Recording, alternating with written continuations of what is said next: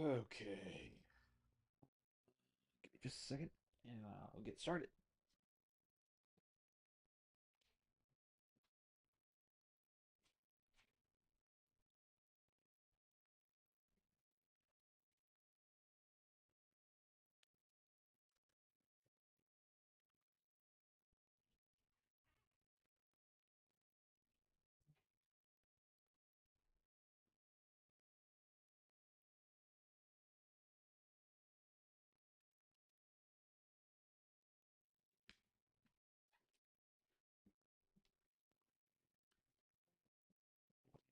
All right, everybody, we are back. Welcome to the channel. Welcome to the stream. Welcome to the video for those of you that are joining us in the distant future. Um, I am your host, Carador. Um, my buddy and I, Felrus, run this channel where we do all kinds of fun little Elden Ring shenanigans. And today we are going to be starting the second of our series to beat the game with a beginner-friendly guide for each of these starter classes. So as you can see, we are starting with the warrior. Um, we are starting with a golden seed for a keepsake. It'll let us get an extra healing item early on. And yeah, let's get into it.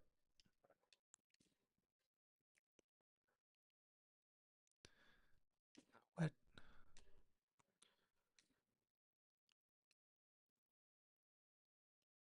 We love technical difficulties. Let's try that again, shall we?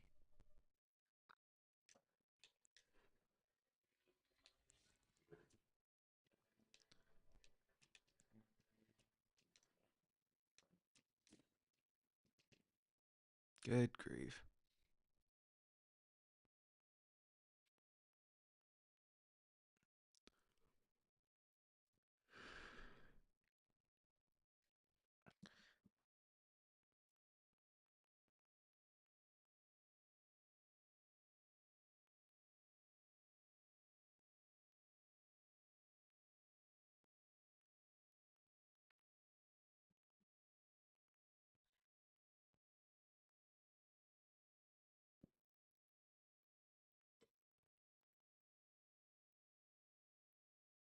The fallen leaves tell a story.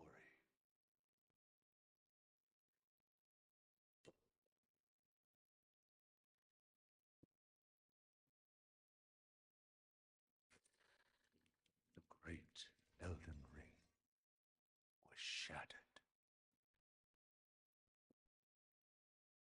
in our home, across the fog, the lands between.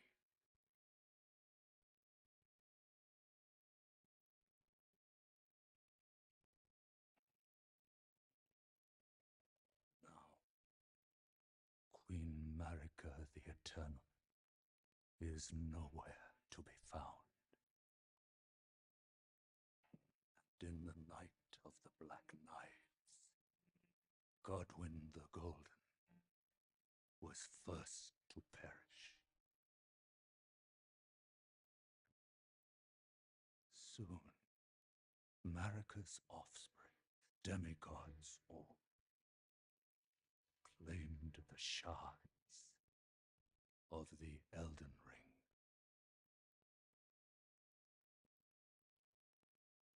The mad taint of their newfound strength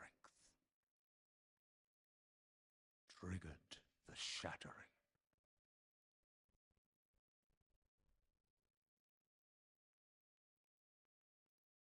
A war from which no lord arose.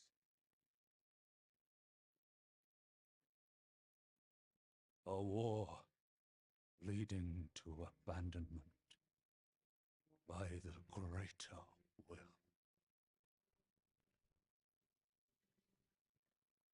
Oh, rise now, ye tarnished, ye dead who yet live. The call of long-lost grace speaks to us all.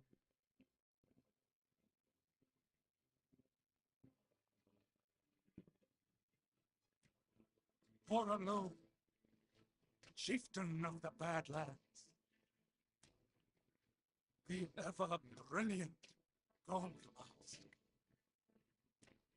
fear, the deathbed companion, the loathsome dung-eater, and Sir Gideon Ockney, the all-knowing.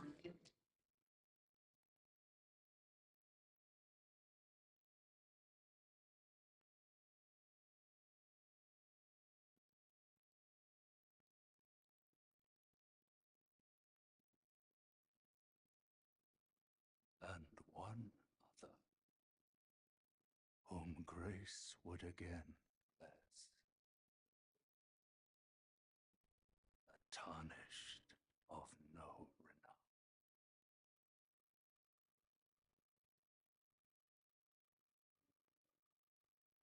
Cross the fall to the lands between, to stand before the Elden Ring, and become the Elden Lord.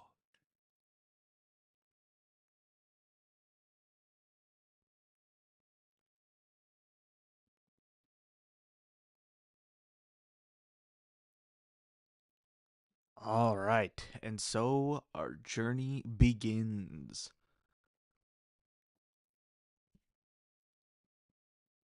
What did I get on my screen? Good grief. All right, so now we have to come over here to our maiden and pick up this item. Our maiden was slaughtered by an NPC that we will meet later on. Now we come over here, we open this door.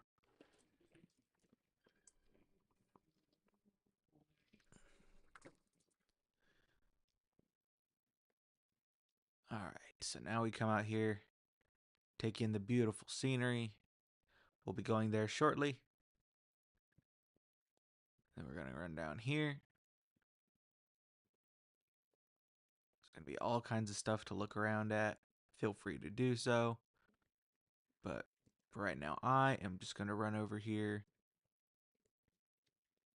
And we are going to challenge our first boss. Now, it is worth noting, this is a scripted death. You are supposed to die here. If somehow you manage to kill this thing, you will still die in order to leave this island. So, just keep that in mind.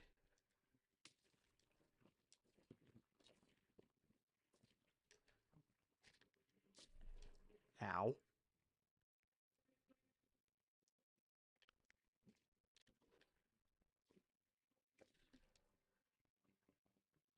Dude, what is going on?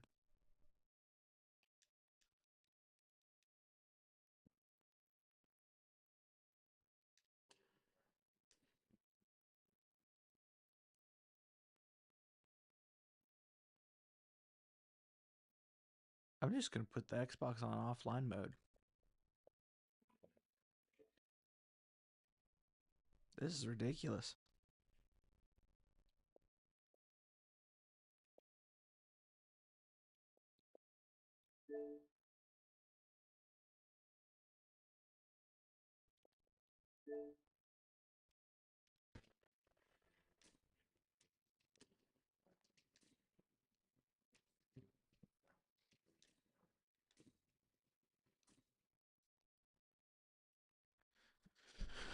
All right, let's try this a third time. Who knows? Maybe this will make the stream run more smoothly.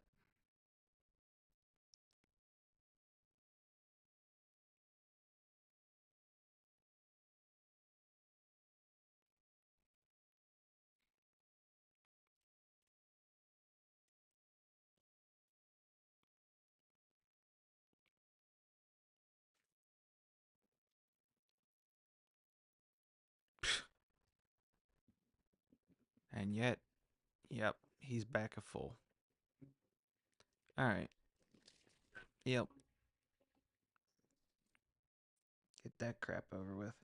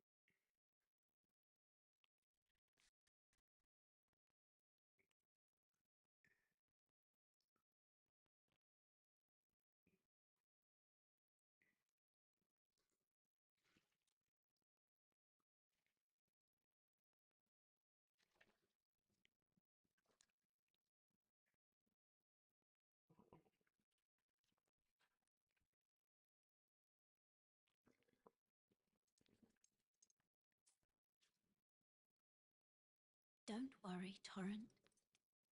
Fortune is on his side. We found him here, after all.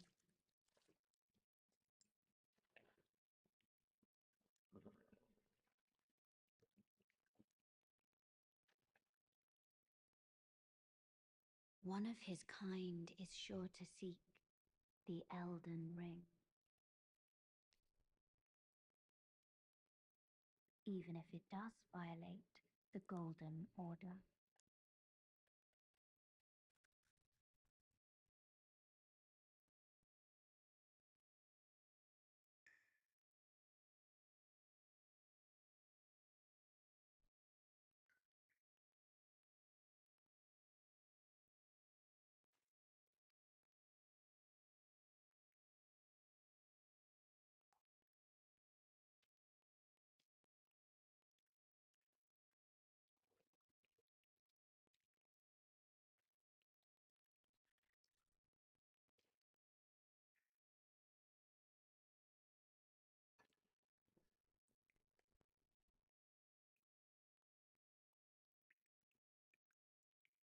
All right. Now we have our healing items, both for our health and our mana. So now we're going to run through the tutorial real quick. We may very well. I don't know what the editing plans are. We might cut through this. I don't know. Sites of Grace. These are your checkpoints, fast travel points, uh, safe zones. When you rest at a grace like this, you will be able to level up, augment your flasks, your spells, um, pass time if you're trying to do something at a certain time of day, organize your chest, uh, use golden seeds or sacred tears to enhance your flasks, like the golden seed that we started with to add a charge to our flasks. We're going to go all in on our health potions just because we're not planning on doing a whole lot with our skills. Um, when you rest, your health will fully restore. You will get all of your flask charges back, and you will respawn most non boss enemies. So, yeah, be aware of that if that's something you're getting ready to do. But yeah, Sites of Grace, most important thing in the game, arguably. So now we're going to start working our way through the tutorial. This is going to be a power stance build. Power stancing in Elden Ring simply means dual wielding something of the same weapon type. So we're going to be starting with these curved swords, but we are going to eventually level up into what is called twin blades, which are basically Darth Maul's lightsaber, but with swords instead of lightsabers.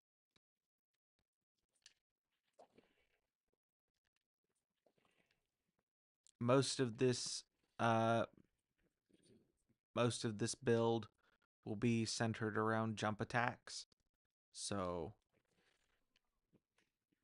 if this is something that interests you, then this is the series for you.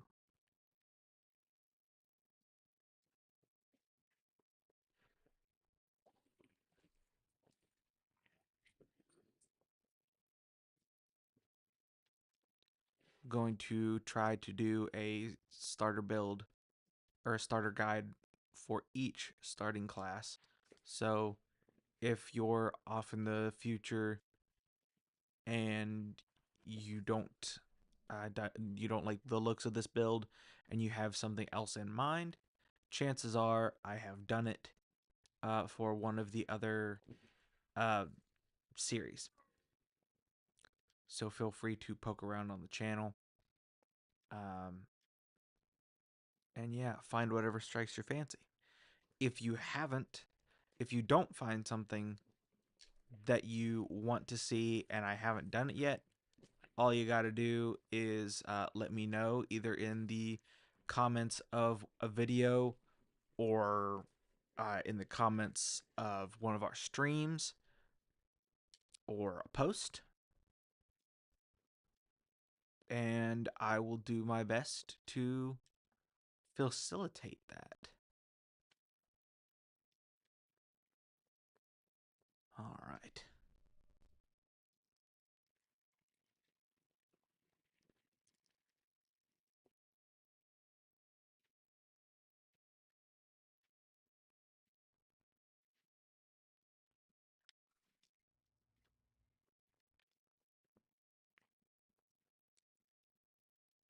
Grab the grace.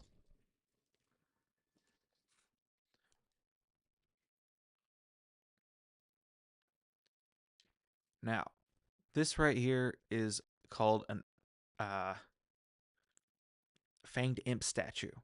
The way it works is there are things called stone sword keys. They literally look like little swords made out of stone. And you put them into the heads of these imps, and it unlocks whatever the imps are guarding. And you can tell how many. And you can tell how many statues or how many keys a statue needs by how many swords that are in the head. This one, for example, has 0 swords, so you need 2 stone sword keys to open it. Some of them that you will find have one already in the head, so you will only need 1 stone sword key. So that is always worth looking at. The items that I just picked up are for PvP. Well, not for PvP, but for multiplayer, which is not something that we're going to be doing. So, not something that I'm going to really touch on. And congratulations, you are now in Limgrave. We are now in the open world. Touch the grace. There's an NPC over here if you want some help figuring out where to go and what to do. Feel free to talk to him as well as to progress his quest line. Next, we are going to follow the rays of gold off to that church over there. We are not going to fight the tree sentinel. If you are watching this because you are a beginner, then you are most likely not ready to fight that enemy. You are more than welcome to. I'm not going to tell you you can't, but I am going to advise against it. If you're new to this type of game, that enemy is going to be very challenging.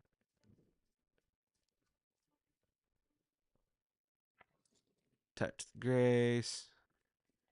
This is a merchant over here. He's got some really cool stuff. There are also some notes that he sells about some interesting points of, oddly enough, points of interest. Man, I'm tired today. Definitely check those out.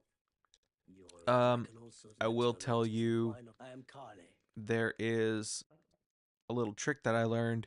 If you go over here to these cookbooks, which are what you buy to or find to expand your crafting repertoire, um, you hit X or whatever the console equivalent is. I'm playing Xbox, so it's X for me. And it will tell you what these books let you learn how to craft. So that's an easy way to determine whether you want to spend your money or not. He's got a torch. Not bad, but we'll find something else that's better later on. He also sells unlimited throwing daggers. So that could be nice, especially if you're trying to do some fun stuff with consumables. Then we come over here. There's the smithing table with a smithing stone on it. So you use smithing stones to upgrade your weapons. You need a total of 12 smithing stones per level, per weapon. So 12 smithing ones, 12 smithing twos, right up through to smithing 8. Um, 12 of 12 of them for each weapon that you have. So now we're going to follow this path over here, and we are going to go get the ability to level up. Gonna kill some goofballs along the way. There we go. Do. Just get some free money, essentially.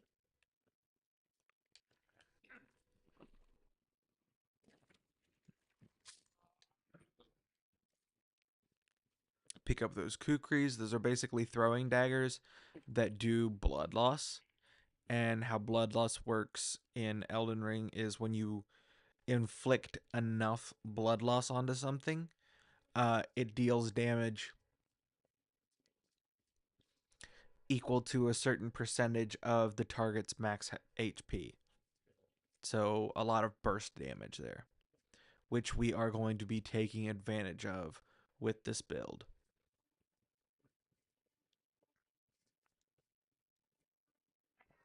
So now we are going to rest here and watch a cutscene.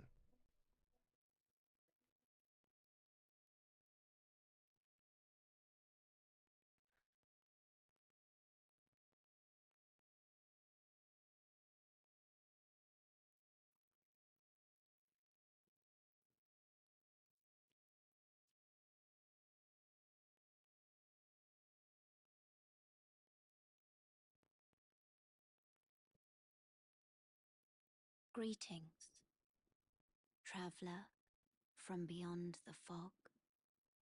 I am Melina.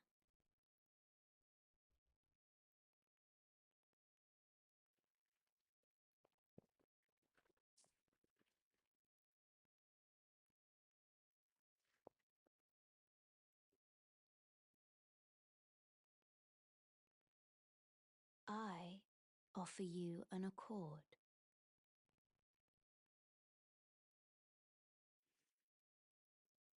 Have you heard of the Finger Maidens? They serve the Two Fingers, offering guidance and aid to the Tarnished. But you, I am afraid, are maidenless. I can play the role of maiden, turning runes into strength to aid you in your search for the Elden Ring. You need only take me with you to the foot of the Erd Tree. Then it's settled. Summon me by grace to turn runes into strength. Ah, another matter. I bequeath to you this ring. Use it to traverse great distances. It will summon a spectral steed named Torrent. Torrent has chosen you. Treat him with respect.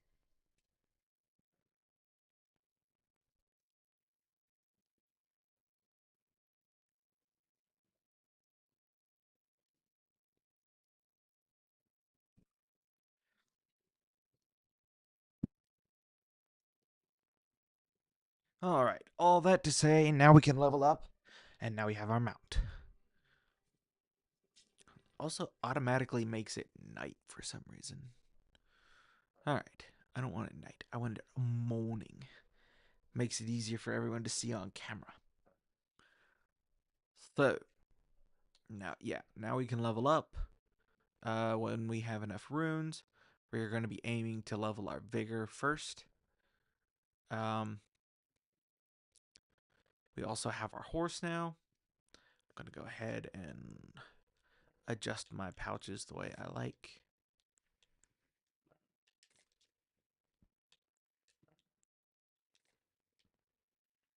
Okay. So now I'm just going to hang out here for a second. And yeah. I'm going to go run to the restroom and grab myself a drink. Be right back.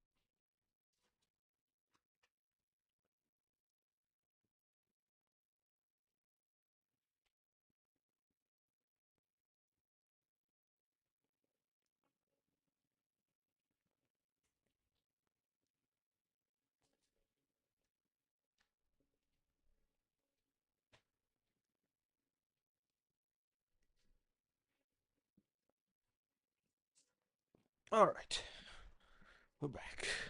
I got a drink. I got me, myself, and I.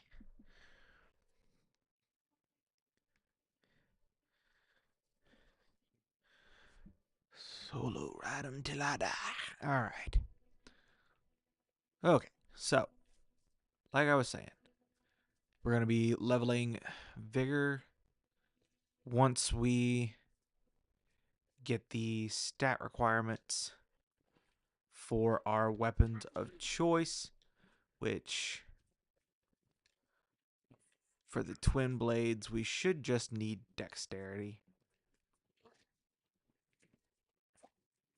So that is what I am going to level first. I'm going to level up to 20 dexterity. Um, yeah. So now we're going to clear out this camp. It's a good place to kind of practice your combat abilities. I love you too.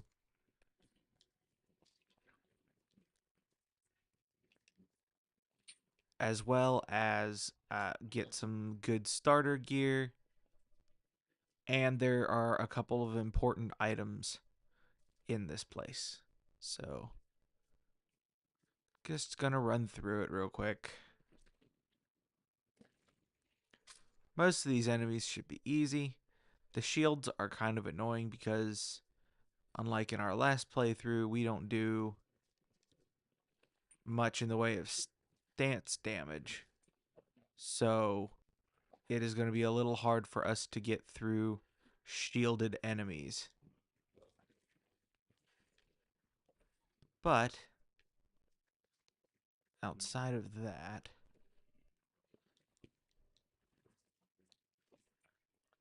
our damage is going to be good.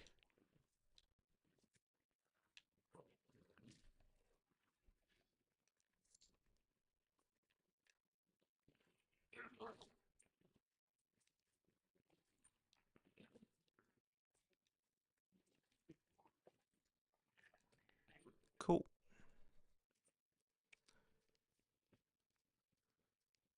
Now, the first important item that we're going to get is right down here.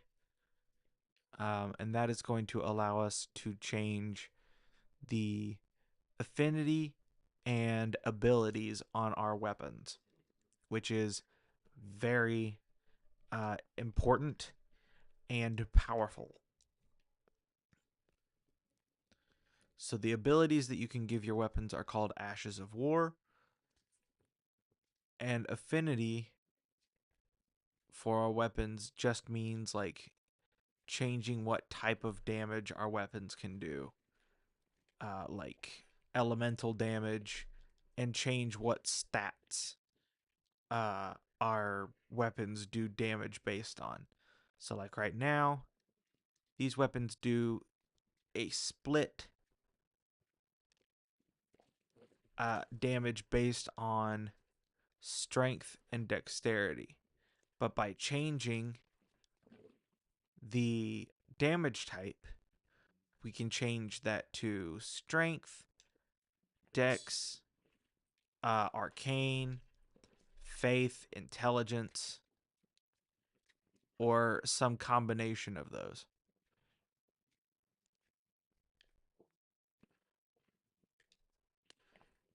How? How? Definitely want to be careful with this guy because of his shield. As well, because of the fact that he has this partisan, means that he is able to get much more reach than we do with his attacks. So be very careful. Try to find openings where he does some long wind up for an attack. Ooh, Gilded Great Shield. Why couldn't I have gotten that on my last playthrough? But yeah, he's got attacks that have really long wind ups and will leave him exposed for a little bit. So try to capitalize on those moments. Now we are going to pick up a weapon that is very handy for specific types of enemies, that being the flail. There are enemies in this game that are like made out of stone, and for those enemies, um, the flail is going to be very nice because our normal swords will bounce off of those stone enemies, but the flail will not. Why did it not let me attack? What the heck? Good grief.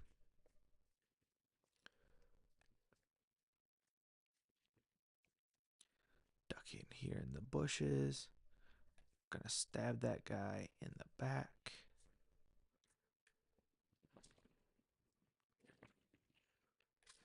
And we're gonna stab this guy in the back. That should be the last enemy in this camp. Yep. Cool.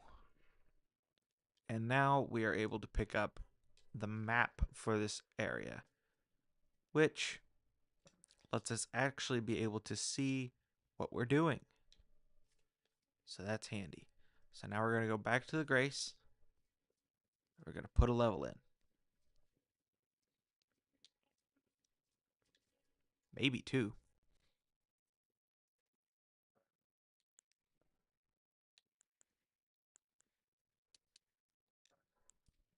Perfect. So now that we've got those levels in, which getting up to 18 dexterity gives us the ability to wield the flail, which means we can go and grab our first batch of smithing stones. We're also going to grab this Grace, because Graces are good. So now we're going to follow the road here and then immediately get off the road. We're going to go between these two trees. We're going to ride down the hill. We're going to go onto this lake. It's a very shallow lake. But instead of going out onto the lake, we are going to turn. We're going to cut back in this direction. Be wary of the giant crabs that are in the area. Don't mind these things. They won't hurt you unless you stay up in their grill. But we're just going to ride back into this cave. Or rather, this tunnel. And we are going to clear it out. No game sound, by the way. Yeah, the capture card is not being our friend today.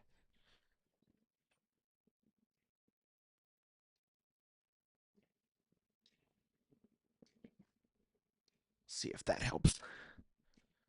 By the way, welcome, Dandy. I don't recognize you, so if you're new, welcome. If you're not, I'm sorry I didn't recognize your name. We're just working on a beginner's guide, if you will. Making a series that will eventually get turned into videos of beating the game using every starter class. Just kind of like a beginner-friendly approach. So that's what we're working on right now.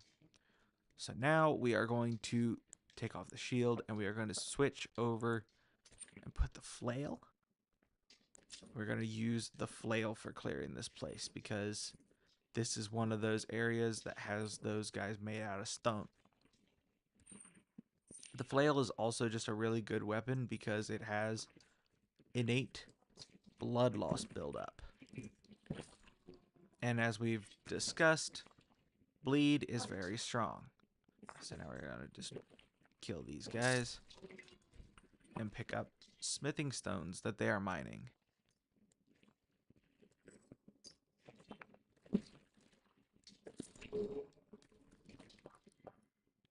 And those guys also will sometimes drop smithing stones when you kill them. So even more handy. There are going to be rats that are going to come out of that hole. Rats are something of a pain in these types of games. So be very careful when fighting rats. As you can see, they can very easily get you killed. Good grief. Alright. So now we are going to continue on our mission of collecting smithing stones. Run back here where the rats came from, and there's another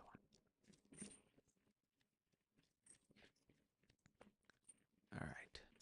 So now we are going to push onward deeper into the cave. So, there is a little trick to this cave.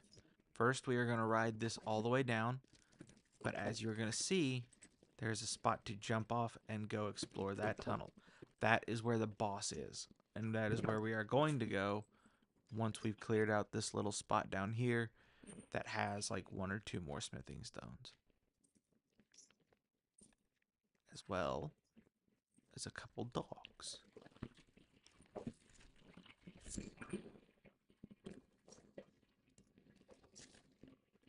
Dogs are another enemy that are kind of hard to deal with if they catch you off guard. So be wary of that. There we go. Thank you. Walk behind here. Thank you. That's nice. Hoping we'll include a route of collection somber stones worth the smithing stones. That is the goal. That might be a little separate series of videos, but that is definitely something that I will want to do at some point. Alright.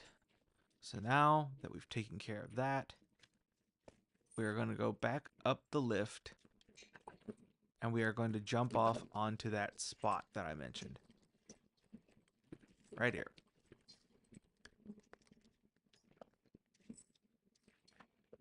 And there's going to be a few guys that we're going to want to deal with real quick. Grab this right here. These glintstone scraps are basically like magic grenades.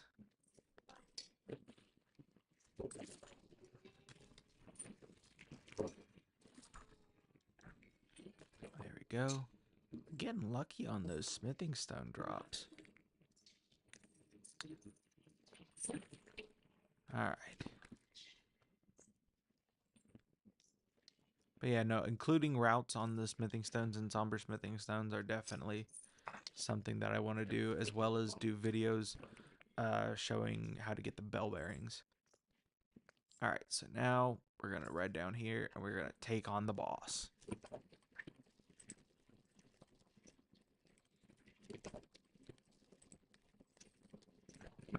For the boss, we are going to go back to our dual wielding swords. Make sure that, yep, grab the smithing stone over here. And here we go.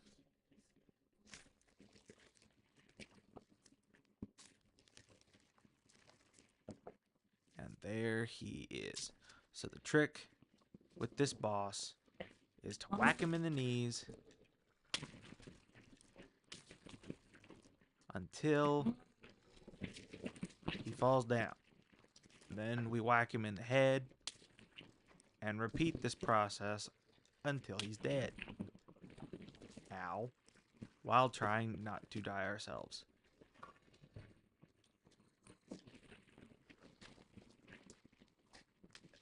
You may find this easier to do with the... Ow. Am I actually going to die to Stone Digger Troll? Yes, I am. Good grief.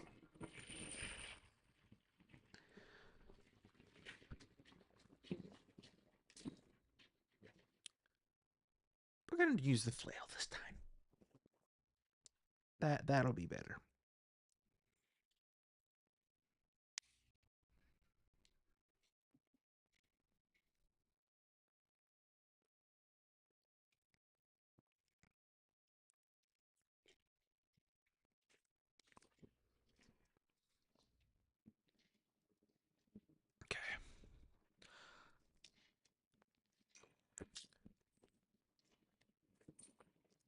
Well, now we can kill these guys again. Get some more runes.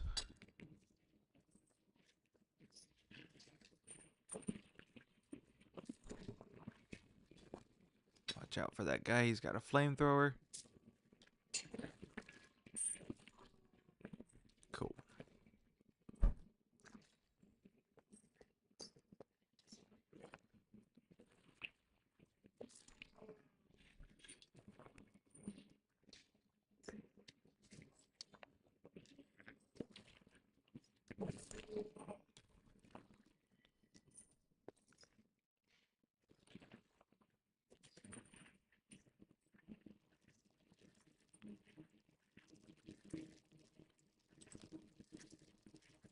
There's also a Somber Stone 1 right on this lift, I think. Yep.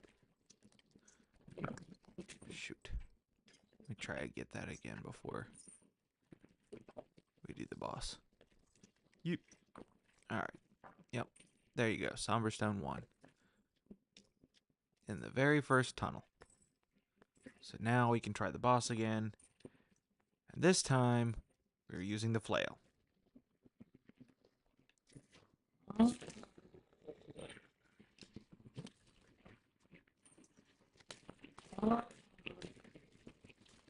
So much better.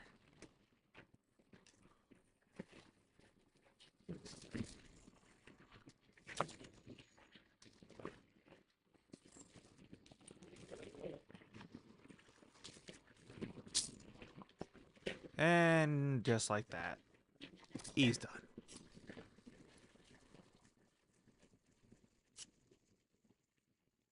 Now, we should have a good handful of smithing stones.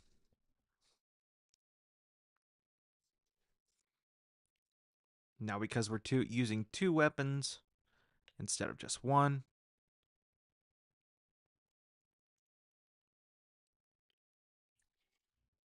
it's not going to be quite as good. Because we've got to split them. We got to split our stones 2 ways instead of 1. But it will pay off in the long run. We got 12 stones out of that. Which means we can upgrade each of our swords to +2.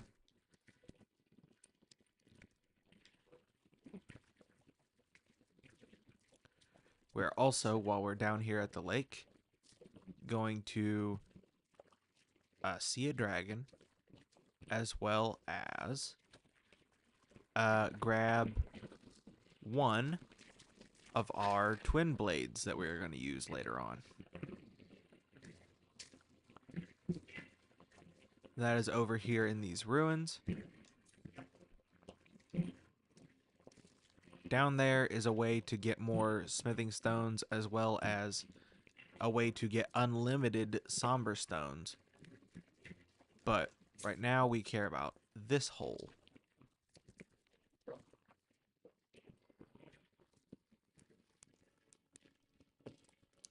Because this one has a chest in it.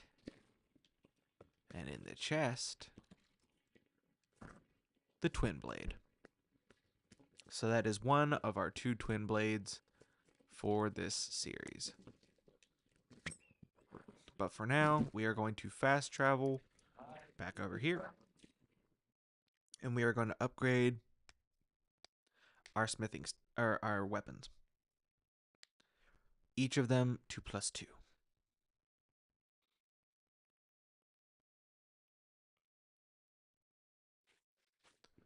We're also going to get the item we use for summoning spirits, which is a pleasure to I and the witch. a I'd way heard to tanned make upon the the game a little talk bit thou easier. art possessed of the power, no? To call forth the spectral steed. Shut up, Ronnie. I was entrusted by torrents for. 'Tis a bell for calling. Forgive mine intrusion, Tarnished. I doubt we shall again meet. Good grief, she's loud. All right. So yeah, we're gonna upgrade our weapon here. Perfect. Now both of our weapons do more damage. And we got our item for summoning spirits, which is a very fun mechanic and something that makes the game a lot easier for starting out. Okay. So, I think... Do I want to go challenge Margit like this? No. We'll do a couple things to make this easier on ourselves. So, we're going to make our way to a church that will give us a new handy item.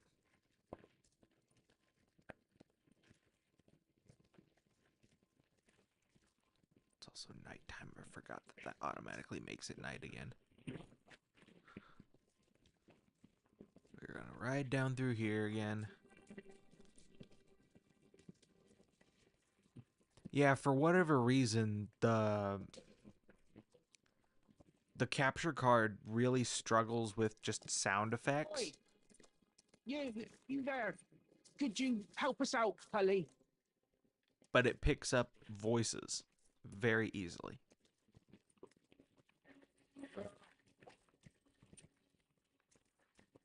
Now, some days it picks up everything, but we have it plugged into my buddy's laptop because he's the one that has the recording software.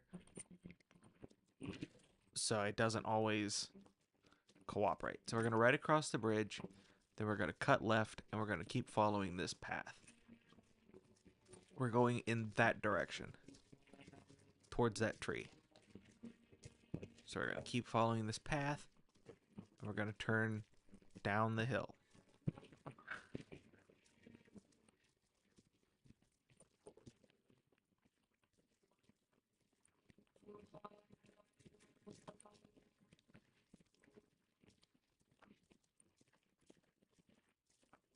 There's a Grace over here.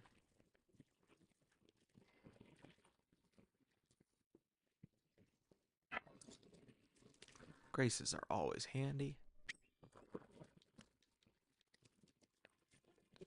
Now, what's going to make this really good is when we get bleed. Hello? Is anybody there? Someone who might be interested in rescuing the great Kenneth White, servant to the true order and celebrated repudiate. Once we get bleed on these weapons, they will do a lot more damage.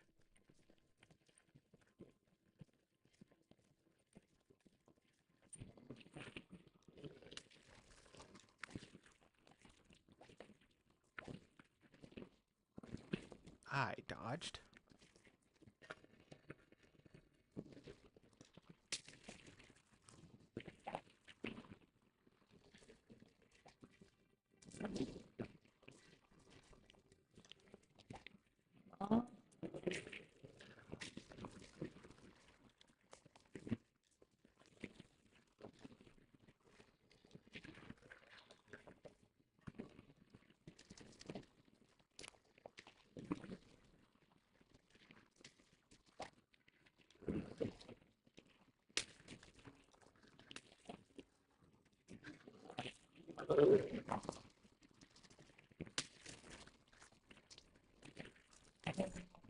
There we go.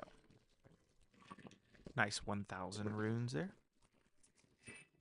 Stick to curved swords. No, the goal is to progress into twin blades. But I think the earliest second twin blade you can get is Altus. So we're going to be sticking with the curved swords for a little while. But eventually we're going to graduate into power stance twin blades.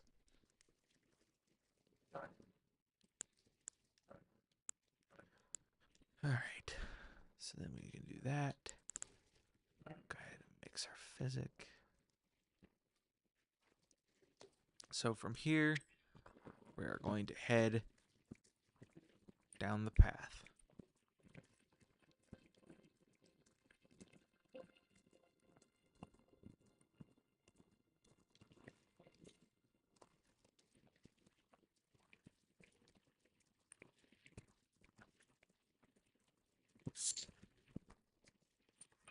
We should also probably level up. But,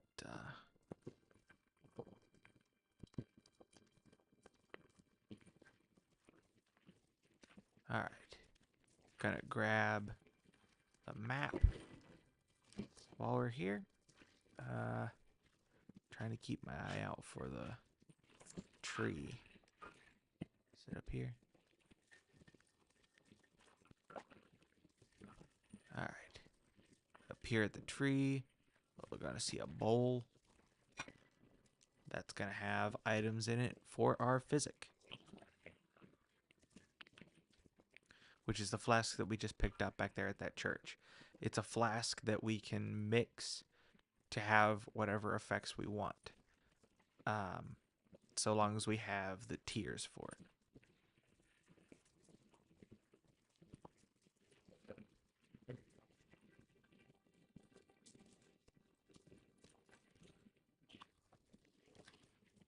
So now we're just going to keep following the path, and eventually we will come to this grace. We're going to grab this grace and level up.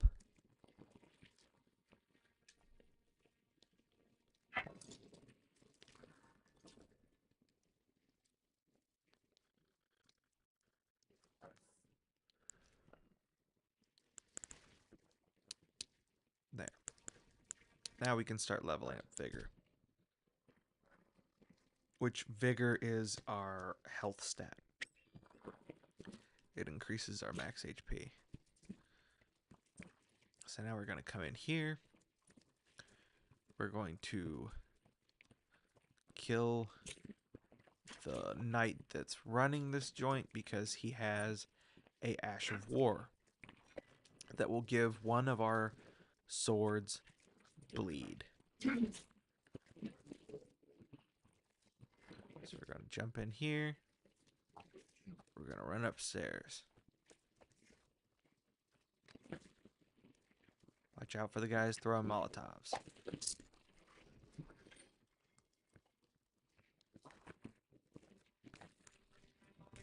This is the guy we're worried about. It's another one of those knights. But this one does different stuff. So we're going to summon our wolves just to make this a little easier on ourselves and for fun.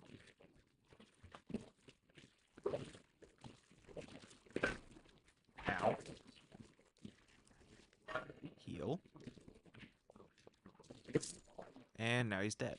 There we go. Bloody Slash.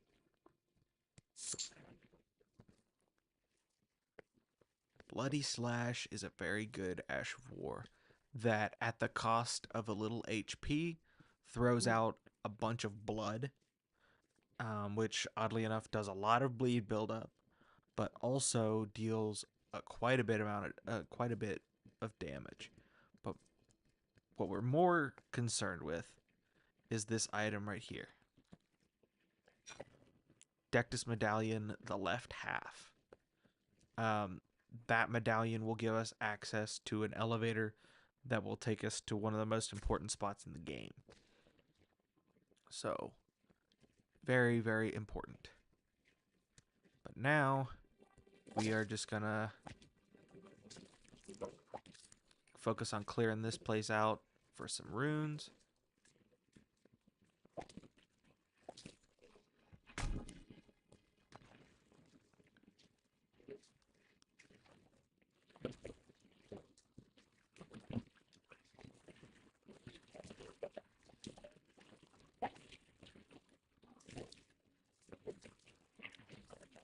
Ow, ow, ow.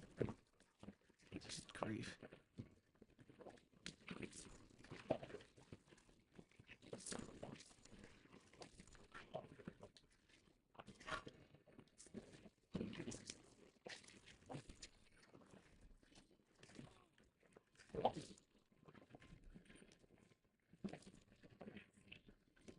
Sheesh.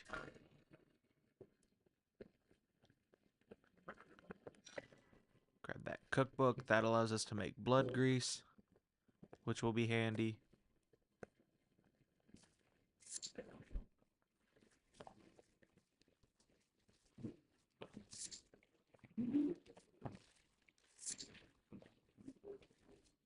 Then we're going to go outside. I don't remember if I grabbed the golden seed or not. I don't think I did. So we're going to grab that real quick. Apparently we did.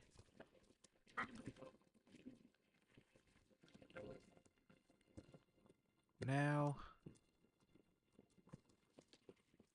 we're going to go rest at the grace to kind of make sure everything resets and de-aggroes.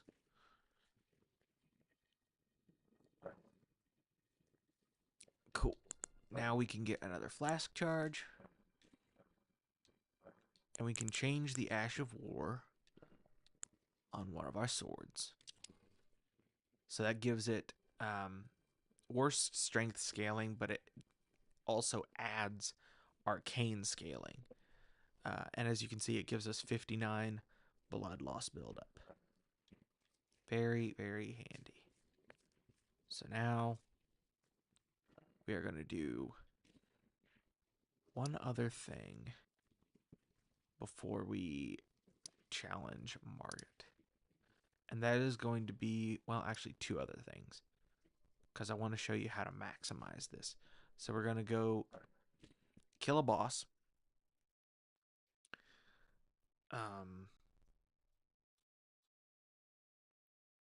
And then we are going to ride off to where we get the other half of that medallion, as well as an easy way to get a lot of runes. But you are going to want blood loss before you attempt this. As well as, if you want to get the biggest bang for your buck, you're also going to want the item that we're grabbing from this boss that we're going to go kill.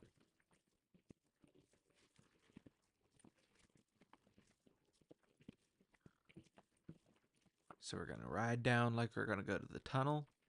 But instead of doubling back for the tunnel, we're going to go off to the left here and go under the bridge.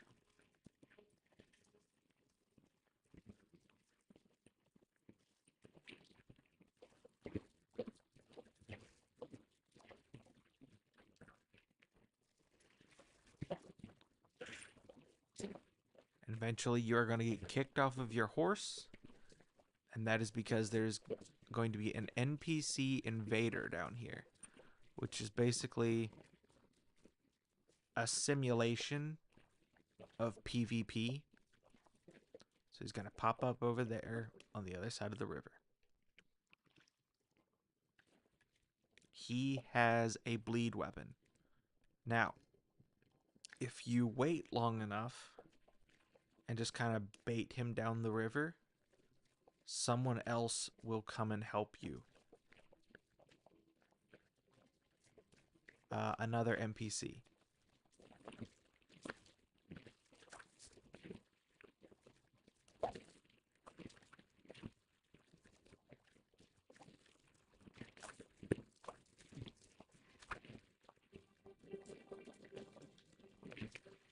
See, now we have someone named Yora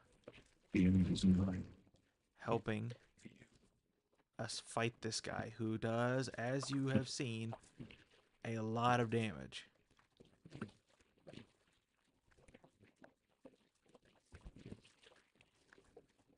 Any day now, Yura.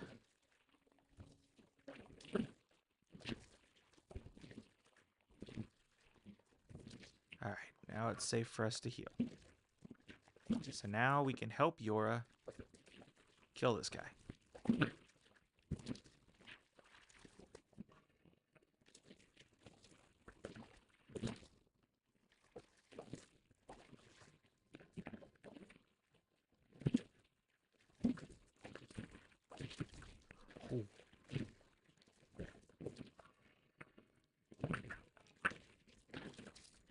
There we go. Now we get one of the best daggers in the game, but we don't care about that part. What we care about is gaining access to this cave over here. So now we're going to go in the cave. It's very dark. Unfortunately, I don't have my lantern yet.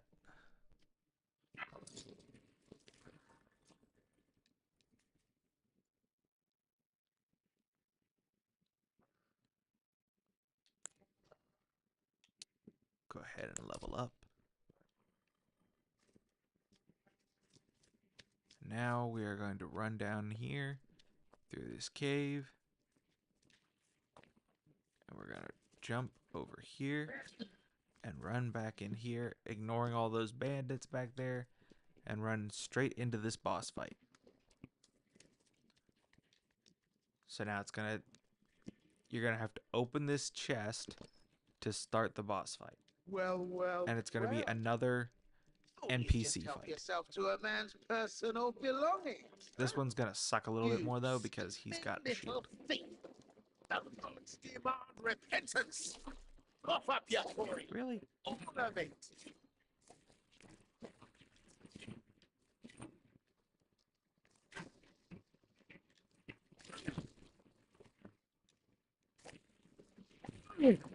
Now he's going to try, once you hit him enough, he's going to try to surrender. We are not going to accept his surrender. We are going to kill him. If you want to do his quest line, be my guest. I surrender. White flag is no one likes a bull-headed brute, you know. Are you a kid? You can't harm a yielding man. Fine. Have it your way. You'll get what's coming. Don't go thinking I'm a soft touch.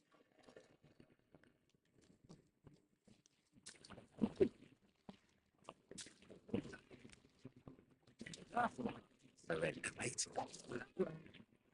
It was bound to happen someday.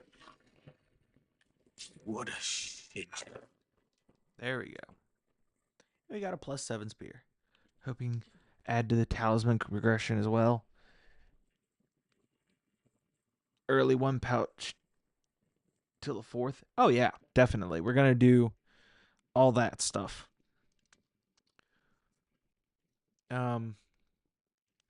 Not sure what talismans we'll end up using, but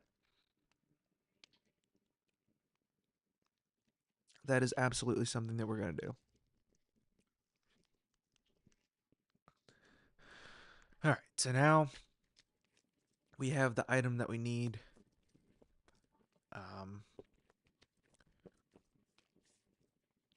In order to maximize the effectiveness.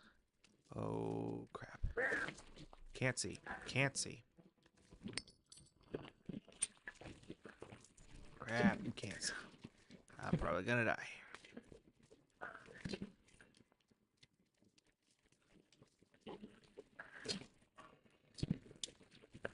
Because as you can see, there are a lot of dudes in here. Is there a return to entrance thing? There it is. We're just gonna use this.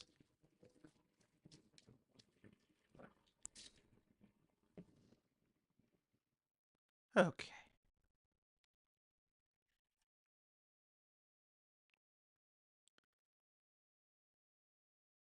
But yeah, there's only one.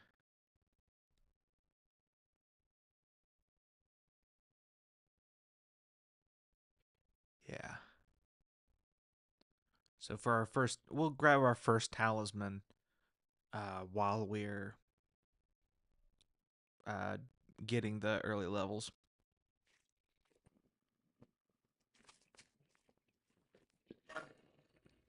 So, with that being said, let's go ahead and we're going to save ourselves some time. We're just going to fast travel back to the church where we got the physic flask. And I'm going to show you guys a fun little shortcut, as well as where to get a really good Ash of War.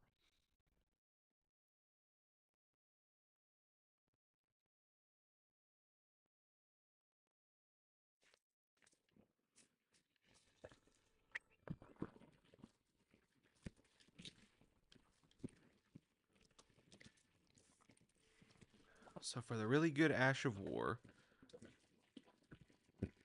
it is right up the hill here in this scarab.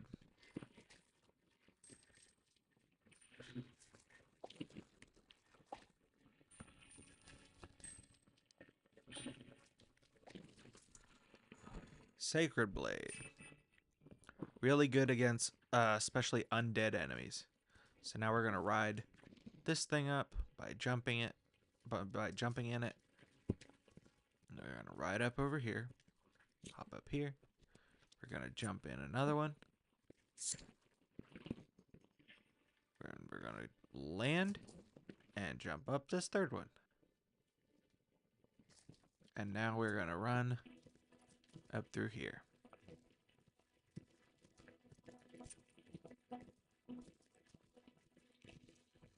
Now, this region that we are going into is very dangerous. But I'm not going to take you in such a way that you'll have to fight anything. So we're going to grab this grace here.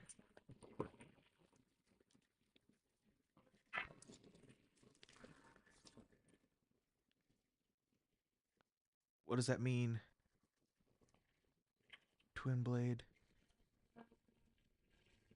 The twin blade talisman. The twin blade talisman increases the damage of the last hit of a combo.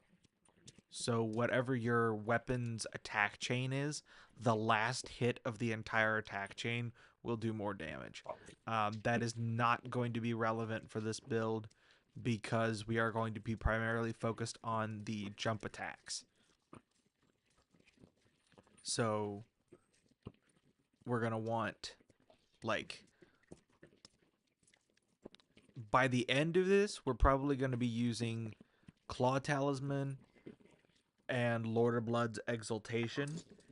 And after that, probably just whatever damage reduction talismans we can get our hands on. Maybe Erdtree's Favor in order to wear better armor and get more stamina. But yeah. The two that we care about are Claw Talisman and Lord of Blood's Exaltation.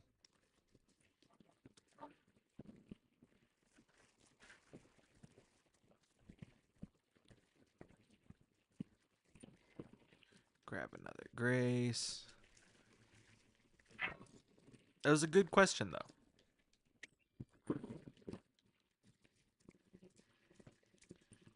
Yeah, you would think that the twin blade talisman would synergize with twin blades, but not really.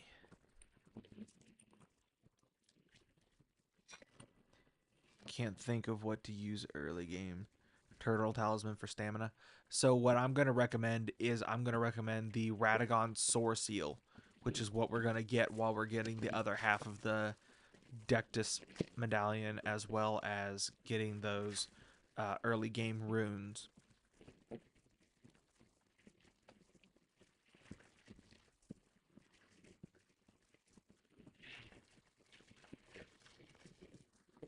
So we're going to ride up here.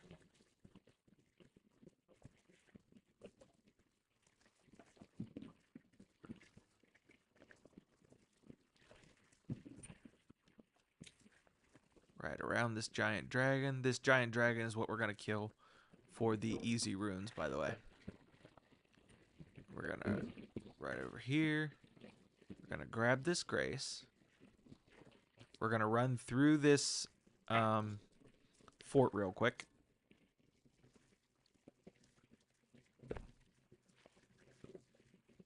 And then we'll prepare for killing the dragon.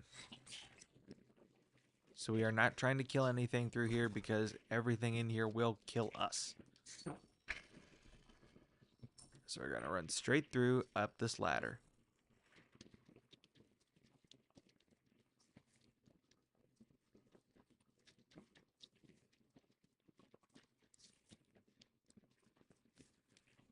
Then we're going to open this chest. Grab the other half of the Dectus medallion. Then we're going to jump down here. We're going to run across. Don't jump in this hole, but turn right and jump down in this hole. We're going to run across. Going to grab some quick runes here. Don't get eaten by the rat. Then we're going to jump across over here. Going to run. Jump down this hole. And that is the talisman that we are going to use here at the beginning. Because it is going to give us a lot of stats early on.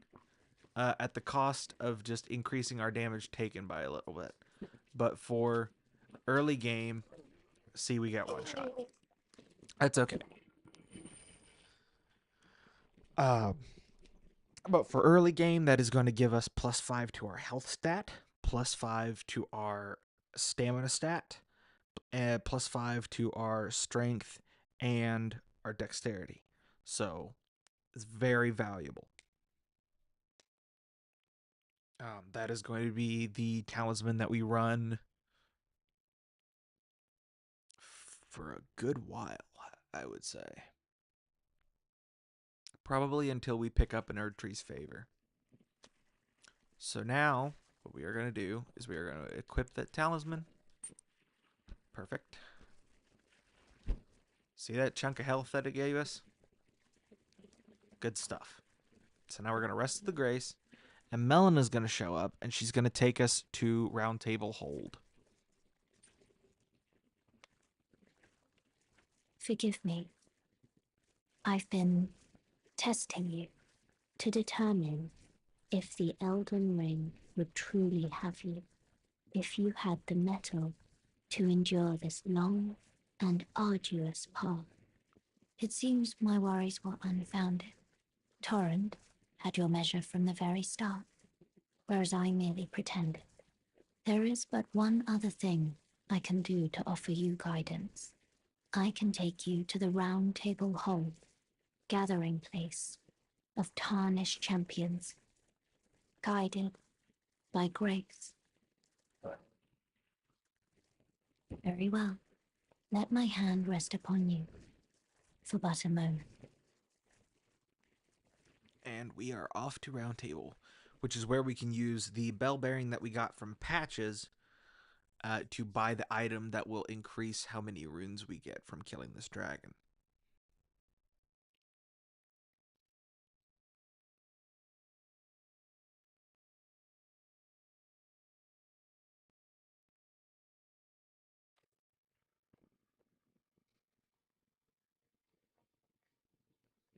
Cool.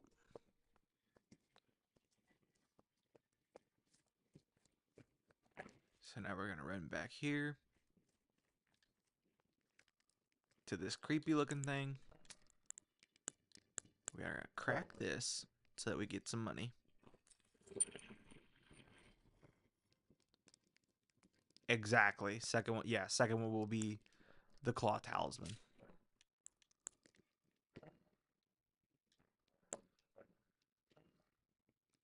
This is what we want right here, a gold pickle foulfoot.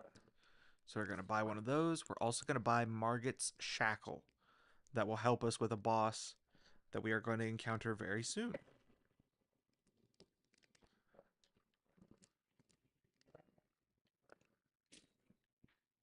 So now we are going to fast travel back to that fort.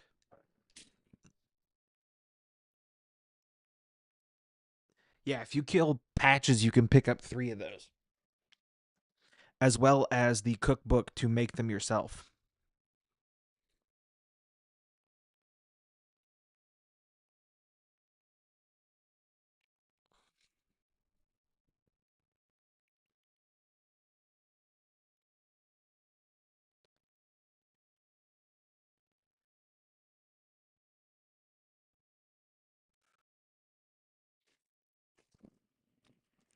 So now that we have that foulfoot, we are going to switch back over to the flail. And we are going to equip the pickled foulfoot so that we can eat it right when the dragon dies. So now I'm going to show you the plan here. So this weapon, as we discussed, has bleed buildup in it. And its skill works without mana. So we can just swing this thing for as long as we want, as long as we have stamina. And it swings faster than just swinging the weapon. And it also does a lot of blood buildup.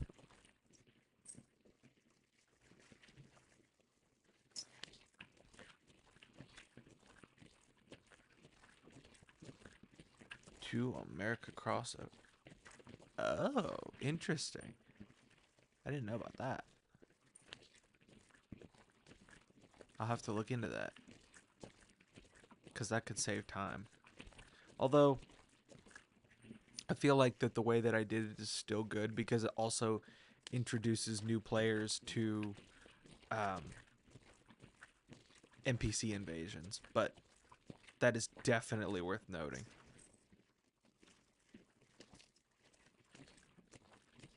For faster approaches.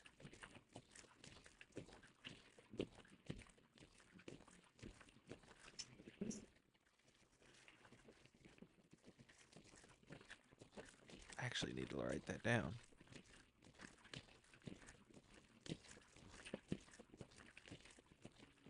I see. I knew about the one on the beach. I didn't know about that one on the... I didn't know the two on the cross. Interesting.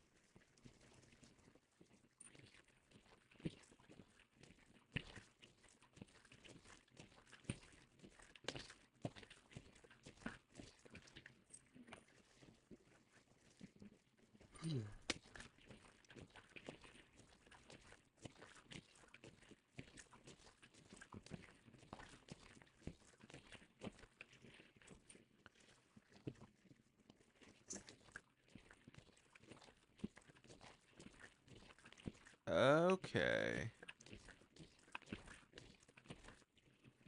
I see.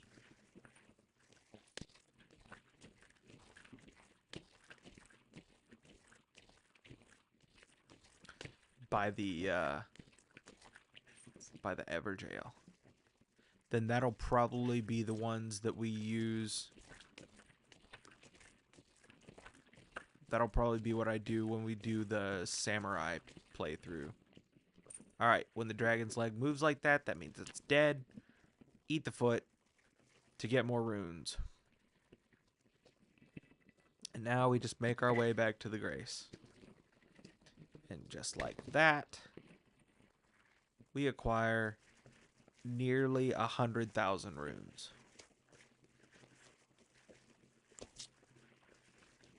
Easy. And all of those levels are going to go straight into Vigor. So now we have a very healthy health bar. Which is good, because now we are going to go fight. Well, actually, the next thing they're going to see is that I want to go grab those pickled foul feet first. So we're going to go here.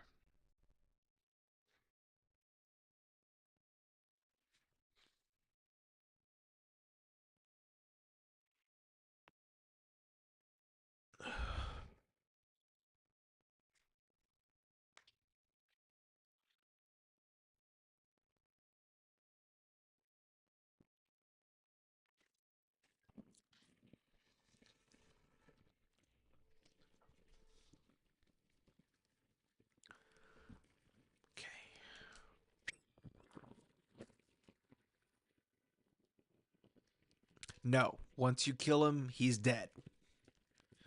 You can no longer do his quest afterwards. Oi! You there! Did you...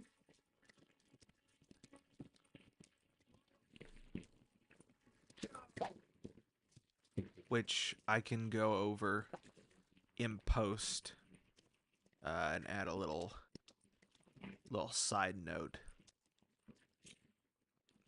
kind of like a disclaimer.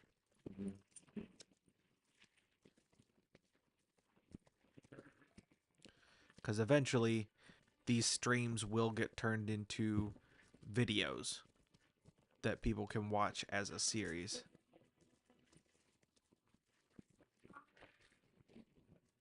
It's going to be a long time before we get through it, but eventually that's what I want to have happen. Because this is the second time I've done this. So have to get the Vagabond finished up first. Alright, so now that we got this grace, should be just up here. Yeah, these guys.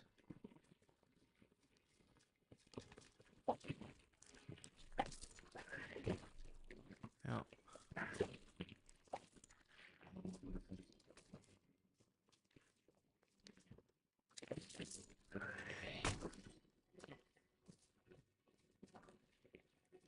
That's golden runes.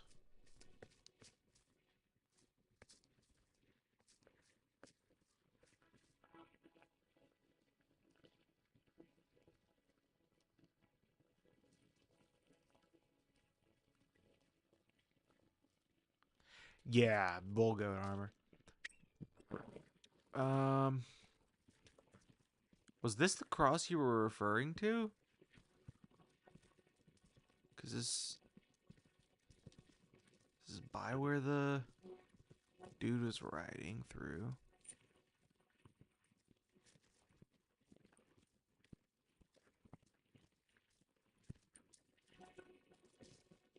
Because that was just gold runes. That wasn't a pickled foul foot.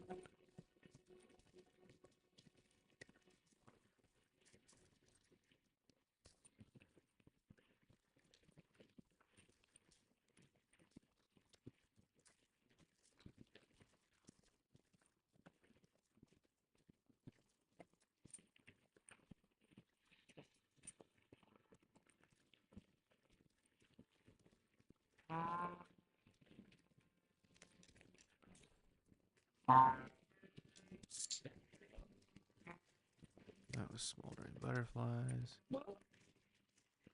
This is waypoint ruins. I know there's not one here. Return to the bridge. It's visible from the bridge. Oh wait, is it this one?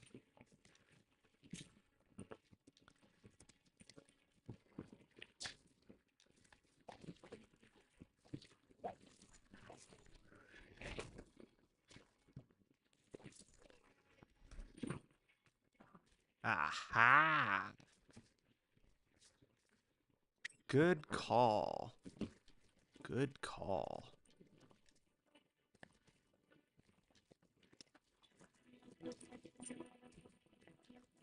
Perfect. I will definitely remember that for future runs. Perfect. Thank you. We'll go grab the other one on the beach just to make sure I get it.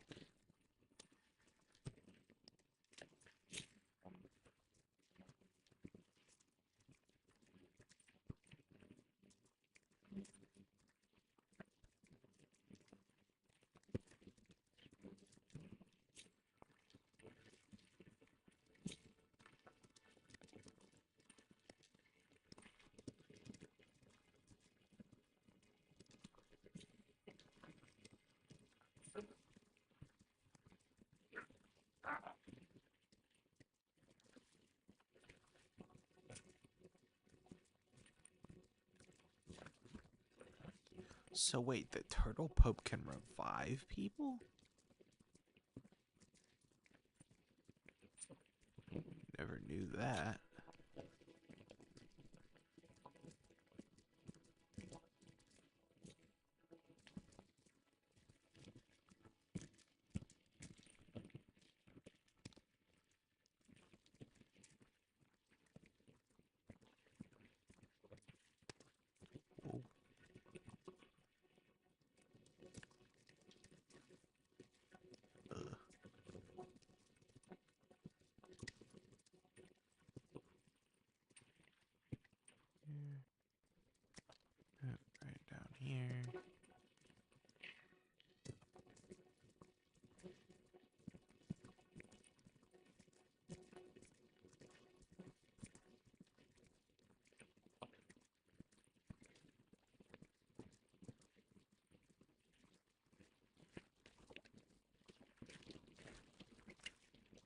And there's one there. Cool. From there. Jump over here. Bada bing, bada boom. No harm, no foul. I'm not funny. Okay. Fast travel back over here. And then we'll head off after Margit.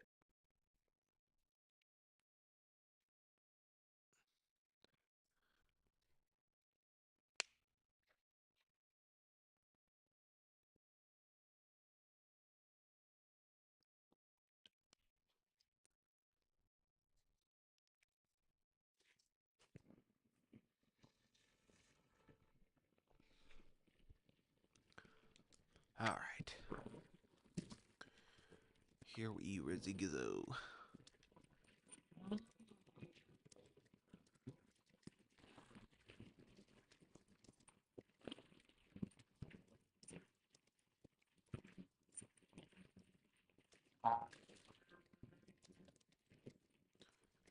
Gonna grab another spirit summon.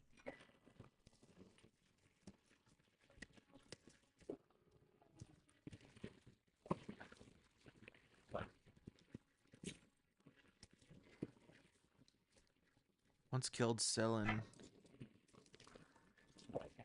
Weeping Peninsula. They burn you.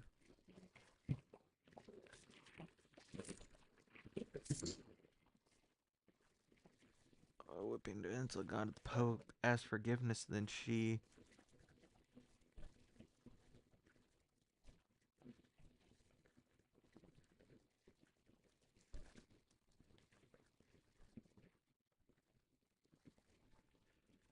Huh. Interesting. Well, I'll have to see about that.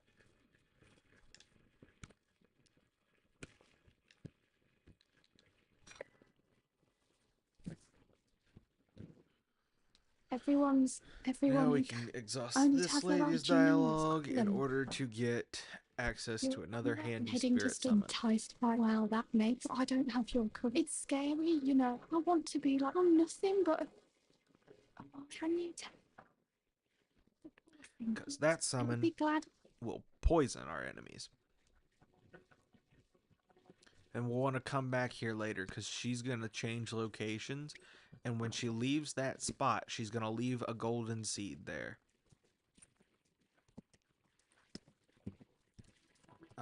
Should I also... I'm also going to pick up Golden Vow while I'm here. So to do that, we're going to run over here. We're going to follow this path.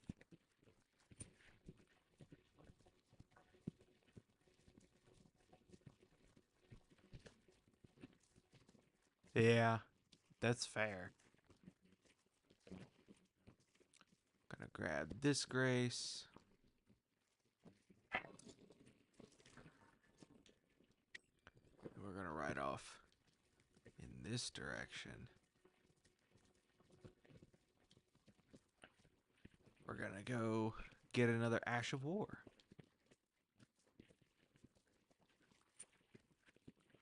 One that will give us a damage buff.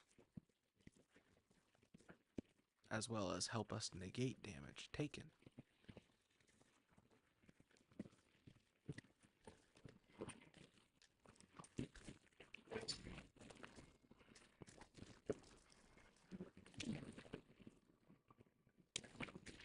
Perfect. Golden Vow. Alright. Now that we've grabbed that.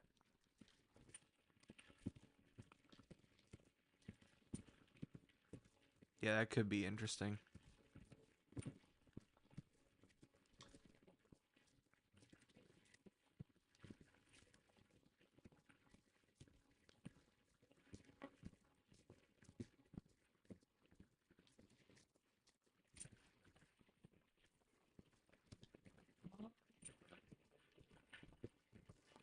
What? What? Oh, That's you way out there. Okay.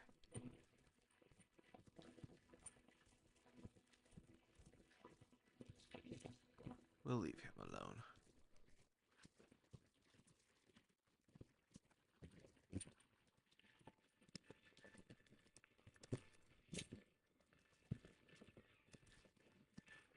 Hello. Any reason why this light's on? It helps with the fuzziness of the camera.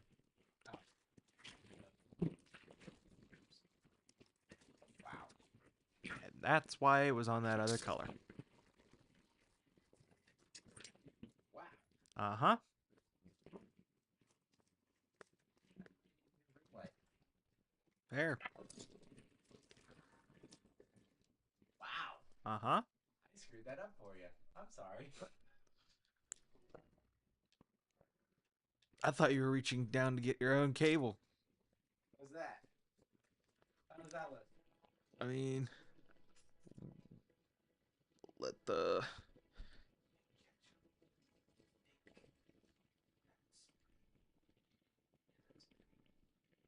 Egregious.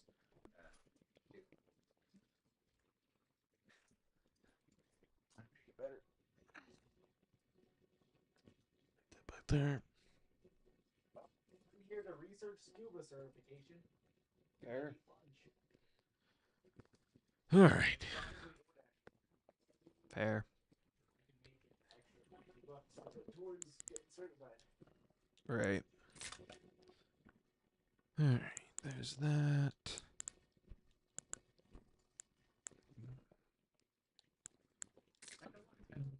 You're on board with ocean things for once. It's one where you're not running off for a long period of time. I know that's why. Is this a beginner Yeah. guy? Which starting class? Warrior. Brave warrior of the sea. No. Not even something. No.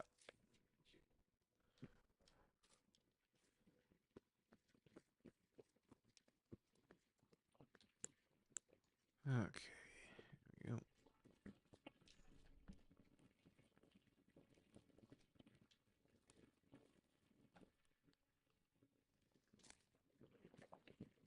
Foul tarnished. In search of the Elden Ring. Emboldened by the flame of ambition.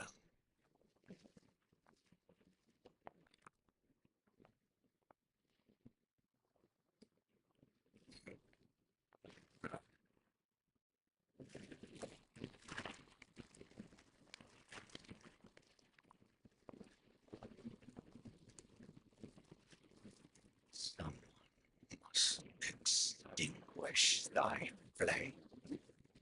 Let it be Margaret the Fell. All right.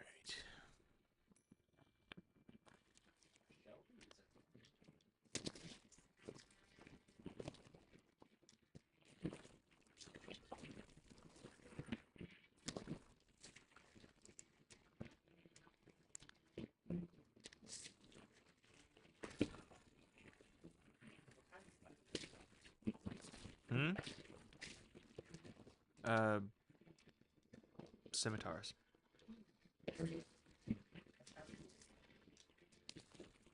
Fair.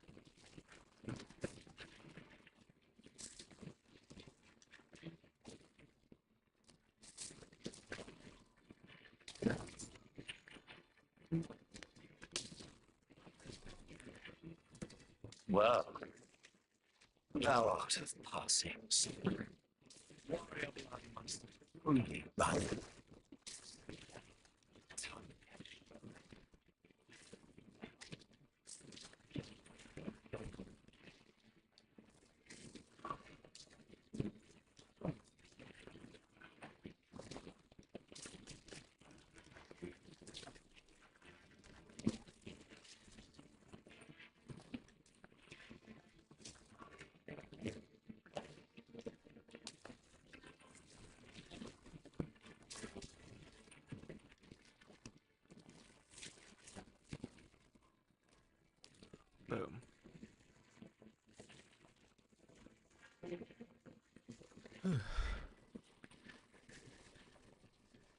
sharper than the tarnished, small,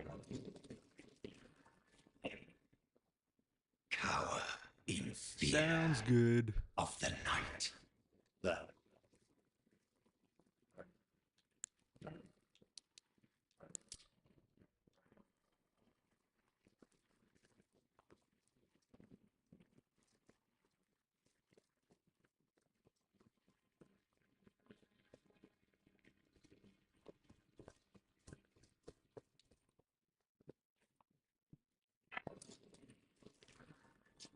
Alright, so now that we've beat Margaret, we're gonna run through in you here. there? Talk Come to over this here, creepy would you? dude. Now, It's tightly hooked. You Not you can breach kill the this cup. dude, or you can leave him alive. You can also have him open the main gate for you. Very well, but of Um, course, I'd If you want the easier way and the way to get more items, don't go through the gate. The gate! If you want to do it fast Open the and have a high risk of gates! death, go through the gate. But for this purpose, we're going to kill him, because if you die in this castle while he's alive, he will steal 10% of your runes. But we are going to you go through the side, because there is a talisman that we want from in here that is easier to get by going the other way. So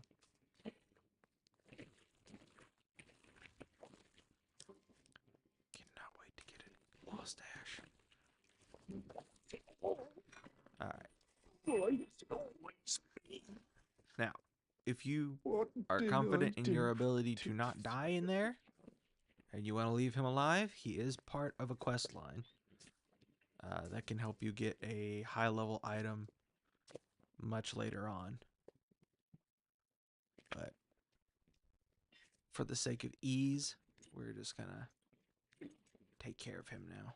Gonna grab this grace. Not make the same mistake my partner made yesterday and get pushed off a cliff by this thing.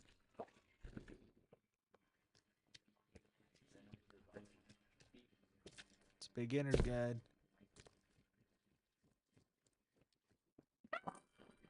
We're gonna run up here.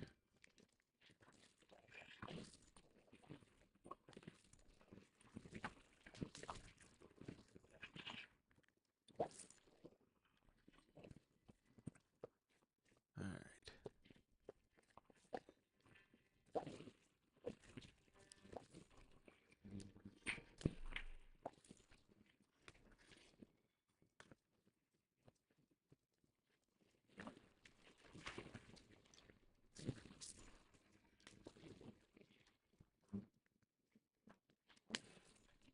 Run up through here.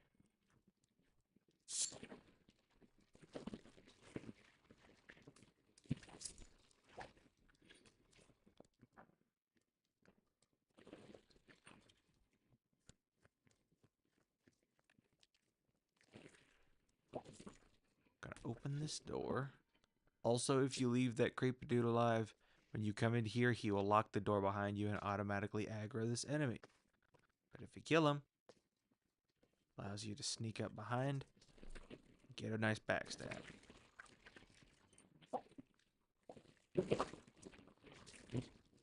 Now, are we probably going to die to this enemy anyway? Probably.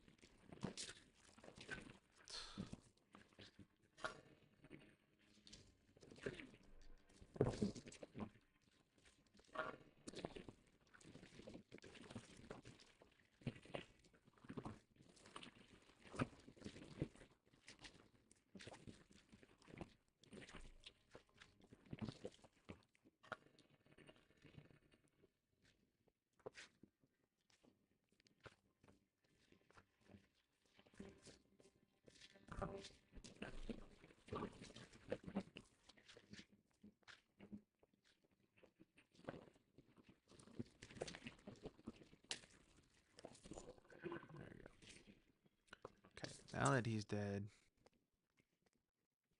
can grab that talisman if you want. It doesn't pertain to this build though, so we're not gonna grab it. Run over here. Jump back down here.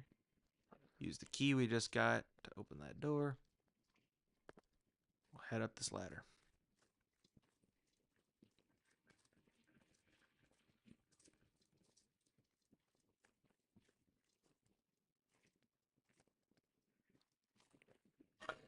Now there's a guy who's going to try to stab you in the back when you come around here. So just roll through there and wipe him out. Run up here.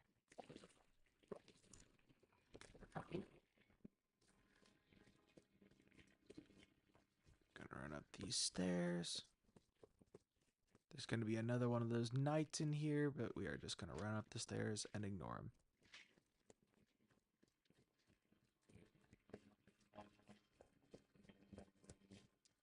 Run in here and grab this grace.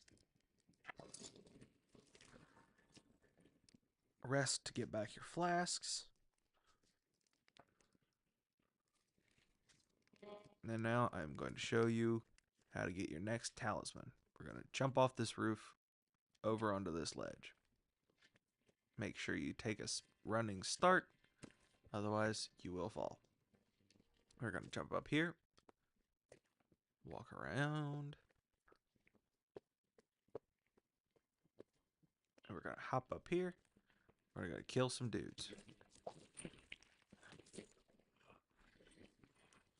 After we kill these 4 dudes, we are going to get our next talisman. The most important talisman for this build.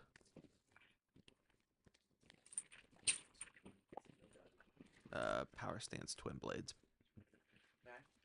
Heck yeah. Skin peeler? It's either going to be Peeler or Pole Blade.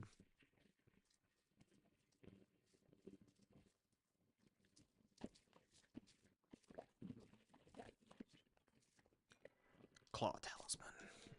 Enhances our jump attacks, making them do 10% more damage.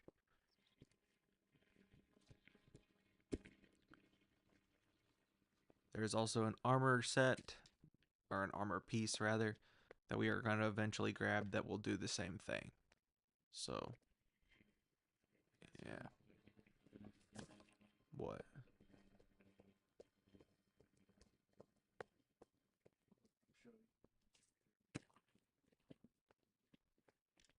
So now we're going to hop down here. And we are going to make a mad dash across this courtyard. Because there are a lot of enemies in here.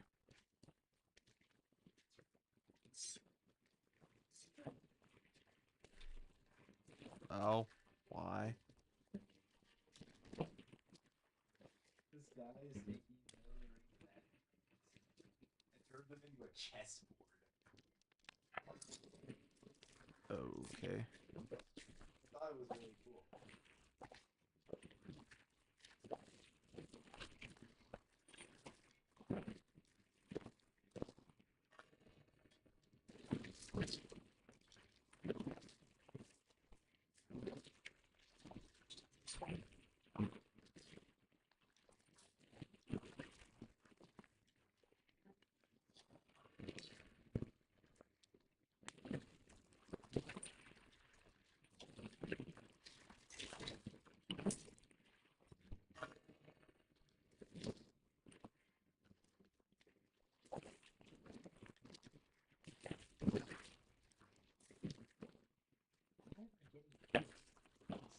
I don't know.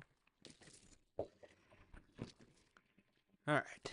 So now we're rest at the Grace. Get everything restocked. Alright.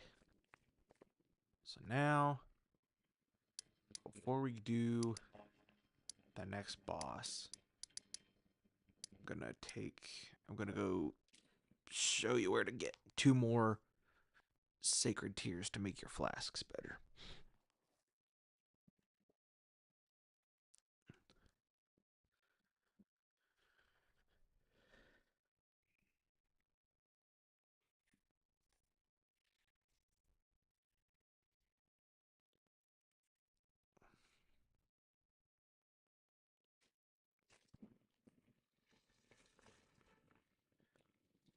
Also gonna buy a lantern while I'm there.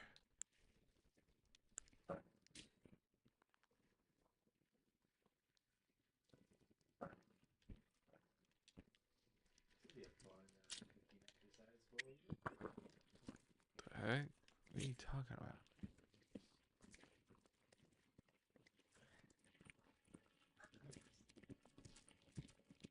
Oh, buddy.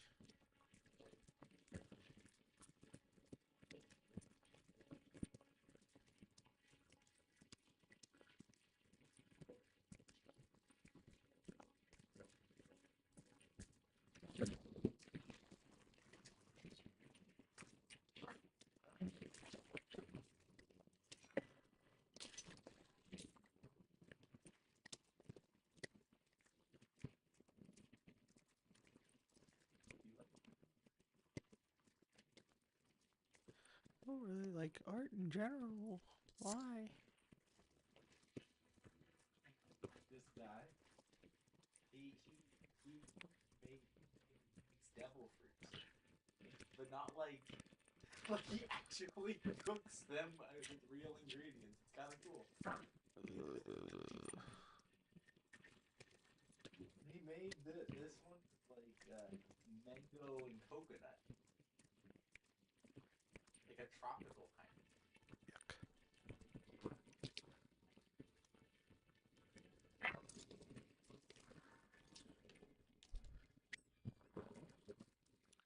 Also gonna grab a map and a golden seed.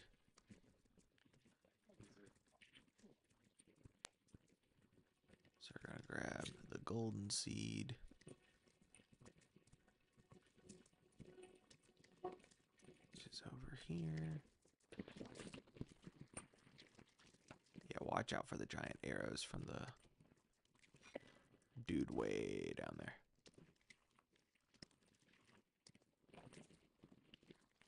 Now we're gonna double back. Grab this map fragment.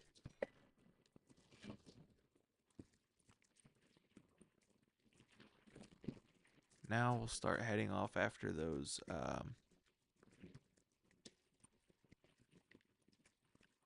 sacred tears.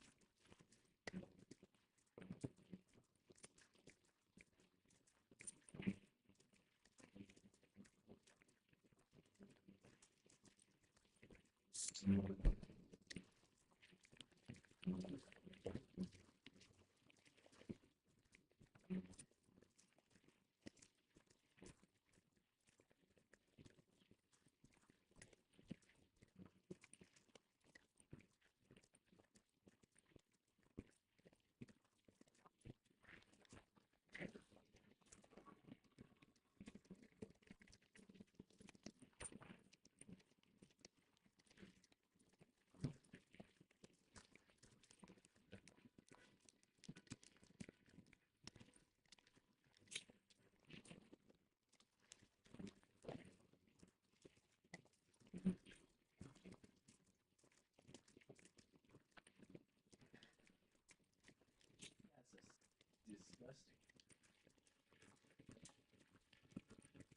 What?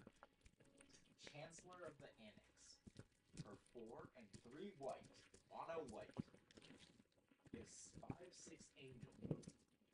Okay. You may reveal this card from your opening hand. If you do, when each opponent casts his or her first spell of the game, counter that spell unless that player pays 1. It has flying. Cast a spell, counter it unless that player pays 1. 7 mana.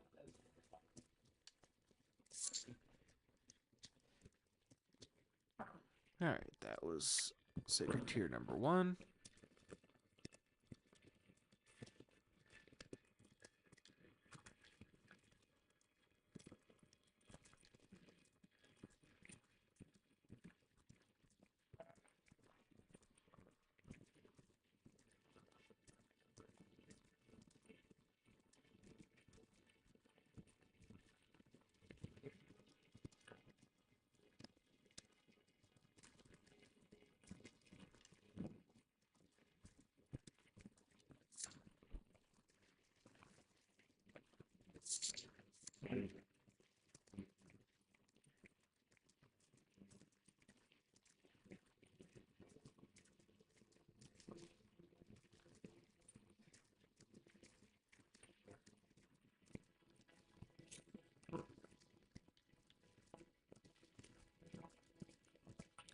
here is Sacred Tier number 2.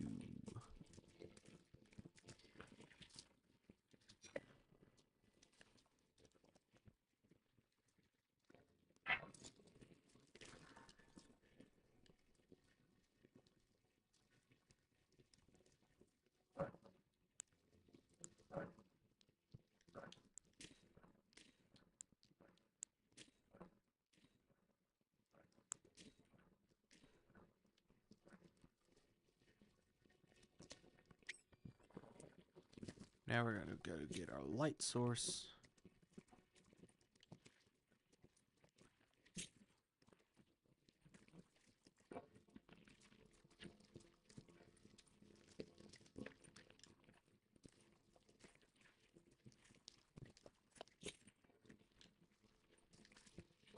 Which is down here at this shack.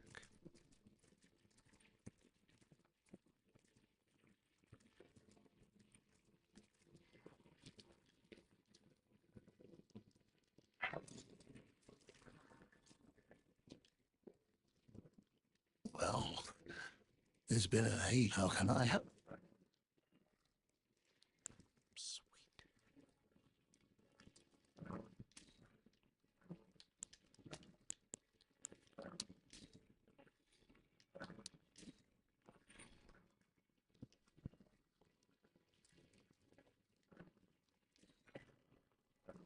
Have a safe journey.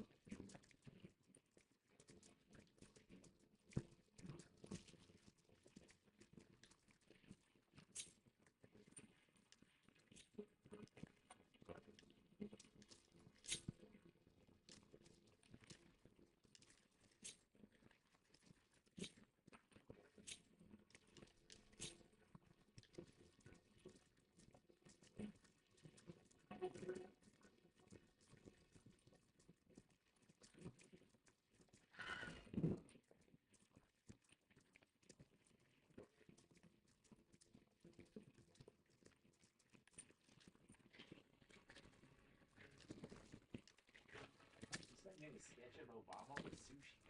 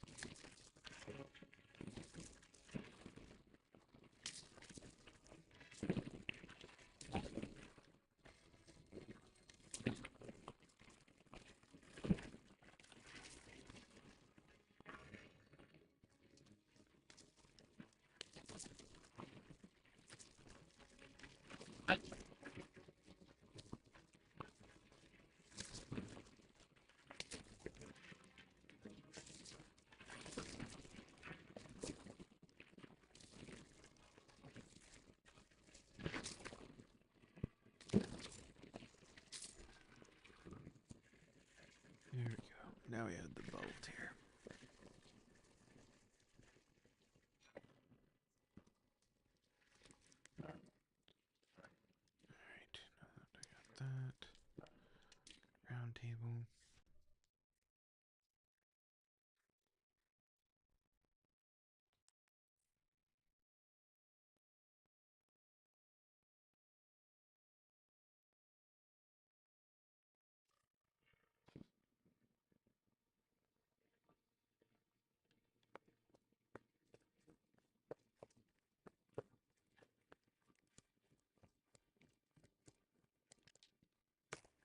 No matter.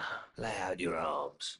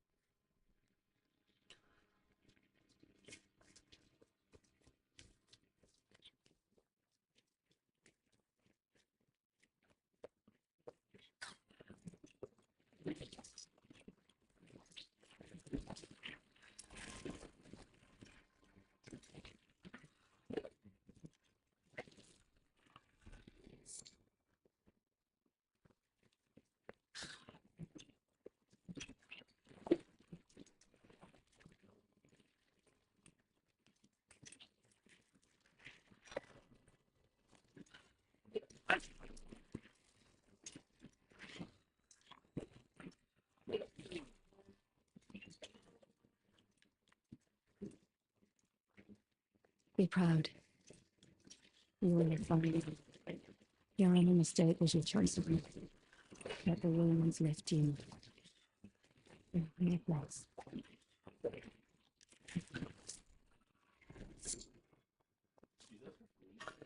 Yeah, not innate. I duplicated Bloody Slash. Well, tarnished, I am I'm here by decree. How utterly this grafting is tainted the very. If you I ask you call the winds run uncertain father.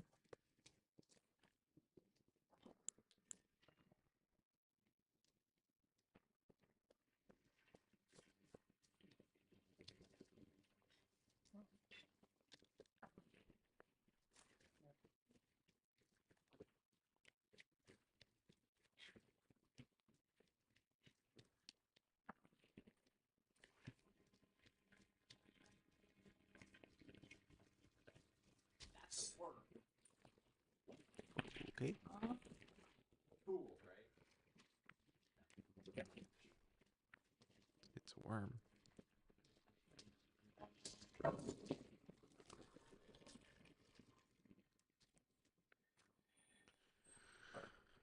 Okay.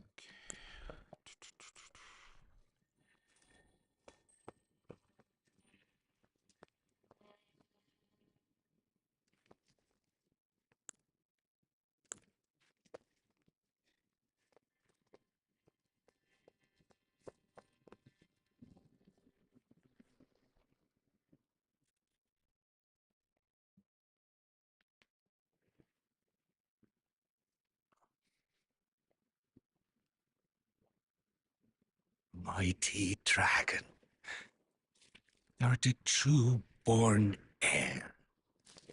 Lend me thy strength, O kindred.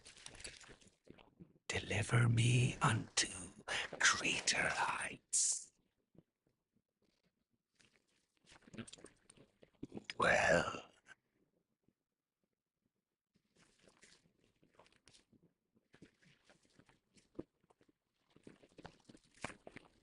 hello, Tarnished. Playing as a lord. I command thee. I am the lord of all that is golden.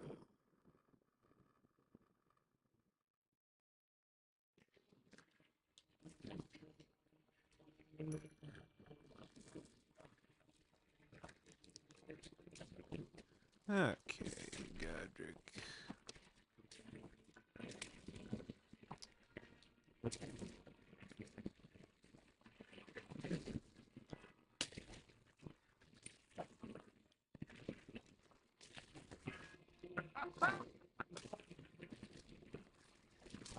Die, die.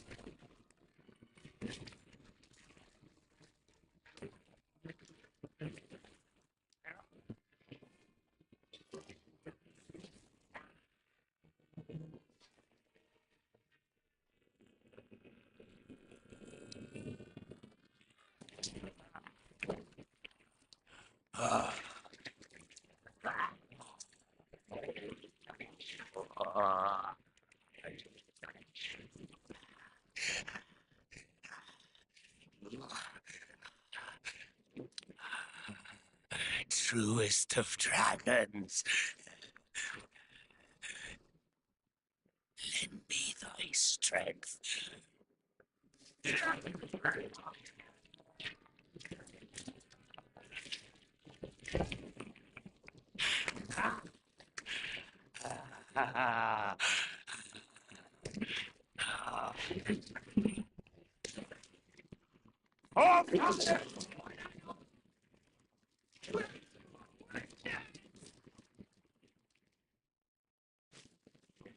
Here we go.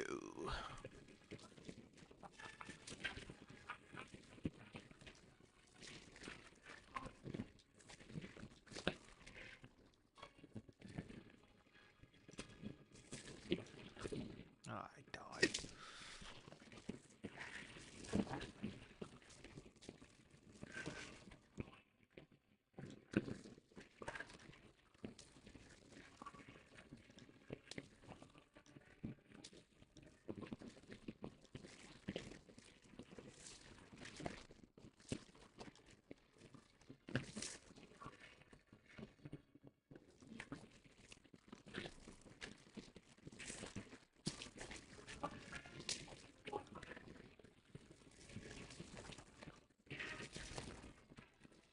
I am the Lord And there we of go. all First shard that is bearer down. golden. And one day we'll return together to our home, bathed in rays of gold.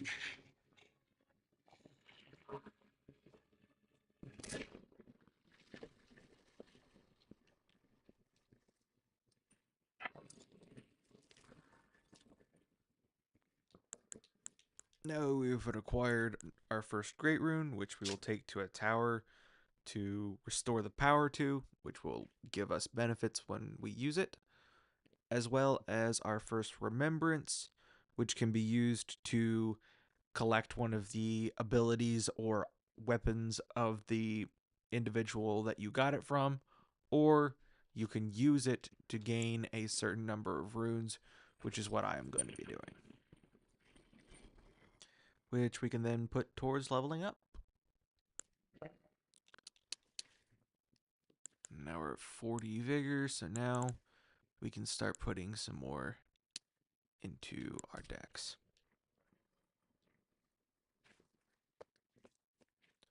Now we're going to run through here.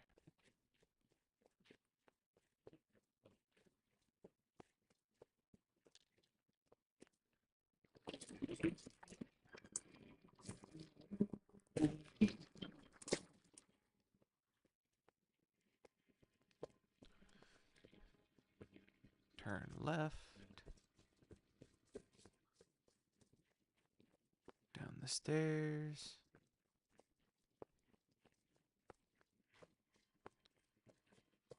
Over the side. And out into our next region, Liurnia. Turn slightly left here.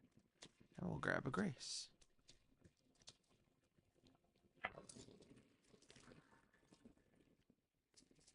Then we can hop on Torrent. Can ride down here and grab a sacred tear from this church.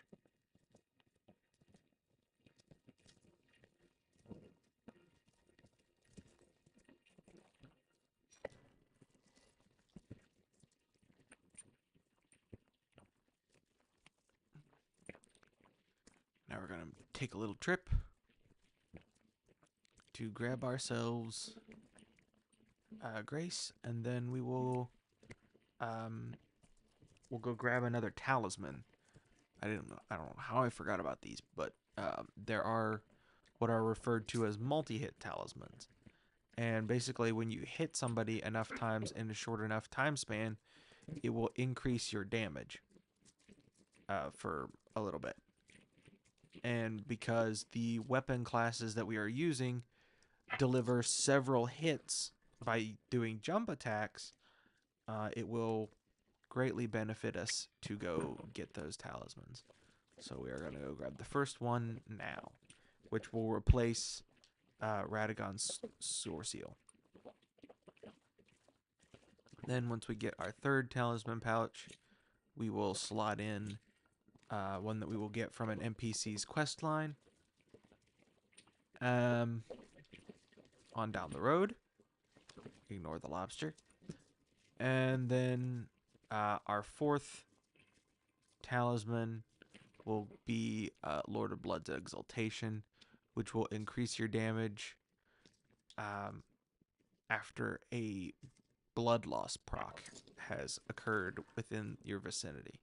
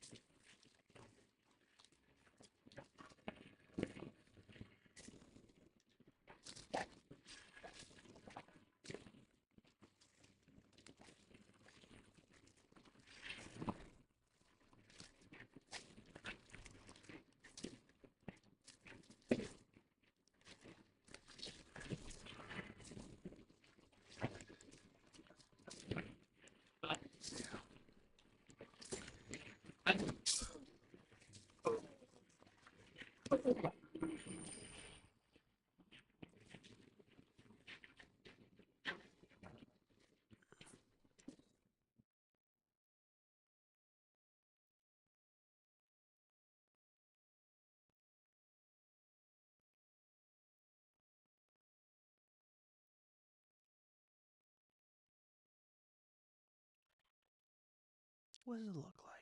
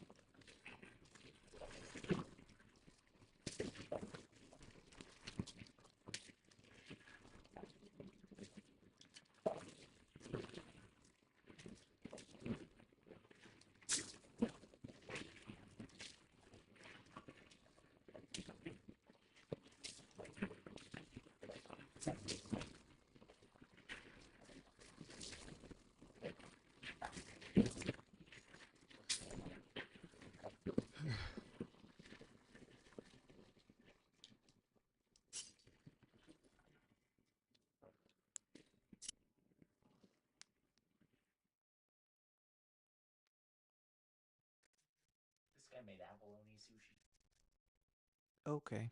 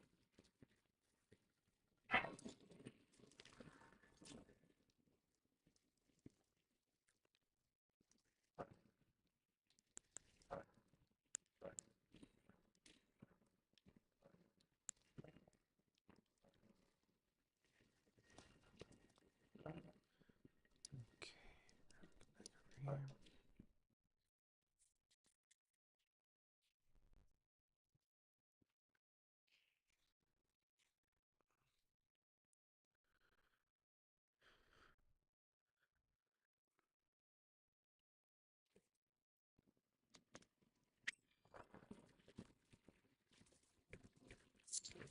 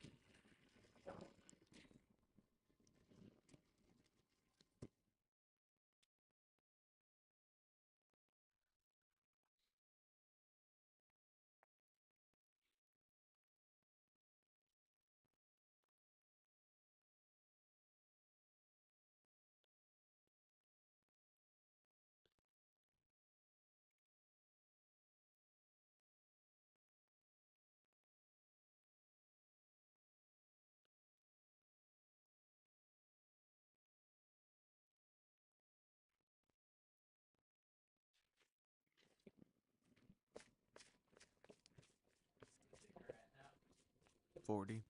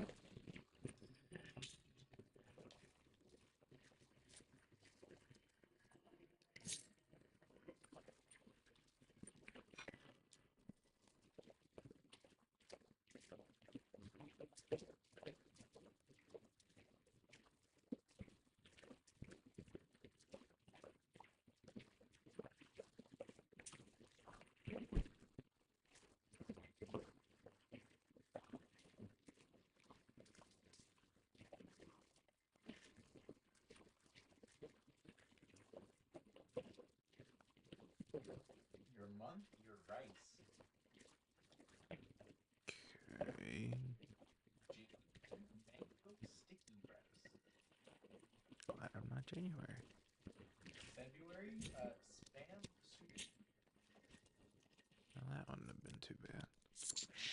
Kimchi fried rice. April gets onigiri.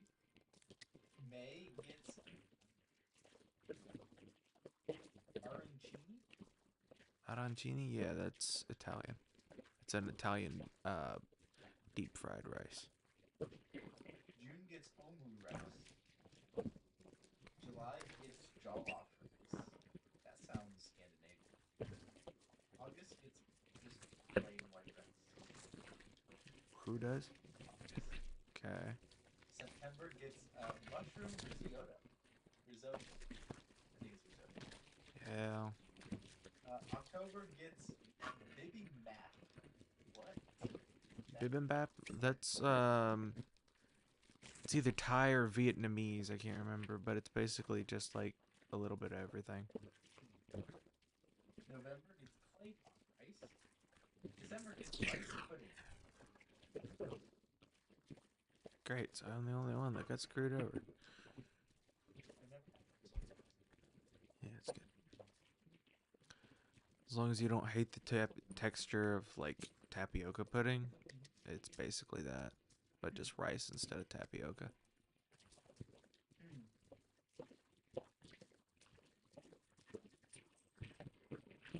It's not overly sweet.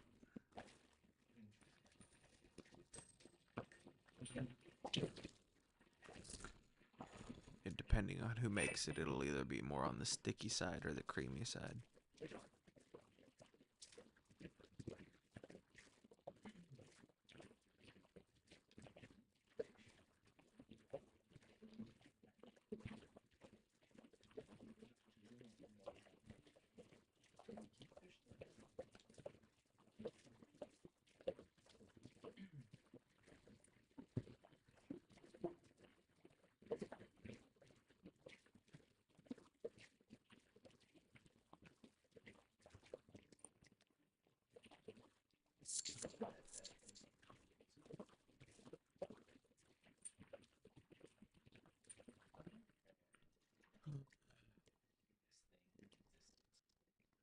They can be.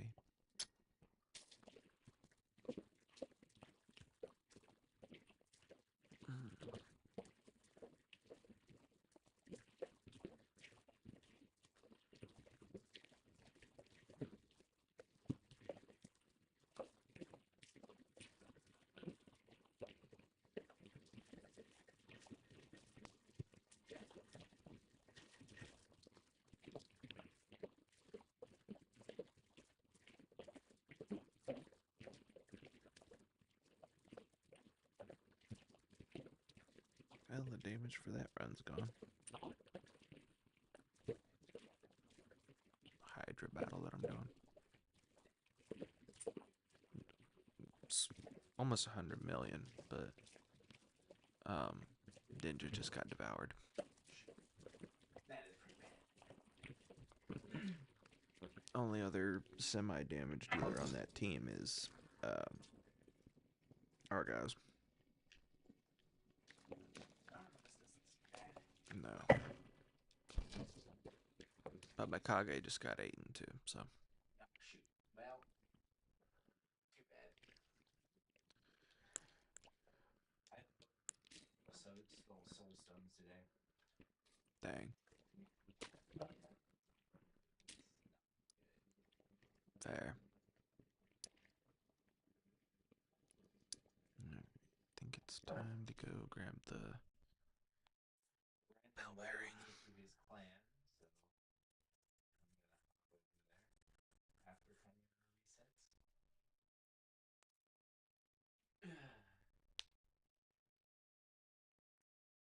Which means I don't get to do a Hydra key until Friday. Indeed.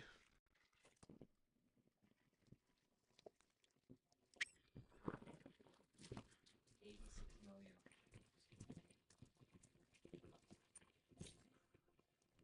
Brutal Chimera. Yeah.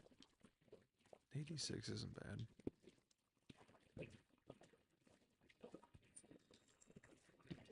think I did like half that.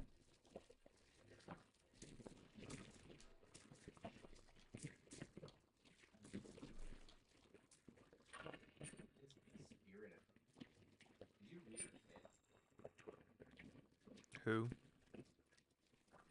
Yeah.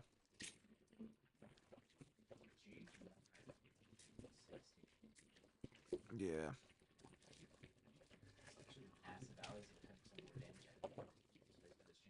Right.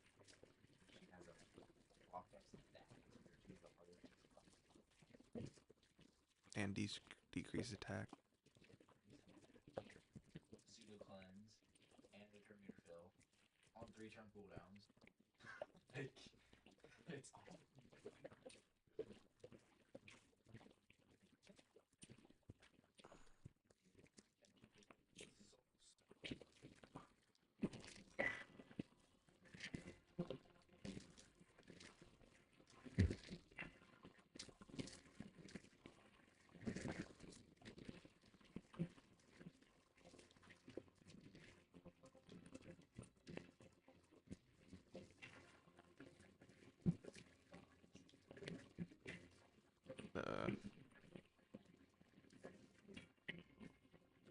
About 20 till 1.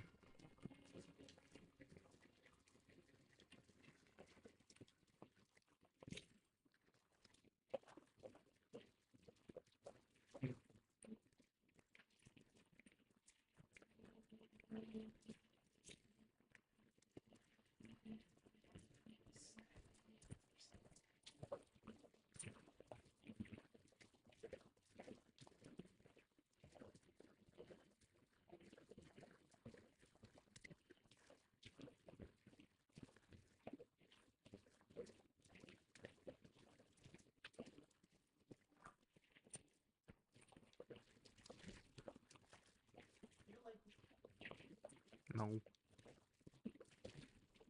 It's dreary and plain.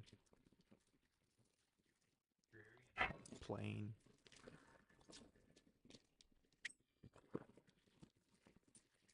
Fog everywhere makes it near impossible to see anything of importance. There's a reason why the snowfields is probably my least favorite spot in the game. Discourages you from which I actually think there's some cool stuff in there.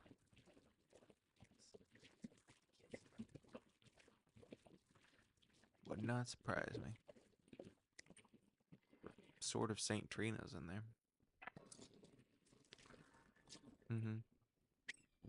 That's what's in the back of the carriage. I see. Nice cavalry.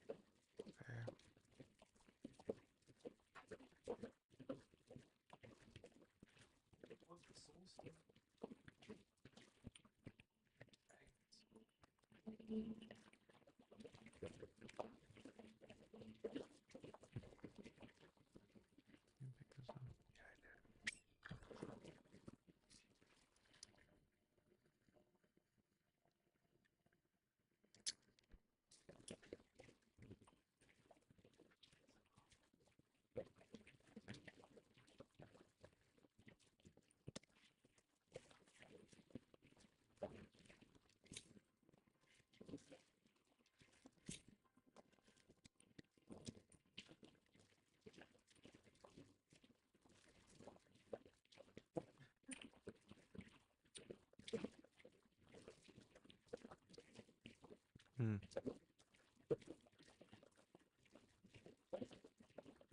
Elon Musk has expressed interest in purchasing OnlyFans and shutting down the company. Ain't gonna hear any complaints from me. Exactly. Where the heck does this go? Elon Musk just does some of the strangest stuff. It's really funny.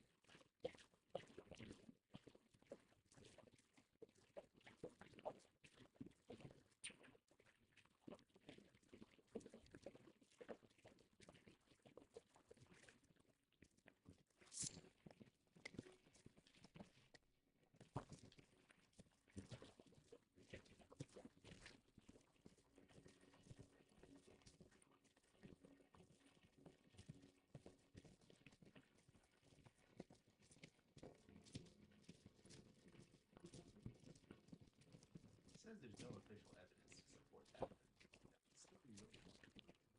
Fair.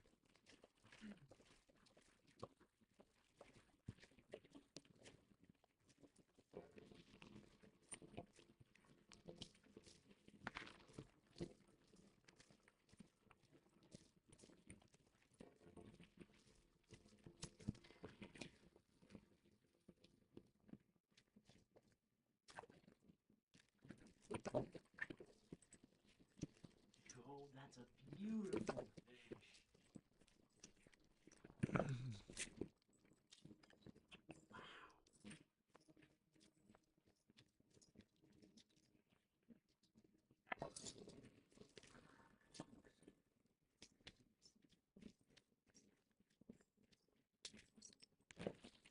Some marvelous.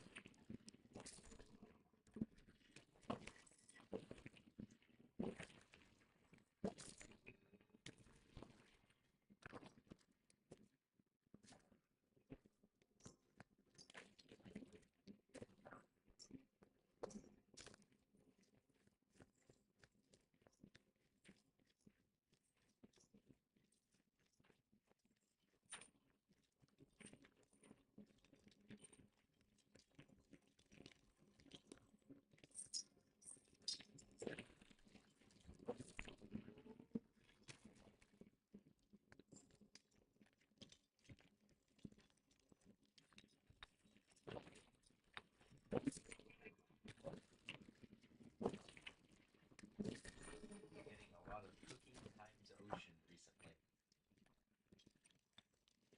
Like cooking the ocean dish. Uh-huh. Why? Mm. Instagram algorithm seems to feed me a bunch of whatever random bull crap.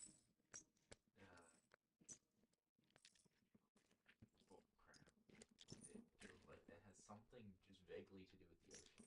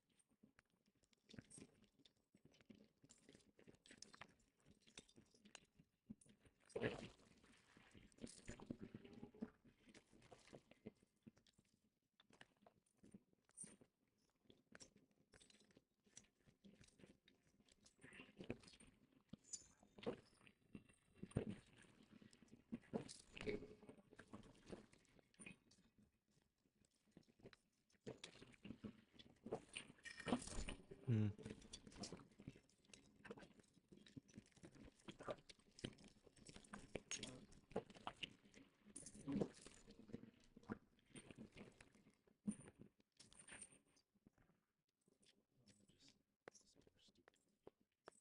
Mm.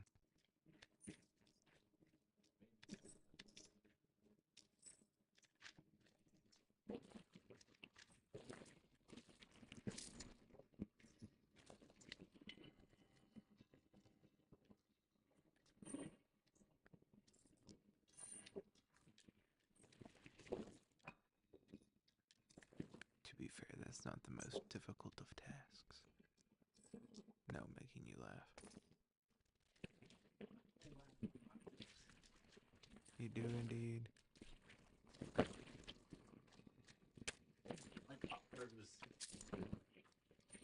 Like otters. That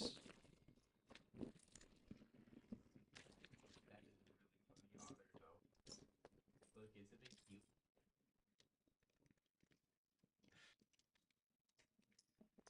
He's just there. An otter.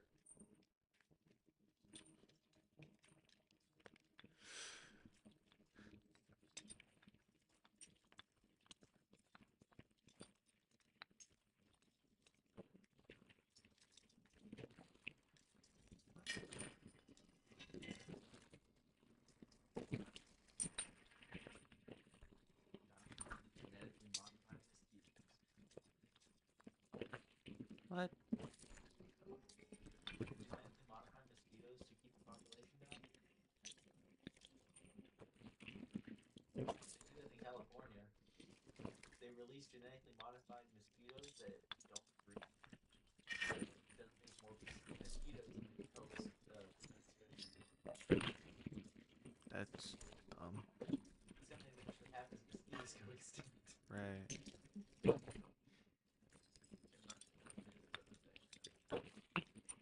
Um, monstrous and very widespread. Very widespread what now? FX. Ecosystem. How about providing a food source for like the vast majority of like so many different kinds of creatures? Okay.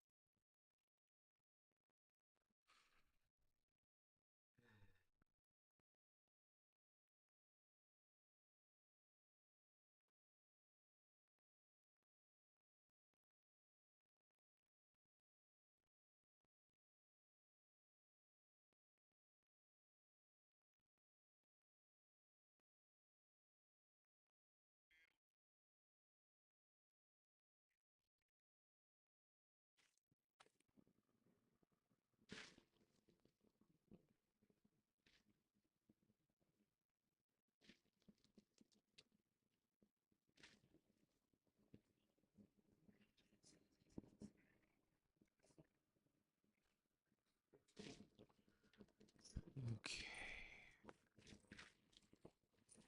Get some levels on these things.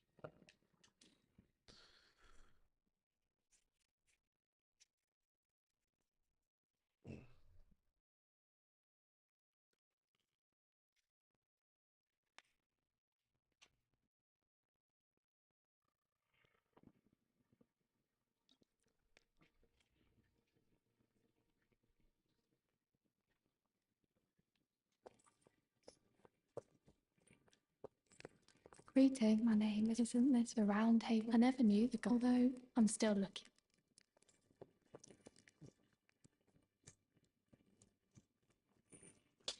Now, those are of a challenge if I do well.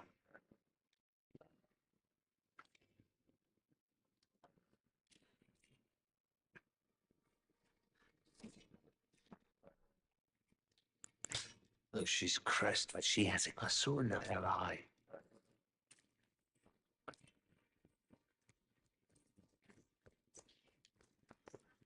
It's all of it. I'm still looking. You're telling me? I don't believe. If I do, I suppose I'll ask him. Certainly. I know I can tell.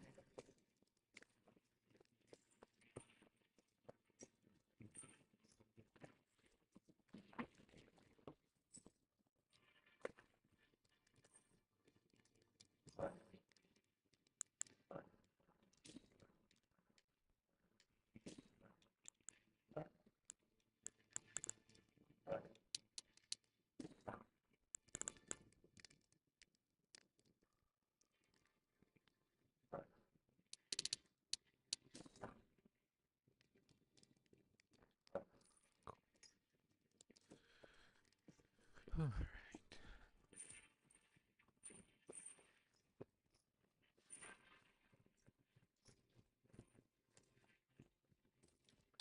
Back already, no matter.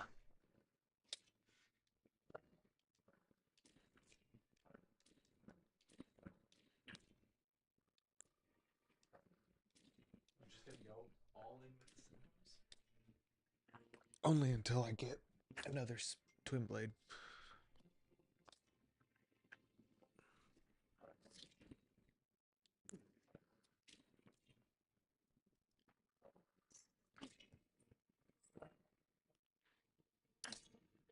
So now it's time to do the academy. Yeah.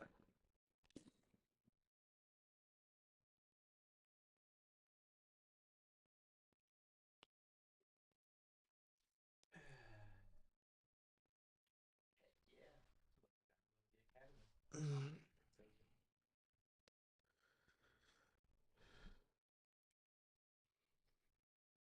The Golgari pre-con seems like it'll be pretty fun. There, I haven't seen anything about the pre-con.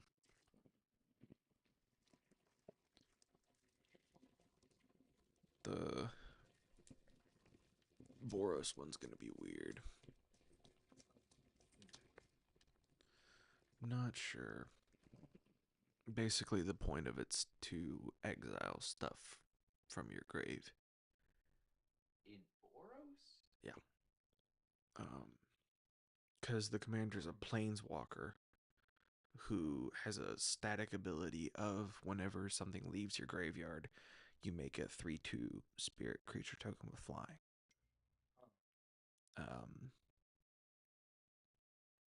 So basically, flashback. You're gonna want flashback. Oh. Interesting. Yeah. Yeah.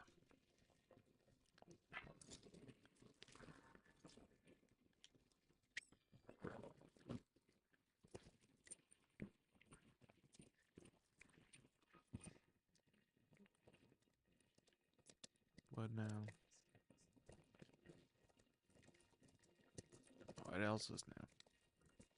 Black hole behaves just like Stephen Hawking said it would. And if it didn't, it would destroy everything. So whose idea was it? Hey, we could be wrong, but let's try this. What's the worst that could happen? The just implodes all of existence.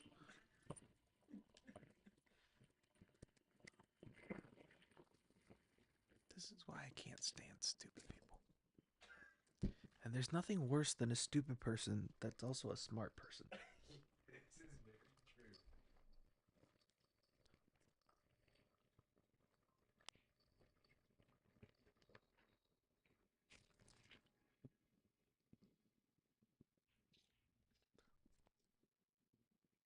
Okay, to be fair, they didn't build an exact black hole. They built something that behaved very, very similarly to a black hole. That's not much better.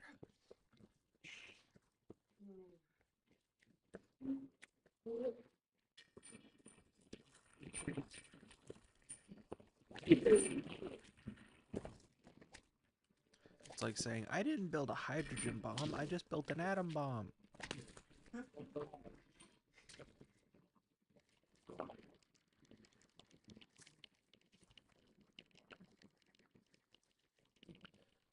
Stupid, stupid, stupid.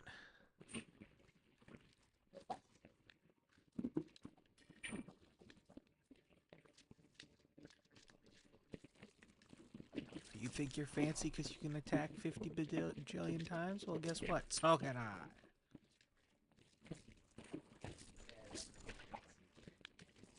I'm talking to you.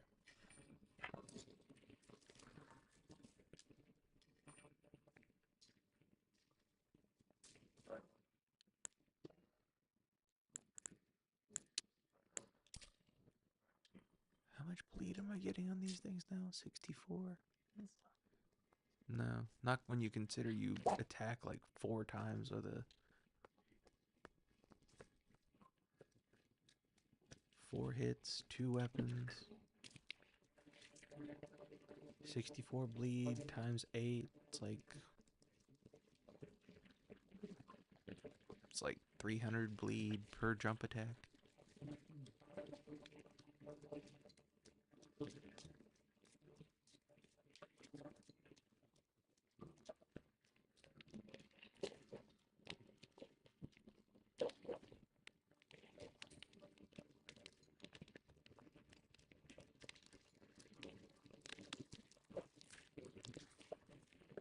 Let's go.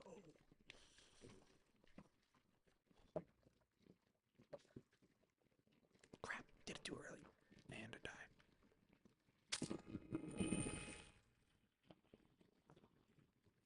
Fall damage die guy. I just jumped too early and I ran into the cliff face instead of actually getting over the lip. Yo, that's a clam. Look, see? It's a clam. So big one. It's a really big clam. Mm-hmm. It's not happy. Fair. I wouldn't be either if I was that clam. Holy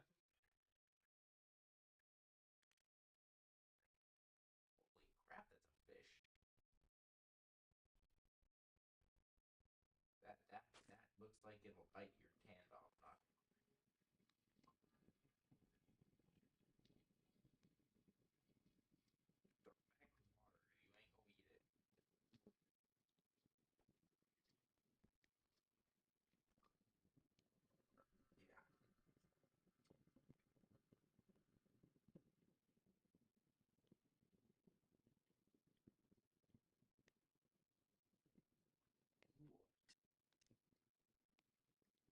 The UK now recognizes lobsters, octopuses, and crabs as sentient beings and is moving to ban boiling them alive? I mean, there are worse things. Could be trying to ban them altogether. So it could be trying to ban eating them altogether. Well, the reason you have to boil them alive though is because they're too toxic.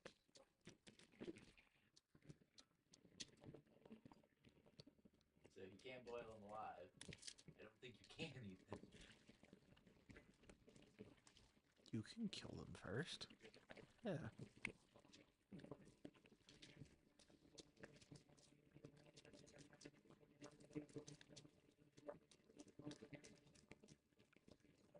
lobster, at least. Lobster, yes.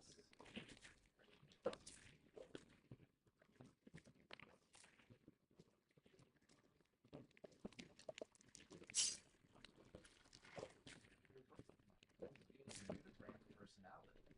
Which one are you? But you're what? Oh. Sea slug. Oh Lord. Sorry, I asked. January, it's the Goniobranchus cream. I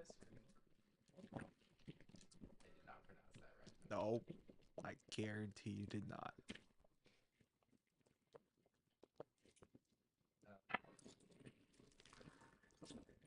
Yeah. But all the names I can't pronounce. Yep. The important thing is they're all cute. Says you. This is yours. That looks gross. Is a sea slug. Looked like something that died before it was born. This one's mine.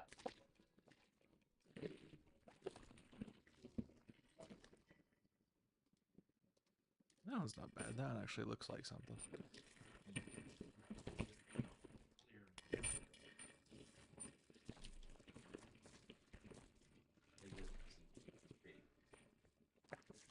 Riding for the red wolf. Kinda can't look right now.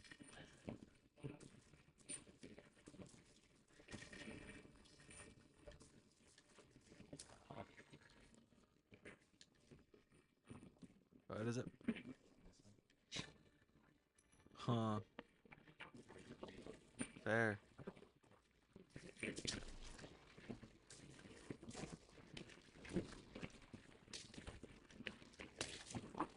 Ow.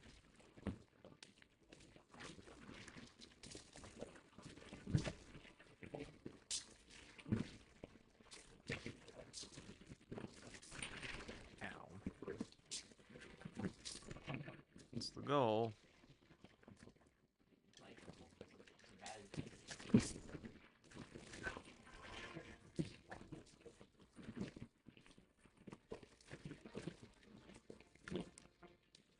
I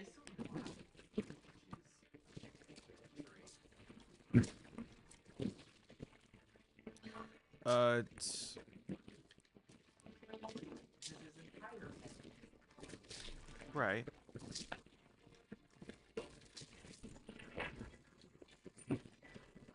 Basically, he goes at an angle, so you just counter roll whichever way he's going. So, like, if he's gonna bite this way, you're gonna roll inward, and then he's gonna go up, and then you go straight at his chest. I see.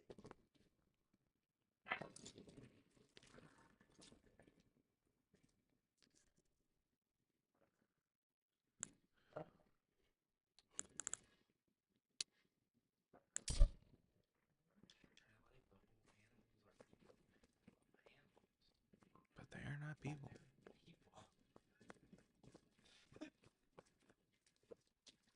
I love the ocean. I want everything in the ocean to be happy and thrive. But it's not. I also want half of it in my stomach, so I'm like, sorry, we are not the same. I actually don't even want half of it in my stomach, but You can eat a surprising number of things. Also, oh you yeah, don't figure out how to eat. right. I'm just saying, seafood is not my thing. Is what I'm saying right there. This is gonna suck. Crap. Where I see food is. Yeah, yeah.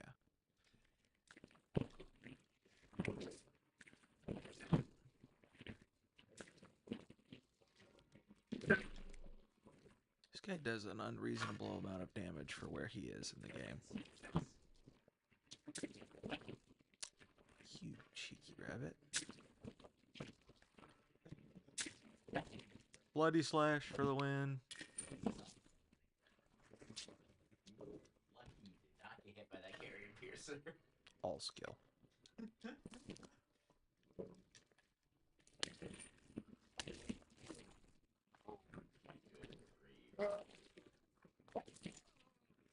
Hmm. You know what the thieves' auction is? Nope. Can't say that I do. Sorcery. Okay. 7 mana. 4 and 3 red. Set aside 8 all red. Starting with each player chooses one of the cards set aside and puts into play half of his or her control. Repeat this Ew. these cards have been chosen. I hate that. Just mix up everybody's board. Yeah. It's just bad insurrection. Rather have insurrection. What's insurrection do? You take control of the entire board. Yeah. It's like gain control over all creatures on the battlefield. Untap them, they gain haste until end of turn, something like that. War Portal for 5 and 3 red, also a sorcery. Each player shuffles all permanents he or she owns into his or her library, then reveals that many cards from the top of his or her library. Each player puts all artifact, creature, and land cards revealed this way onto the battlefield, then does the same for enchantment cards, then puts all cards revealed this way that weren't put onto the battlefield on the bottom of his or her library. That was a lot. That was a lot. Yeah, what was it wrong? Care to sum that up? Basically, your entire field, you shuffle it into your library, then you get that many permanents off. Oh, so it's mass chaos warp. Pretty much. I see. Himself and everybody else. Everybody does it? Everybody. Oh, gross. I hate that. Why? It's just unnecessary confusion in a game that will already end up getting confusing. It scales off of whatever they already have. It's not whatever you have. Each player does it, and then they do it for their own number of permanents. Right, but it's still going to be just screw everything up. True. I mean, literally, it wouldn't be smart to do that unless you had literally all of your worst creatures or whatever on the field and everybody else had their best stuff. Because somebody's going to hit their crater hoof or whatever off of that. Grip of Chaos, an enchantment for 4 and 2 red. Whenever a stellar ability is put onto the stack, reselect its target at random if it has a single target. That's so dumb.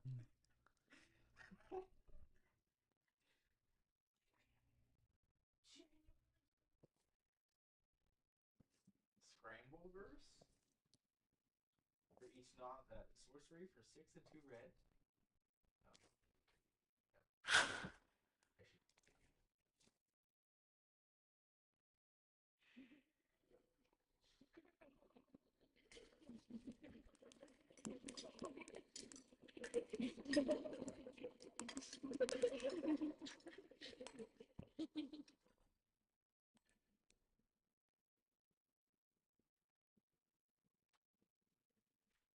Hush, little Calva. I'll soon birth thee anew, a sweeting, fresh, and pure.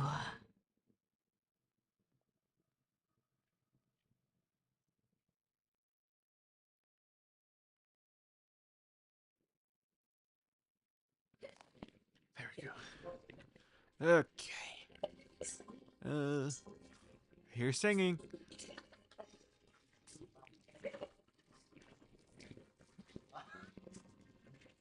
Now I hear bad singing. Where the heck?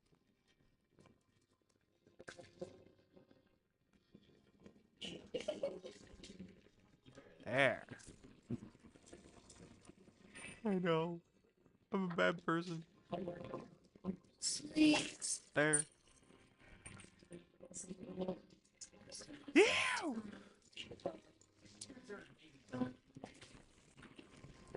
Freaking nerds.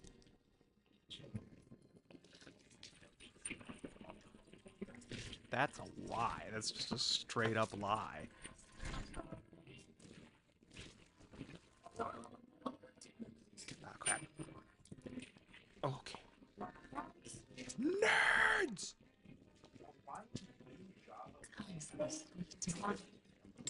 Darling, you. It is cool. Now that's my kind of science. Oh. Think about who I am and think about how a risk like that sounds like something I would want.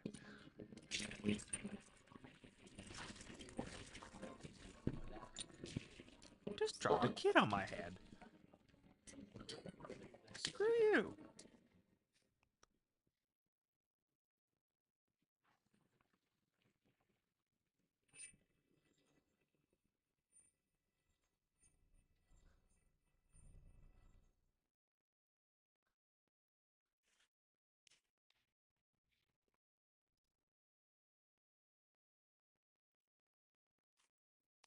Ah, my beloved. Have no fear. I will hold thee. Patience. Ye will be countless born forever.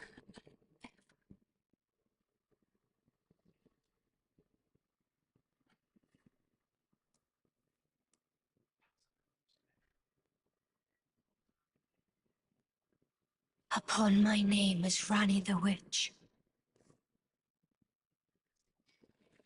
Mother's rich slumber shall not be disturbed by thee.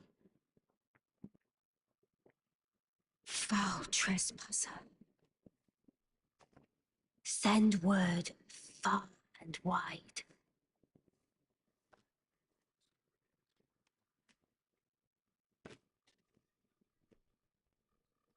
Of the last queen of Caria, Renala of the full moon.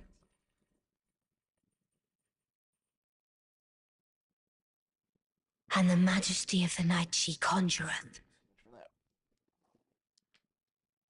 was trying to capture that cinematic, and then I forgot when it ended. So that one's a dud. Hey, guess what happens if you pour 17 gallons? Something dies. Or a yellow bear. All right. Hey, guess what, lady? I got wolves too.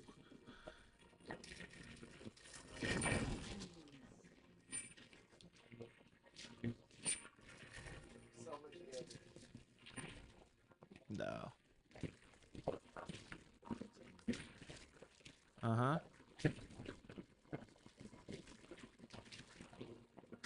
I don't think it's possible. Because I smashed her with my hammers on other playthroughs, and she's dead. Dear Dual bleed. bring thy might into me. Yeah. For now, anyway.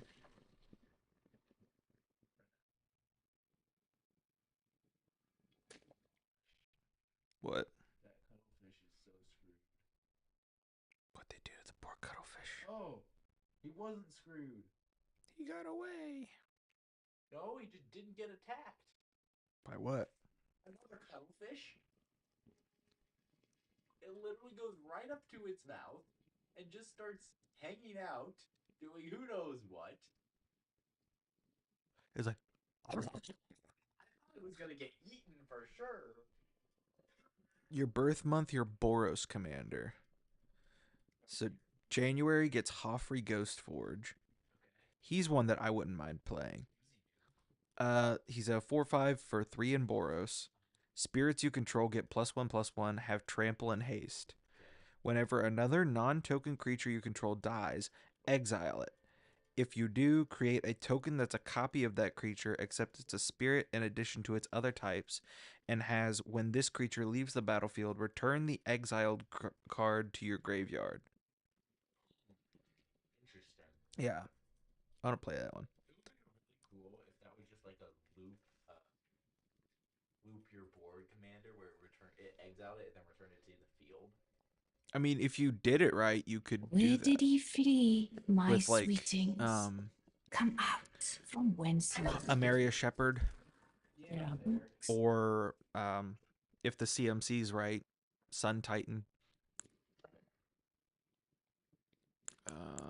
What do I want to level?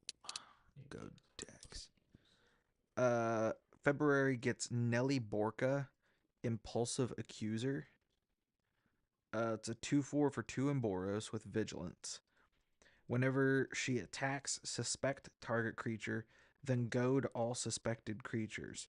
Whenever one or more creatures an opponent controls deals combat damage to one or more of your opponents, you and the controller of those creatures each draw a card.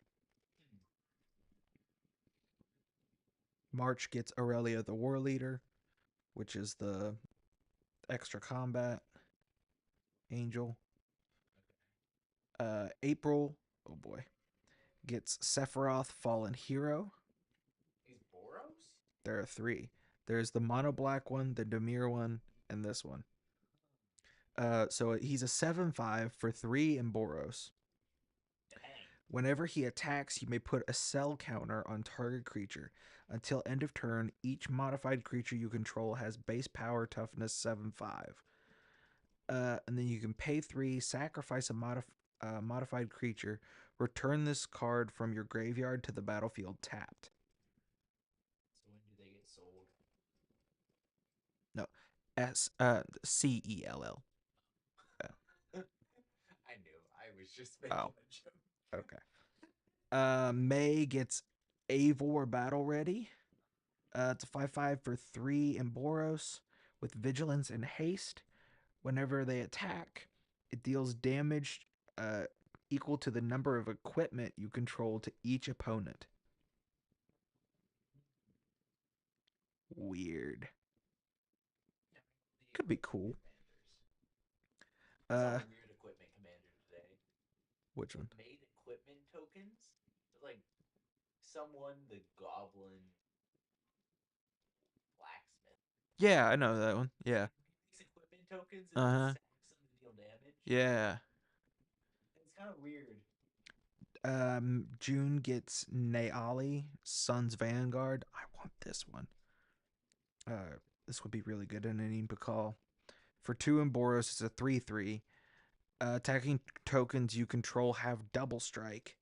Whenever one or more tokens you control attack a player, exile the top card of your library. During any turn you attacked with a token, you may play that card. I like that. Yeah. It'd be so good for an Impakal. Pace. You give me a lot of card draw in the command zone, and I'm happy. I mean, that's just 1 per turn, but yeah. Because it's whenever 1 or more. You attack 3 people. You get 3. Whenever 1 or more tokens you control attack a player. Yeah. So it's I easy. guess. Yeah. July gets Arabella Abandoned Doll. We are familiar with what Arabella does. Yeah. August gets Winota. Soda can kind of draw you cards. September gets what? Because she cheats stuff into play. Okay, that's not drawing cards. Ragost is September. Okay. October gets a Neem Pakal. I don't have a Ragost, I don't think. November gets Firesong and Sunspeaker. That's a fun one. I would play that one. Are you familiar with that one? Okay. And then December gets Quintorius Loremaster. Are you familiar with that one? I guess he's a historian. He's the head of the Boros College. Yeah. He's the face of the new precon as well. He's a 3/5 for 3 in Boros with Vigilance. At the beginning of your end step, exile target non-creature, non-land card from your graveyard. Create a 3/2 red-white spirit creature token. Then you can pay 1 in Boros, tap him, and sacrifice a spirit. Choose target card, exile with Quintorius. You may cast that card this turn without paying its mana cost. If that spell would be put in the graveyard, put it on the bottom of its owner's library instead. Yeah. That's an interesting one. Mm-hmm. 10 saltiest cards used this month for EDH. Oh dear. Collector. Where did he flee? My sweetings, frequency high. There are Yeah, that's and bad. light. I'm well aware of what food chain does. The Great Hen. That's not salty. Why is that salty? Where did he flee, my sweetings? That's salty. Come out Mass land from whence ye destruction is hide. always salty. There are books and light about. 2 and a green for an enchantment. Islands don't untap during their controller's untap steps. I'm noticing a trend here. Basically, somebody's a blue player that got really trounced by green players. Survival of the fittest. An enchantment for 1 green has pay green. Choose and discard a creature card. I like that one. Do you know that one? Mm-hmm. Okay, fair. I think it's pretty good. Yeah. Seedborn Muse. I don't know how that's. I don't either. Somebody is just a salty player. Flex. Okay, that one. That's pretty. Well, which version? Is it the mana doubler or the counter? The counter guy. Oh yeah, the counter one sucks.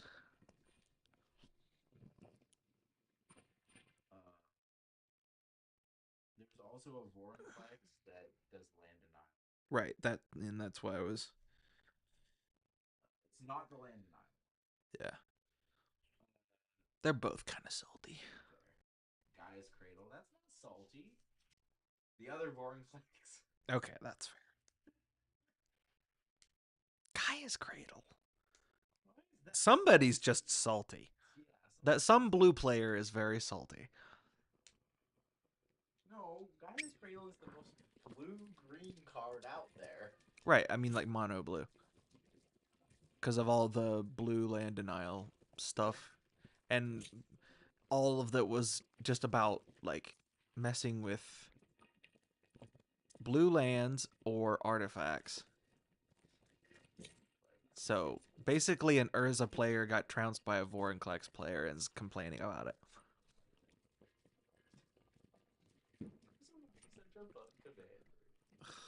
For everyone, or for just you.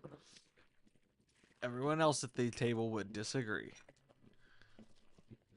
I love how gamers don't do anything to you and I will not. Yes, they do. I won't even touch you until I win. Which makes politicking easy because I can be like, hey, I'm okay. Being aggressive. Not being aggressive. But because my decks are combat oriented, just look in my general direction and say, "Hey, look at that guy!" Everybody's like, "Get it!" And then the turn after I die, you win the game. It's easier to make friends when you don't attack. That's why I just attack you. And then if somebody else is collateral damage, I can't help that.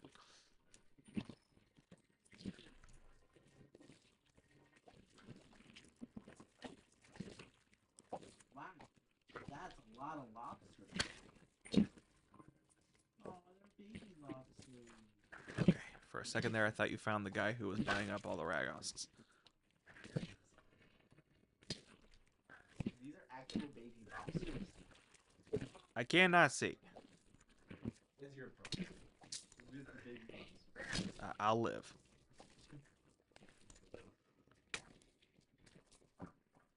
What? The Great Mace. Oh crap. Crap. The Great Mace. Apparently it's in a chest in that camp. I bet it's the one that one invader uses with eruption. Man arrested for creating fake bands with AI, then making $10 million by listening to their songs with bots. What? Let's just scroll past. Okay then. Octopus! No? Is that the octopus? What is that? No longer in. Frogs are cool. Some frogs have very pretty calls. That's true. Spring peepers are always very nice. Birds. like mountain chickens. You'd think that's a bird, but it's not. Mountain chicken is a frog.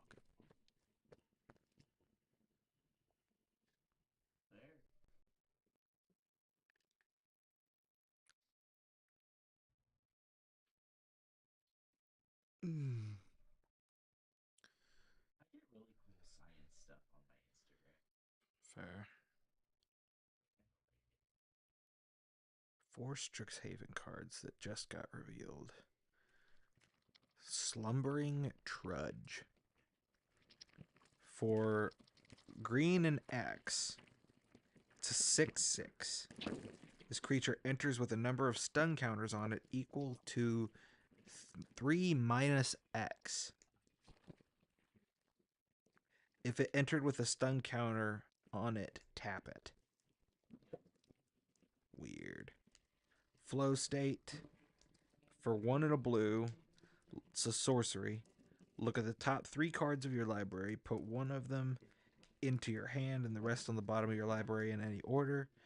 If there is an instant or sorcery card in your graveyard, instead put 2 into your hand and the rest on the bottom. Jadzi, Steward of Fate. It's a 2/4 for 2 and a blue. It enters prepared. When it enters, draw 2 cards, then discard 2 cards. And then the prepared sorcery is Oracle's Gift. For 2X in blue, create X0 green and blue fractal creature tokens, then put X1 counters on each fractal you control. Here's a card that somebody made. Cost is a 0-cost colorless instant. You can cast a spell in your hand by paying its mana cost until end of turn. Wow! That's a broken card right there. Yeah.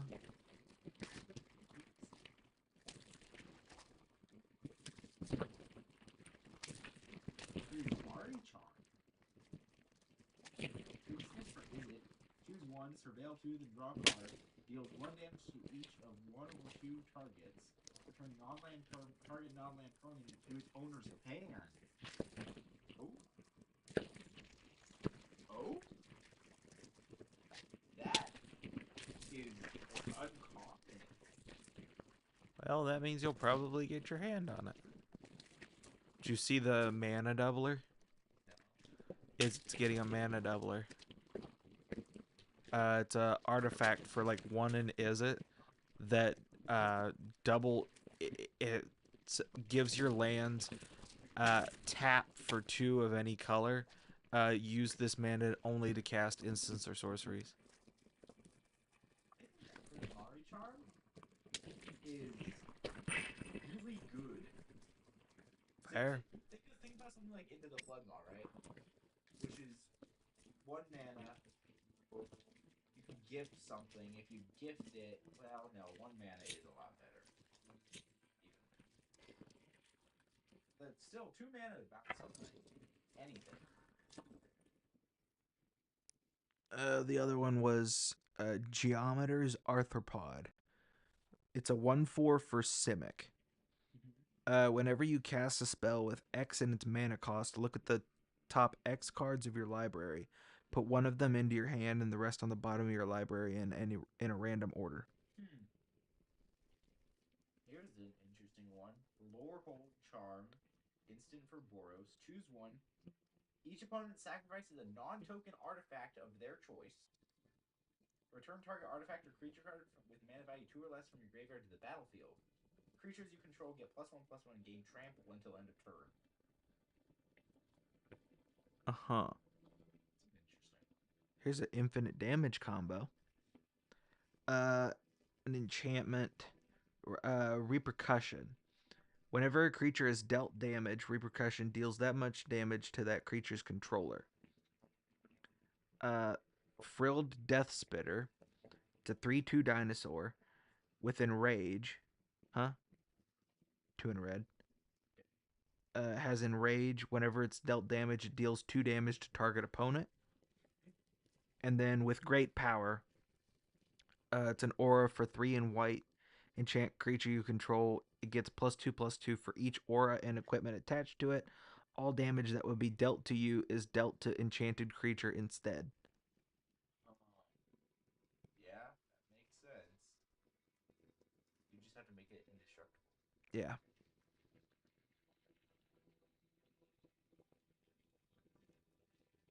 Here's another card that somebody made. Puppy is a 1/1 dog for 1 white that has kicker for 1 black. Okay? Okay. This kick. Creatures attack you if able until your next turn. Throw that in Beamtown Bullies and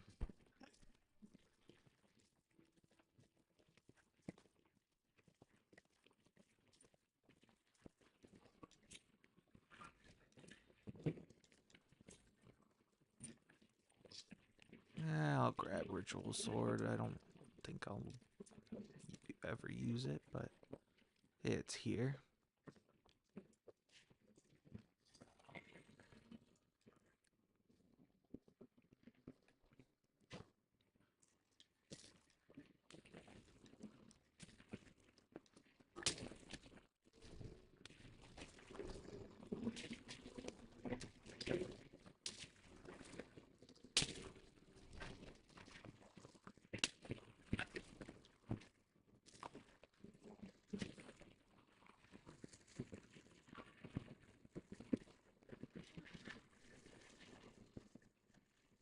The one with the straw up its nose? Oh. Pay for McDonald's meal with it.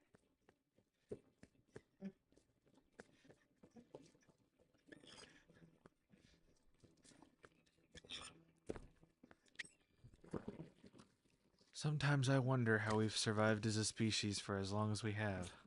It's fair. Sometimes I wonder how people can believe in evolution. Yeah. Definitely wonder how survival of the fittest is supposed to be a thing. Exactly. This is why the seatbelt laws were bad.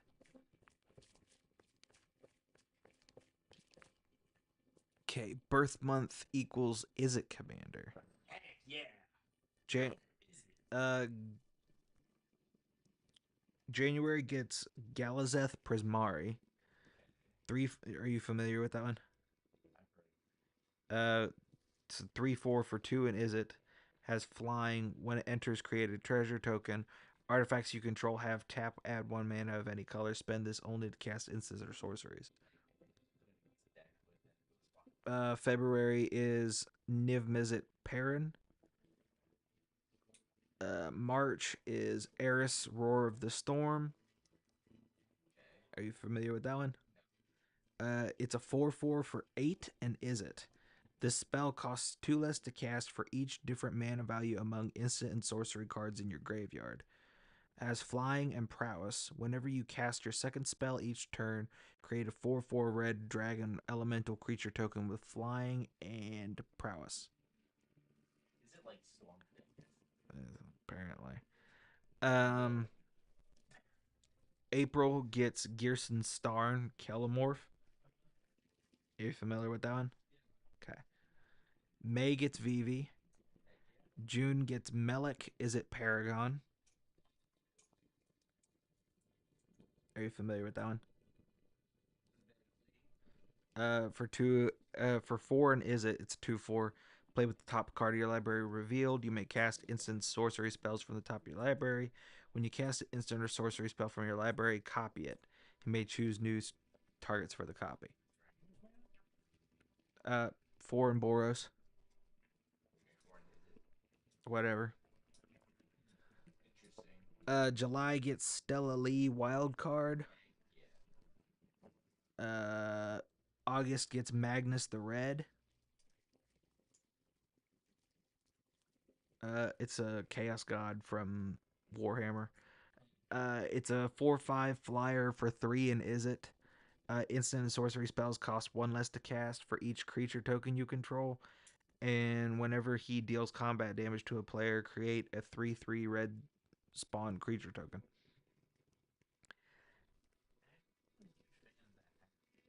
September gets Briar Riptide Rogue.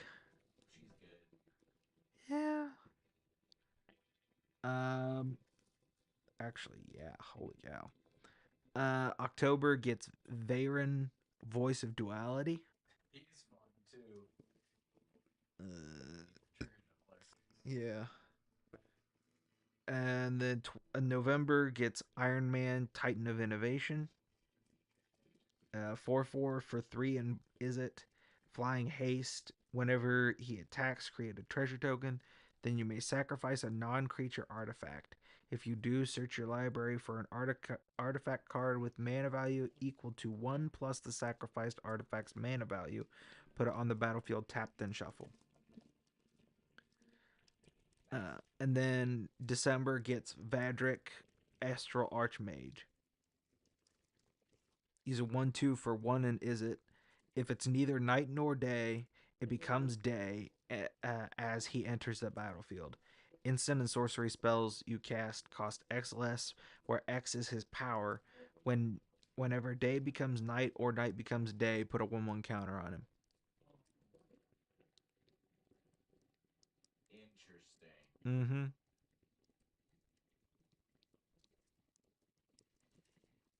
a huge fan of like the storm token strategies. But it's so easy. Too many things to worry about. But literally, you could just run the Locust God. Exactly. But then you get to draw cards. Draw cards. Why would you not get to draw cards? No, I'm saying in addition to the other dude. I think round pretty fun. In fact, we may try taking what was Vivi and looking at the round. Fair? Because round is not going to look as threatening and still lets me do storm stuff. Storm decks suck. They're so boring and they take forever to do anything.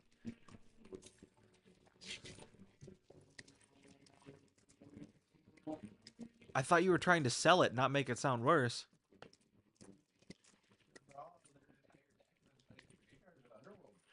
Yeah, that's boring and takes forever and sucks.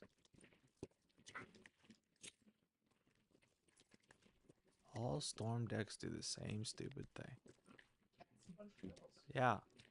And then waste a bunch of time doing a whole bunch of nothing.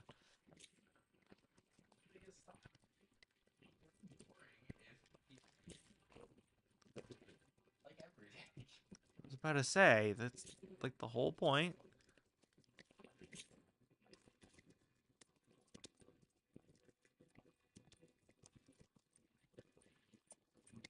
I'll just cast my Dranith and watch you cry.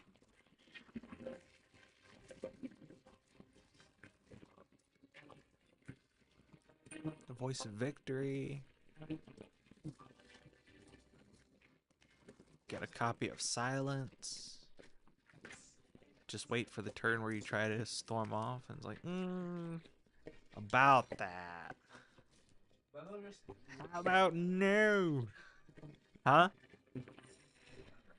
That's why you run Voice of Victory. Opponents can't cast spells on my turn. Stacks the storm deck. Exactly. Stacks would be a fun deck. Only for the one playing it. I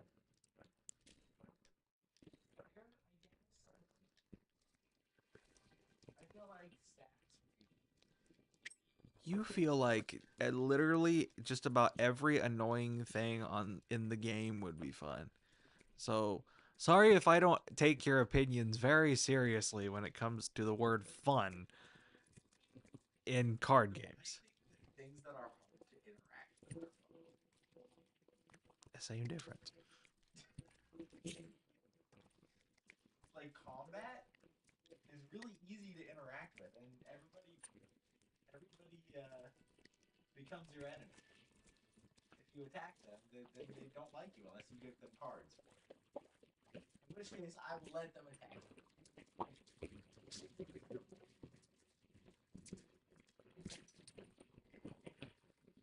That's the only time that it's okay for people to attack me is if I get to draw cards. Uh-huh.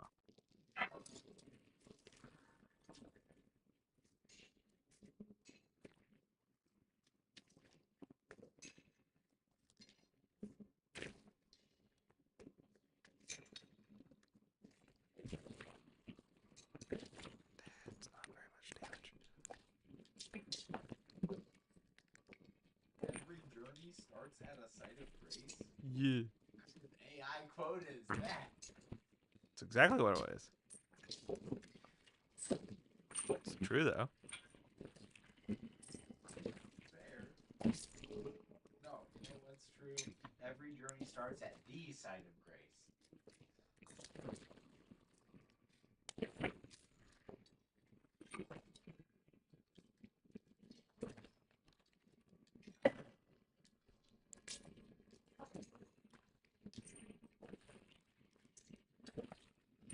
It's a goof.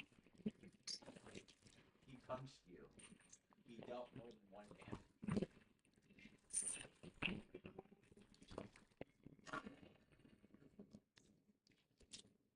You should do a flail run. I will one of these days. All the time. Because it's good against the rock enemies.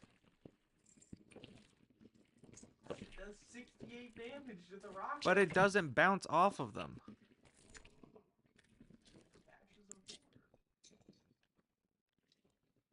Actually, you'd be surprised. Like, see, bounces off. See?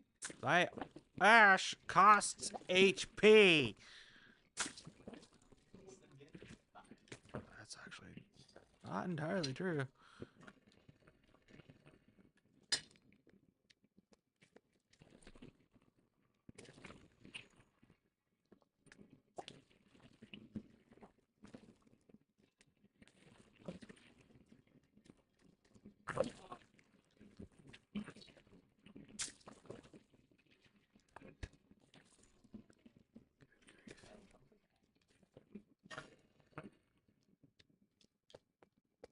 Also dealt like 20 damage. Oh, I haven't beat Raton yet. I just spun up this character today, dude. I only just beat Raton.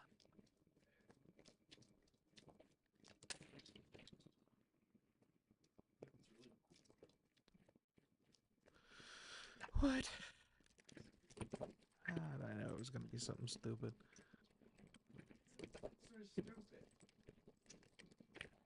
Have you fought a lobster in this game? It's stupid.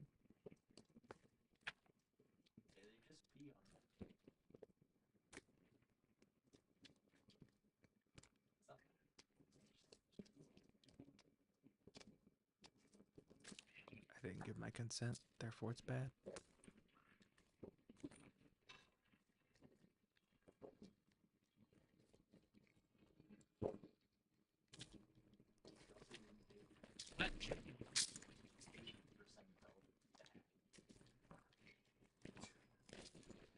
And yet, here I am.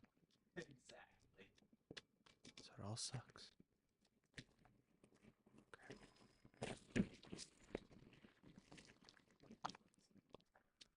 Nah.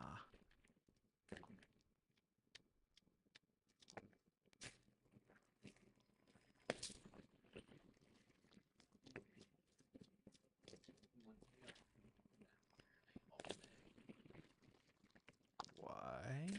Because my run is slow. And I max dungeon divers. That Fire Knight. Oh my gosh. My brain registered as Shadow of the Erd Tree Fire Knights, and I was so confused. Because you can get their sword.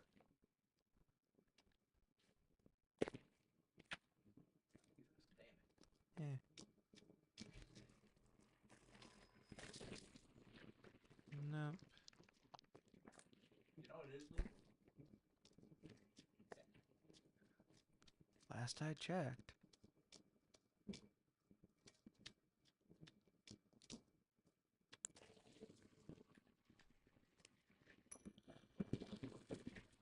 I found my Pappuccinos. Hold. Ow, ow.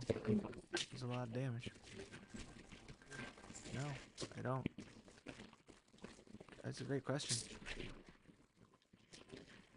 Both of these weapons are +7. You would think it would be something.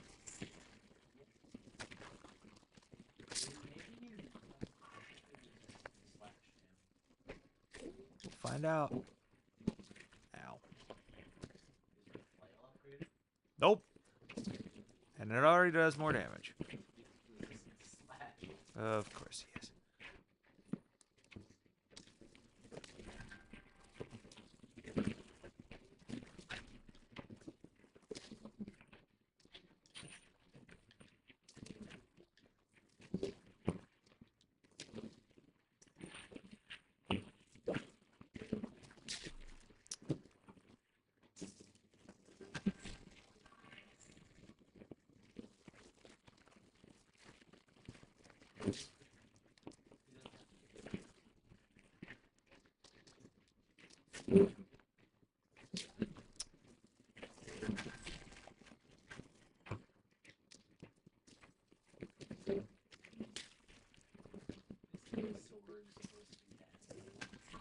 Actually, it's supposed to be good.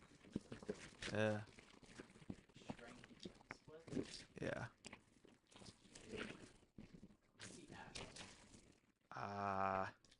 It's either the push or pull. There's the Onyx Lord's Greatsword, and then there's the Alabaster Lord's Greatsword.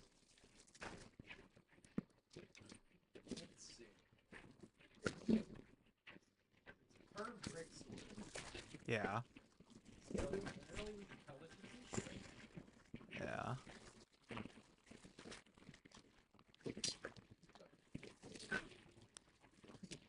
dropped by that guy. Yeah. Lord's repulsion. Okay, so his is the one that pushes. And then the Alabaster Lord's Greatsword does the pull.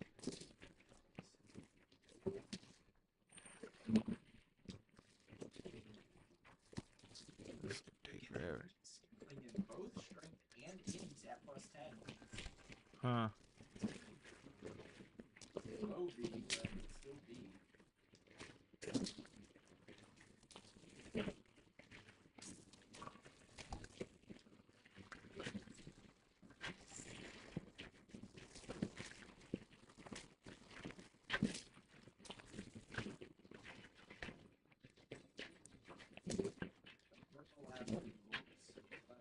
Whoa. Alabaster Lord's Greatsword? Not, Scales primarily with strength and secondary with dexterity and intelligence. whoa. Yeah, English is his first language. So that Alabaster Lord in the Lego.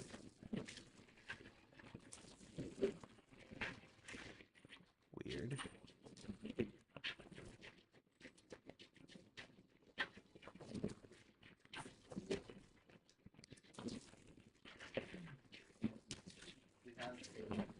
Yeah. I said this. Deals +20% damage to gravity type enemies. Because those are prolific.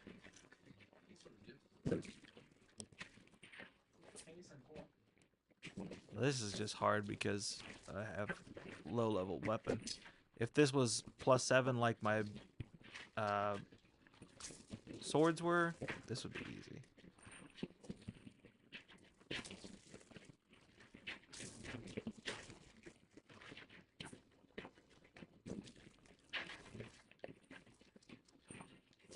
So apparently this thing's pretty good. Yeah. Gravity build. I'm honestly shocked you haven't tried that yet already. Just because it seems like something that you'd want to do. especially for how much you talk about trying to make a strength build that you enjoy. Build that I enjoy.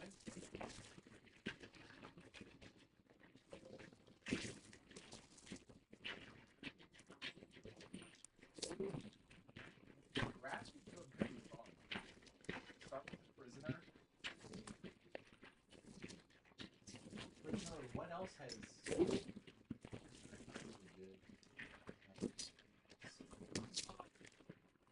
I mean, really just the prisoner and the astrologer.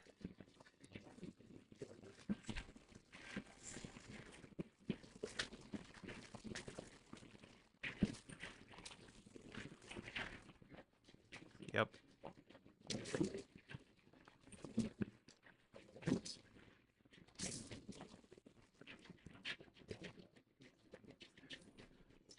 No, I timed the dodge.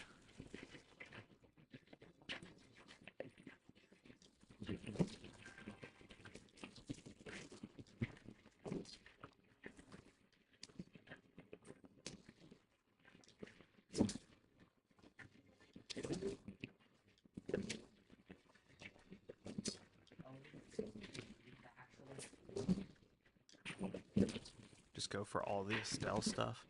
exactly?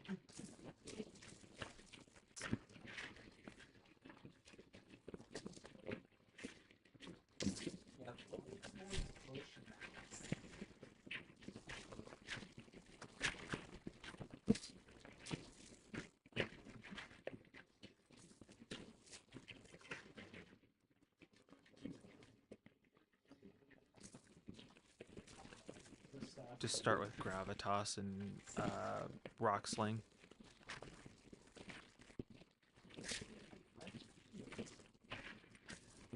I mean, nothing that says you can't.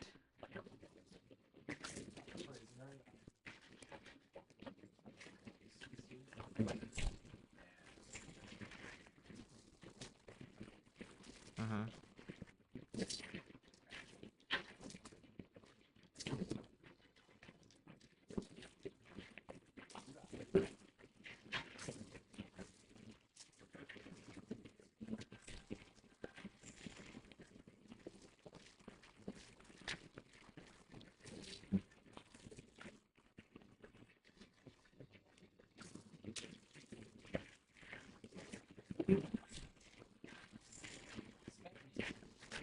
Uh-huh. Boom.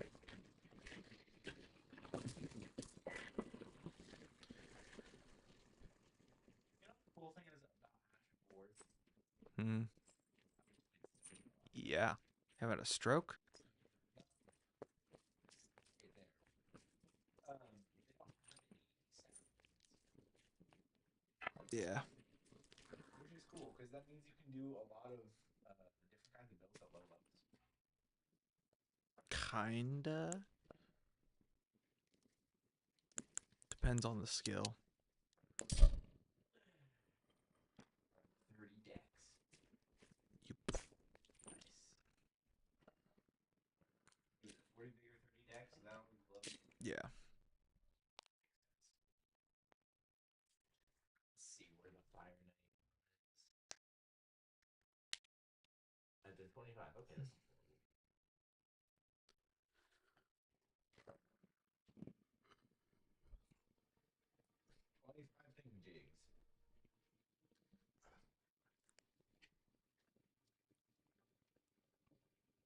Mm.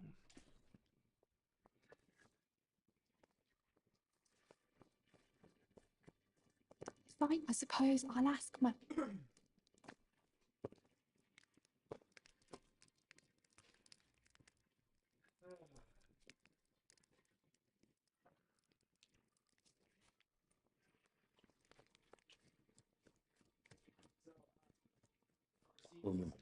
I didn't. Mhm. I'll be doing much. Just lay out. Metals into my Great Hall.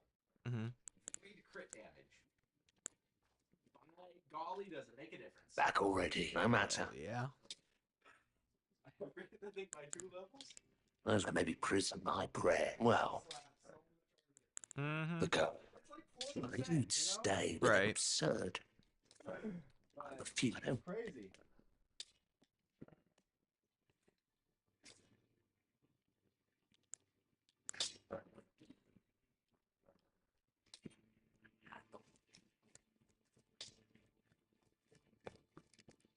If I do, I suppose I shall ask Master.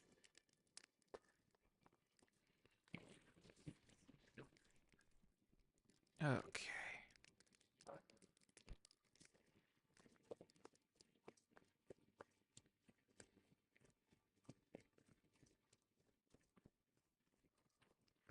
Time to turn this bell bearing in.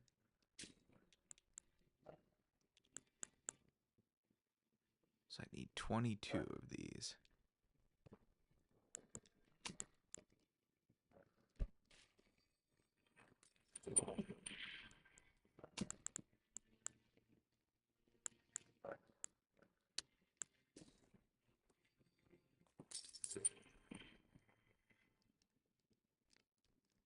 How many does that give me? 16.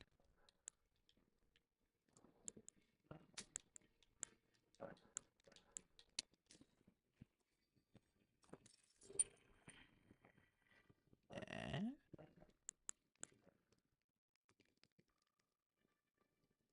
20. One short.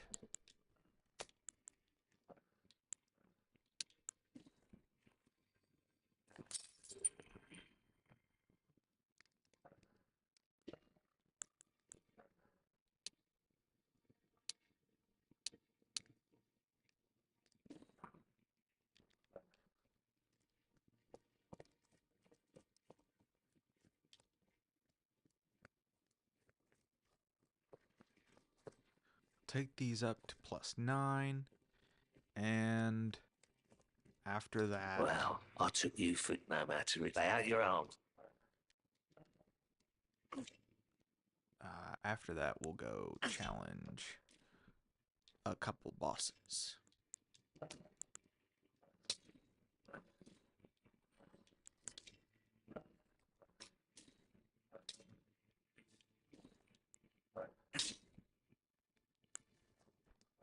Cool. Actually, let's upgrade. What do we want to upgrade? What do we want to use as our spirit summon for this? For this run?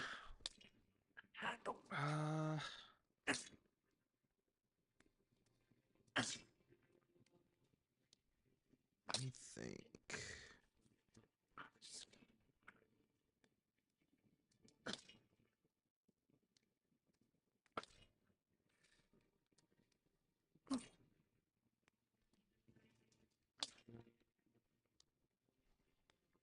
I need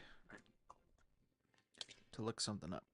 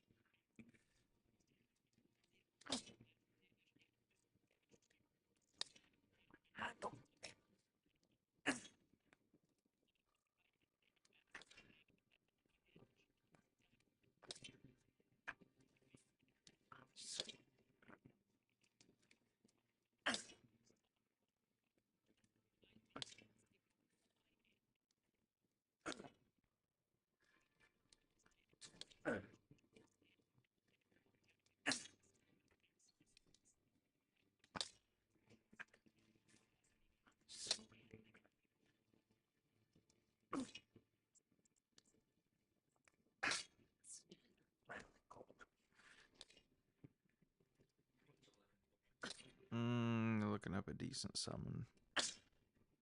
that's not a revered summon. Yeah. I'm a good summoner. The other Xbox is trying to summon me. Uh-huh. Summon my soul.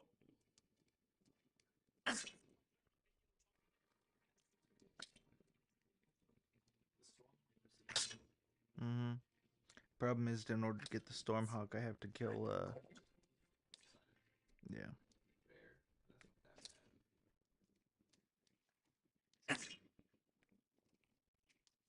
bad. This one's a revered, but it might honestly, well, depends on where I'm getting it from.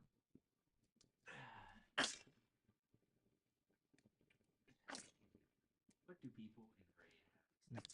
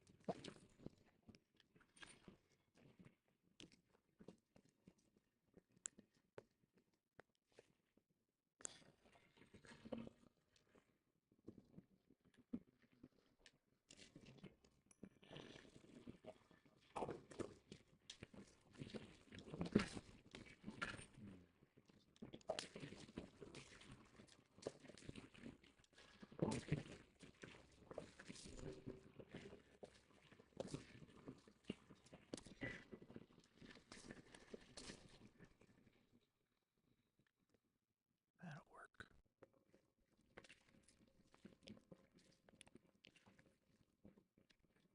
I'm gonna put some videos on gravity builds. Fair.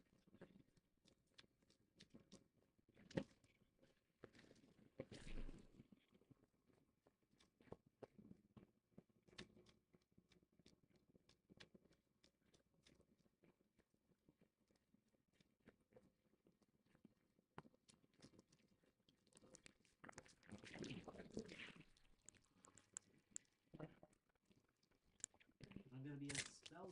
I'm gonna be a spell blade.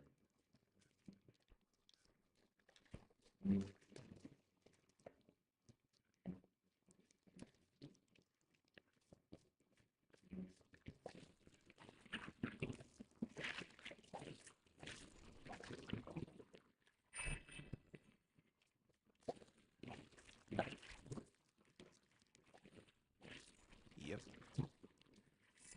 That'll be mandatory.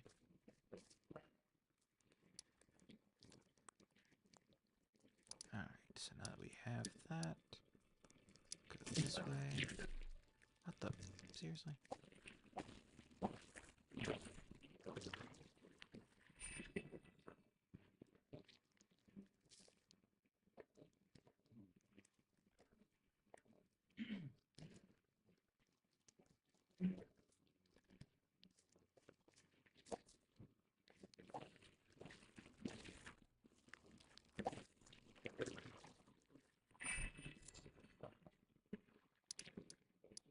Well, that's really cool. Hmm. The one DLC spell, um, it has a lingering hitbox. So if something lands in it, they'll still take damage. Hmm.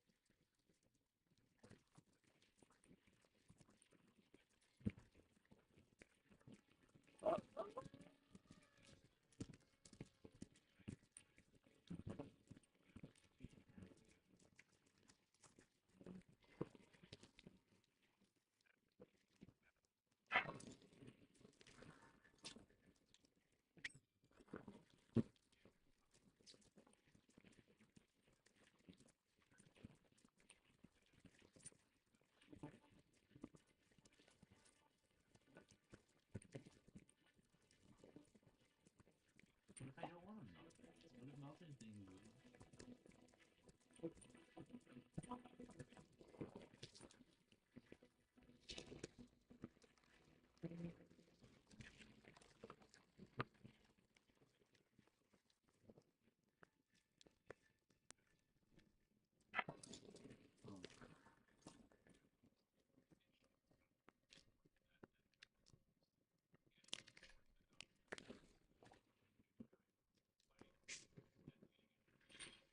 that's cool.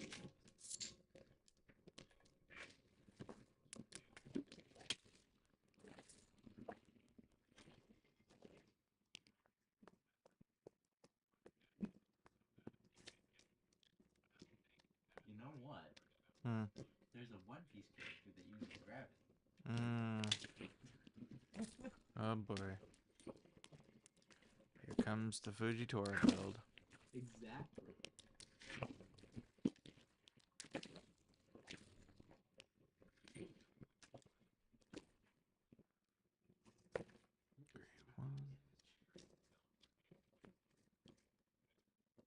2d4 is a really good guy.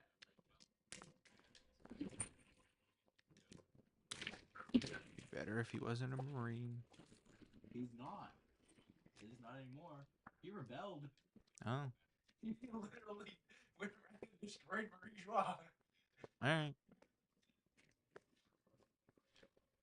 I'm pretty sure he's fired after that. Yeah, that'll do it. Admirals came with the Revolutionary Army and he fought him. Uh-huh. Yeah.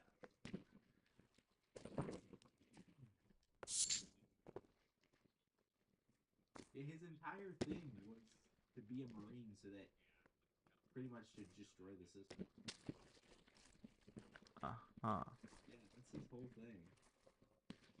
He's literally just wherever.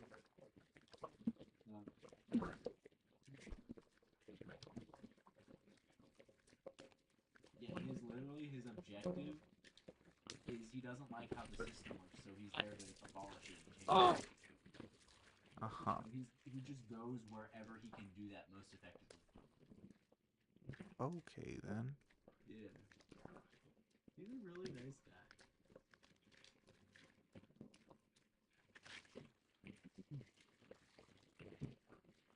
He might have a deal. Some little secret piece of information got dropped out of him.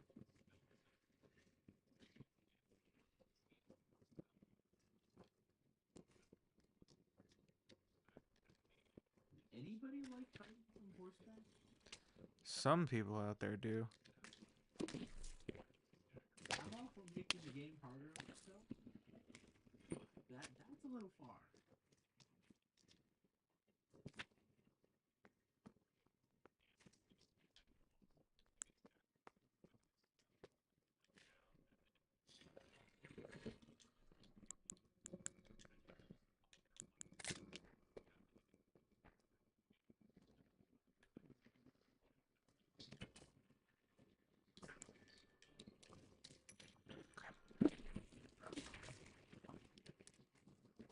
Oh boy.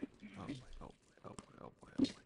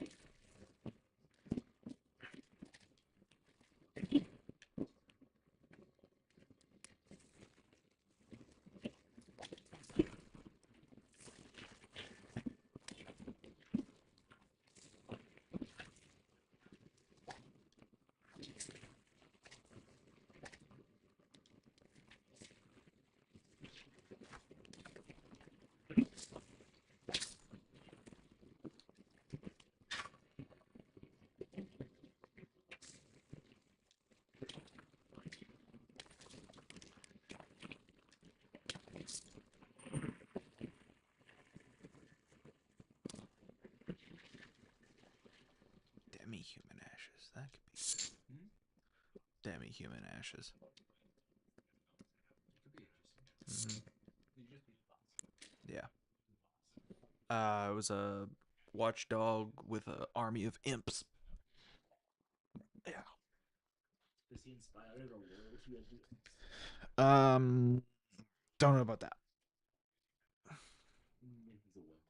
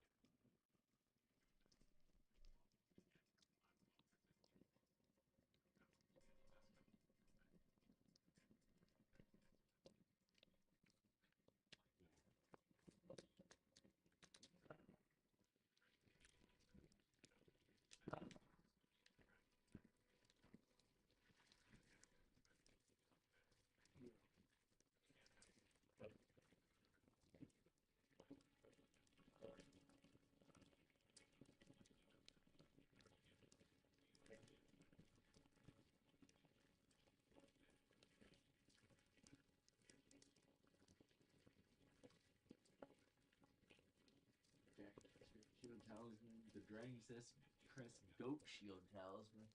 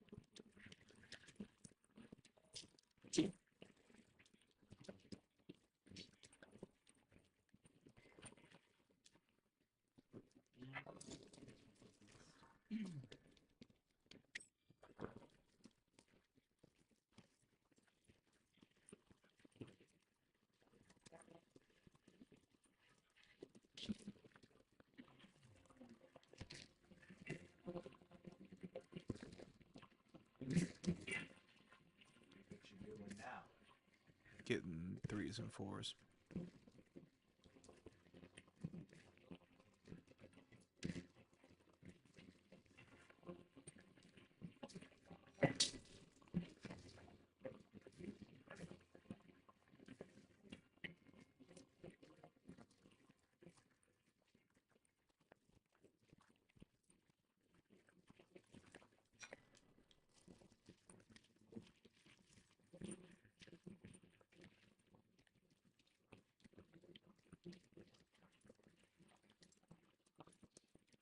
I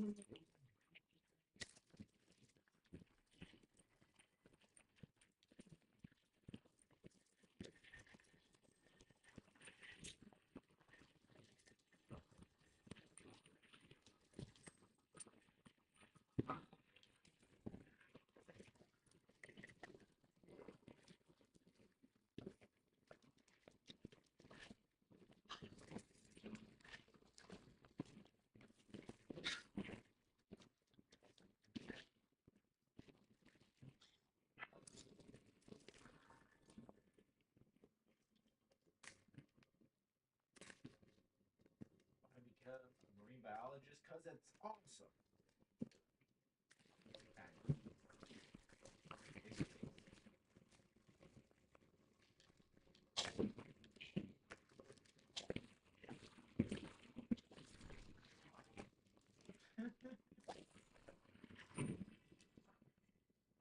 That's another custom card. With love from Nahiri. For 1 white, you get a sorcery. Gift and Emrakul. Okay. Alright.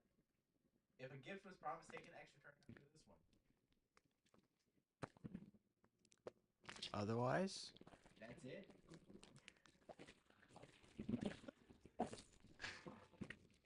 Weird. That's a fish getting a song.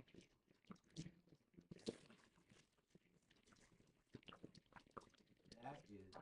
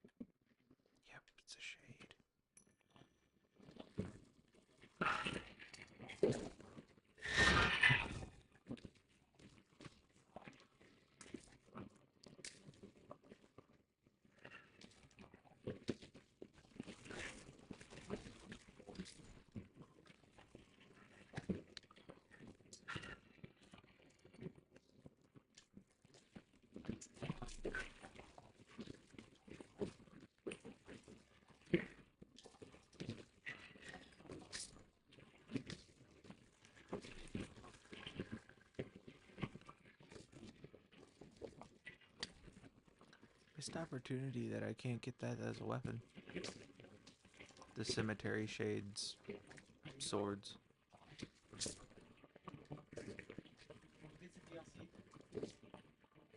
Looks sick. Yeah, look it up.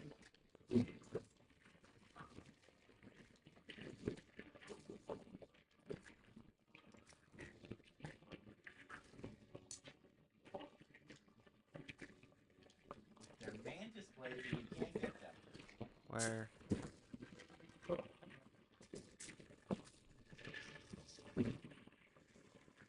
Drop by Lesser Cemetery Shade and Beyond Your Hero's Grave. Hmm. Interesting. Let's see, I'll show you what the scale. I'll tell you what the scaling is. Hmm. So they are infusible weapons. Okay. What are you trying to go for? We bleed. With bleed, they get C's in strength and dex, D in arcane with 82 bleed building. They don't have any. That's not bad. No. With Frost Affinity's better. Shocker. C's in strength, dex, and int, and 105 frost buildup.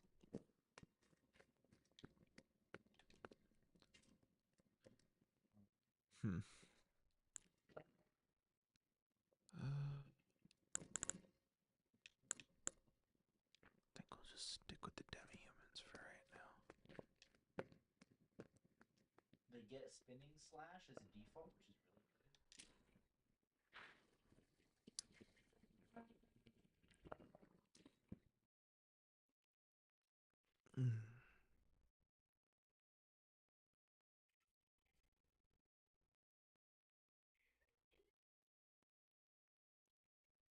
So it's not from a boss. Right, because the boss in the Gilmo's Hero's Grave is the Red Wolf. Yeah, anyway. If you want to get them, now you know where to get them. Fair.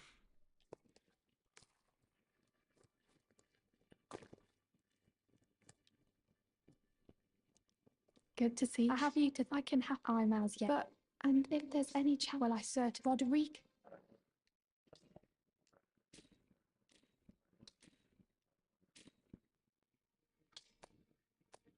And then if I ever get to it. What?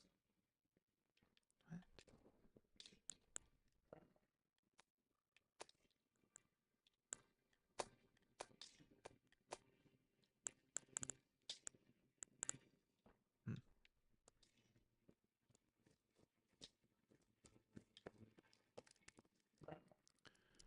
Okay, so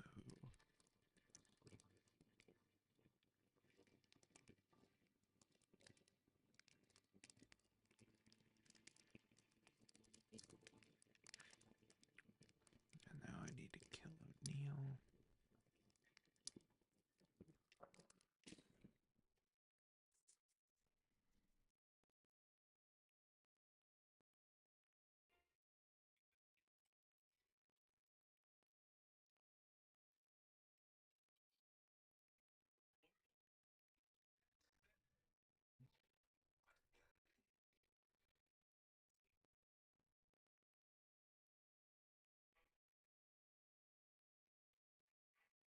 You find a devil fruit. You know it's a bird fruit, but its model is unknown until you eat it. Your birth month determines what bird powers you receive. January's model Roadrunner. February model Ostrich. March model Owl. April model Spine-tailed Swift. May model Blue Jay. June model Penguin. July model Hawk. August model Pigeon. September model Hummingbird. October model Crane. November model Flamingo. And December model Condor. I'll take Condor. Fair enough. Condors are beautiful birds. Majestic, not beautiful. Yeah, I was about to say, somebody hasn't looked one in the face before. I've seen several of them. A face only a mother could love. That's why I said majestic, not beautiful. No doubt.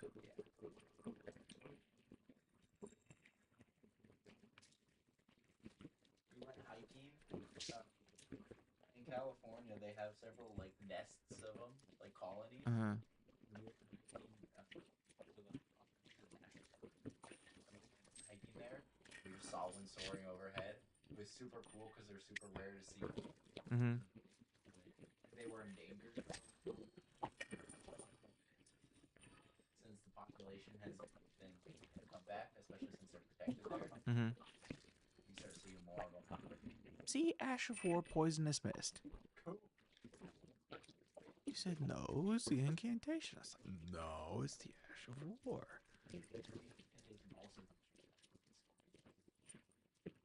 Well, I was talking about that one.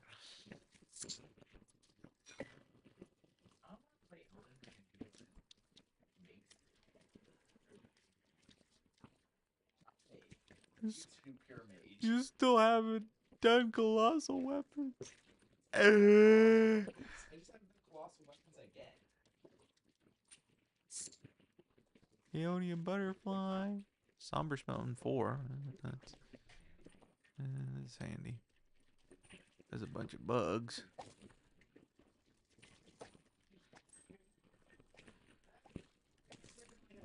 Like it's hard. It's not. I love that song. Ooh. Ash of War, Sacred Ring of Light. That's supposedly a good one. Mm-hmm. Well, it's better if you just get it on the weapon that it comes with. Yeah. Because it does more damage on the Halo Scythe than it does on the as an Ash.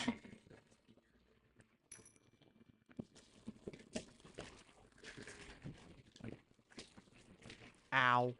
You know what really made me like that song? The fact that it's from One Piece. The story. It's played in water.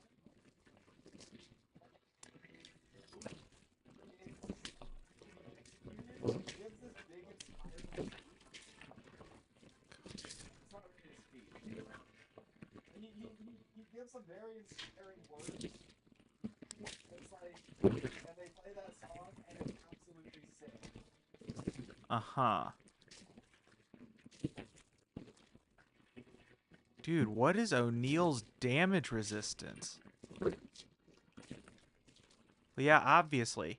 And I'm relatively sure that it's all flat defense.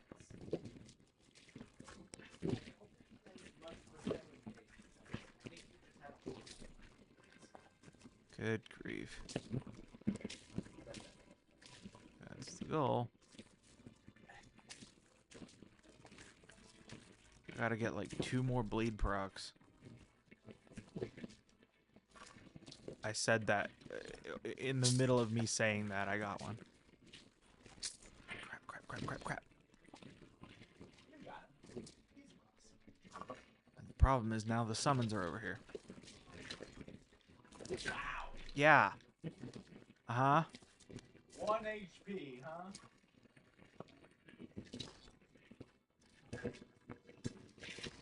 Something more.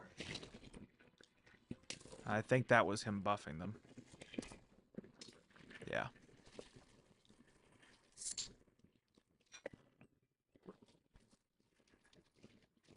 Have the commander stand. What I care more about is the gold needle. Millicent's prosthesis?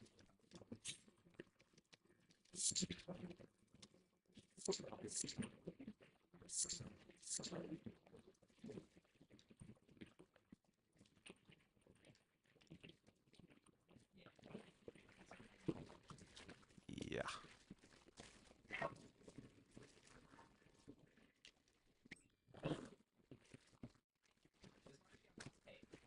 Probably. Your class is boring. Listen to class, I think it's boring. I mean, that's subjective. That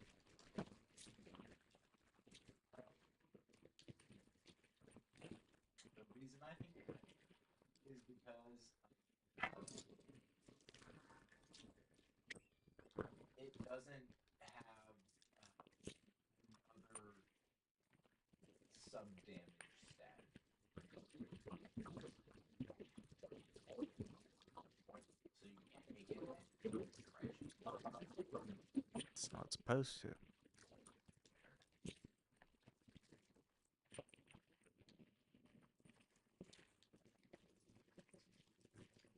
Yeah, well, you're weird.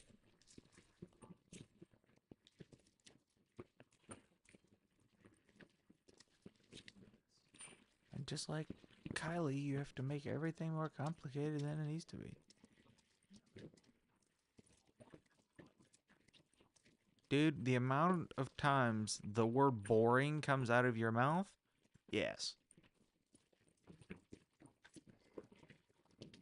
Oh, I'd hoped a strapping young fret. Should you accept, I will teach you. I need your name resting at the... As promised. Go on. Now... Well, this is a work of a true art. Can you give me us well made? I want him to shut Can you up. give us well made? Do you think Gowry is a good person? I've seen both sides of the aisle.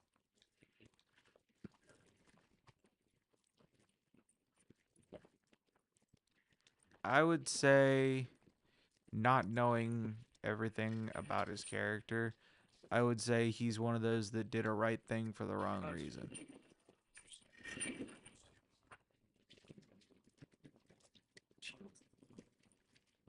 optimistic.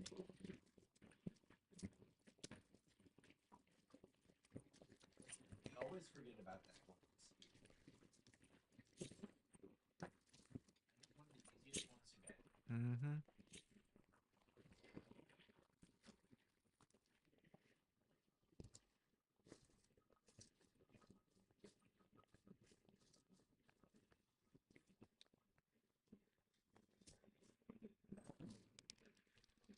You know me? Mm. So you can dye your clothes. Eh.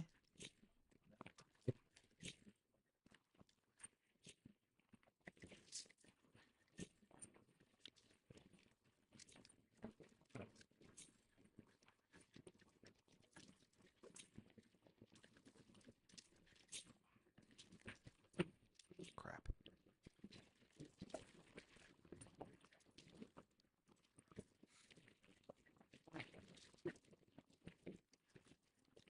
The aesthetics on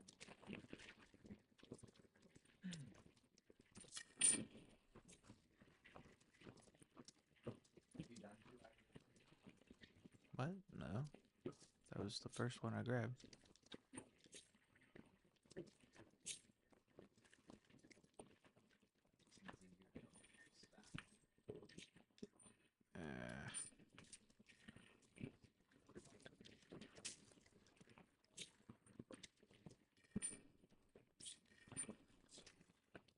Seems easier to stop.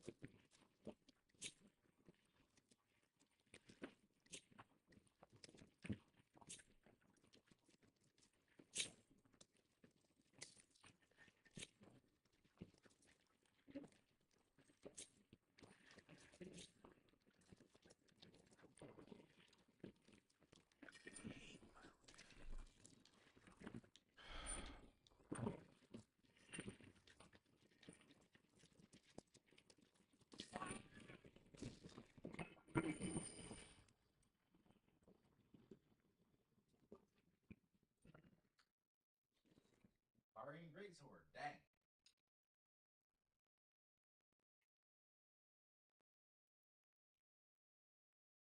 Did you get knocked off the ledge by a spell? Dismount animation.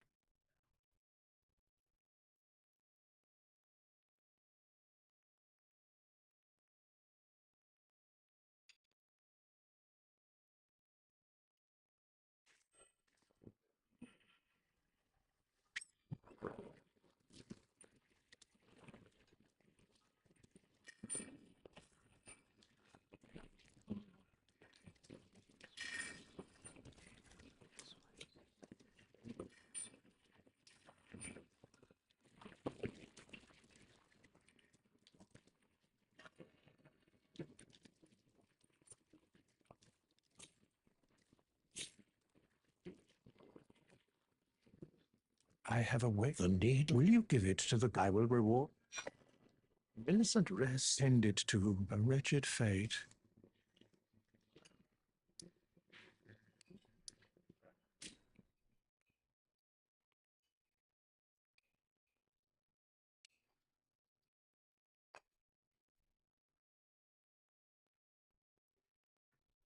Do you like this starting class? No. Because it's not something I've been enjoying. What do you know? Lack of stance damage.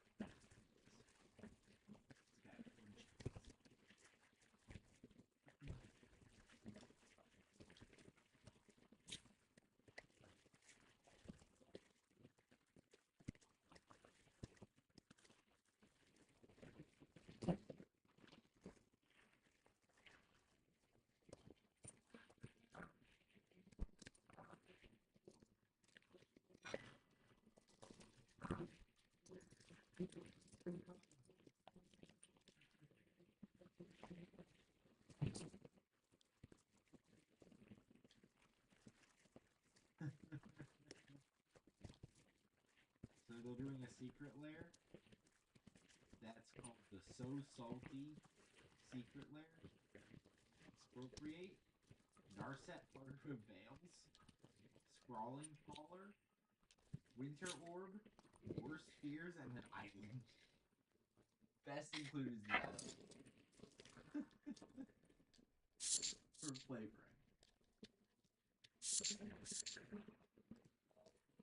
Is Winter Orb a game changer? I can't remember if it is or not. If it's not, it probably should be. Well, my flesh, it is a curse. You are to quell the scarlet. Never mind. I would rather. Would you mind?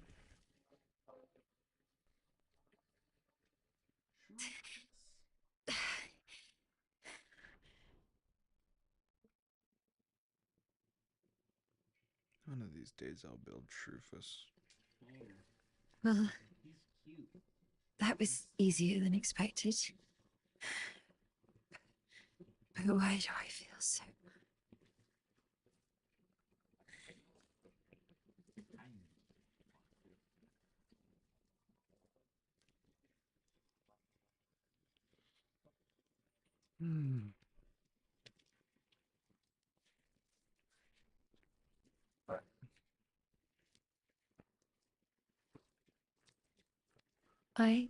My apologies. Everything, even the nightmares. Not that I could. He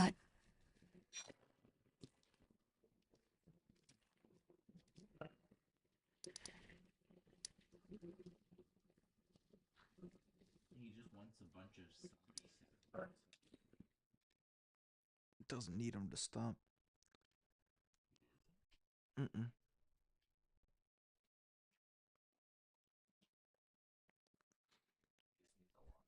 Yeah.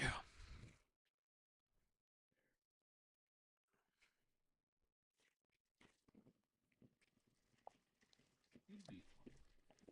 He's so lovable. You can't hate him.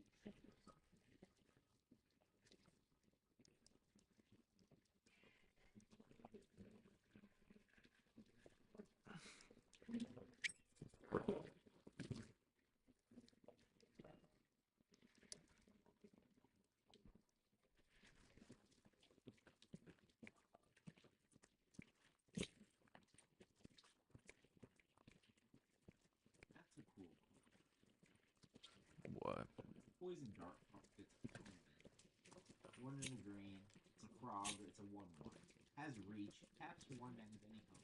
And for 2, he gains death touch until end of turn. And he's really freaking cute. Mm-hmm.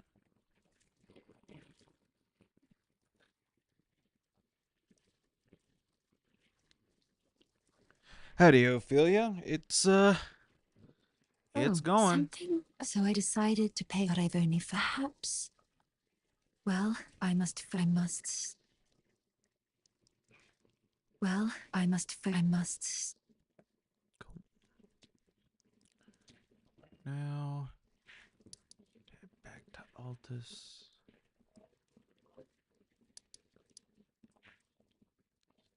Tree Gazing Hill. Yeah. Do Altus Plateau and get the map fragment. Yeah. It's. We'll see what happens.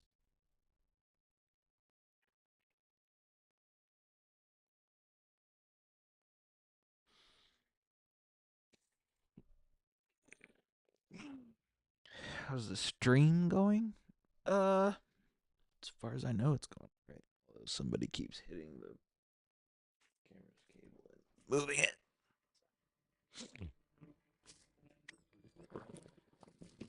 Alright. Let's go grab the map fragment. Pretty cool playing on PC or console. I am playing on the now ancient Xbox One.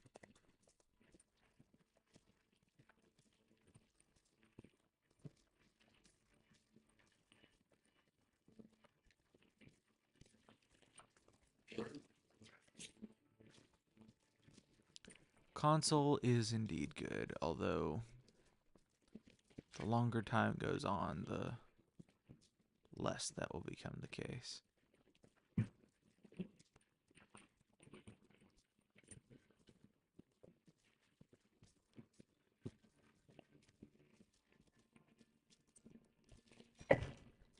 Well, I mean, yes, but if that's something somebody really cares about, they're going to be on PC anyway.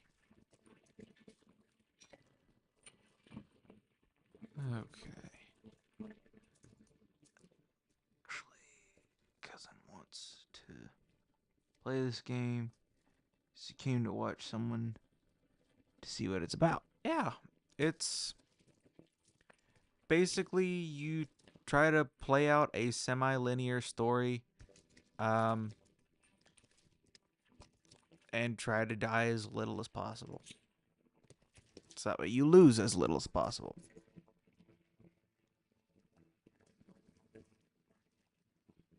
It is indeed fun. And it does indeed look good. Let's see if we can get Eleanor's pole blade. Should be over here, right? I think I went in the wrong direction. Have I ever played Assassin's Creed? I have played Assassin's Creed Odyssey and a little Assassin's Creed Valhalla. I have not played any of the older ones, though.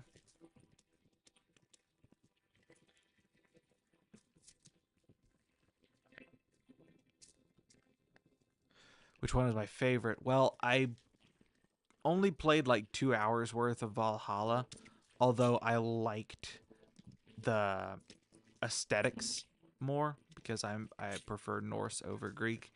But as far as gameplay is concerned, it's hard to pass up Odyssey. Eleanor's pole blade.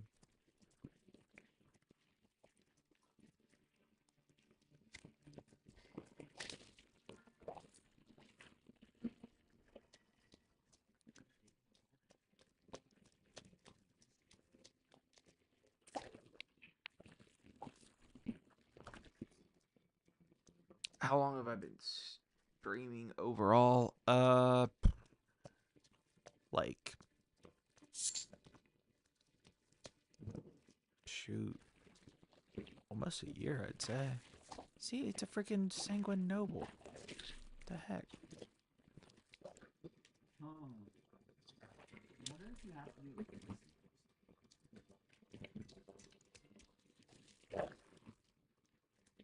mean, if I've got to do Yura's quest, I'll do Yura's quest, but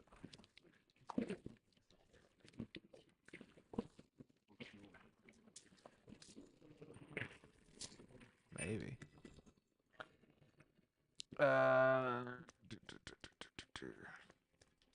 Do some crazy art stuff. There it is. Yeah, I knew it.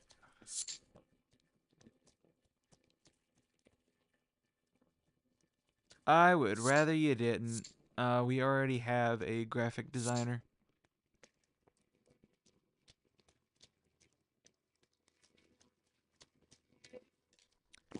But I wish you the best of luck on your own stuff. Alright, well, let's go kill Agheel then.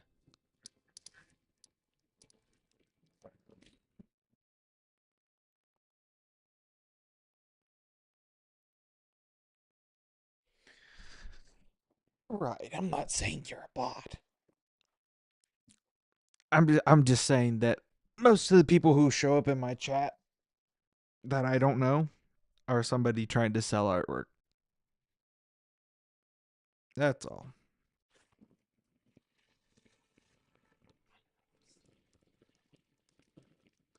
Sure. Mm. Mm.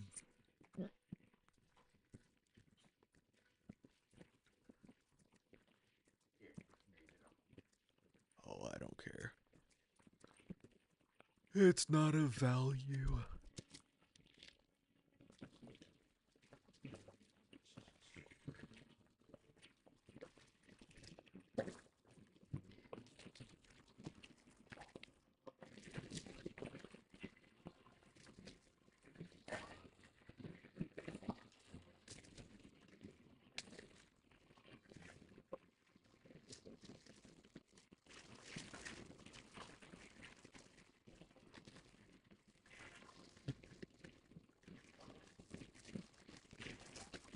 I jumped to the side.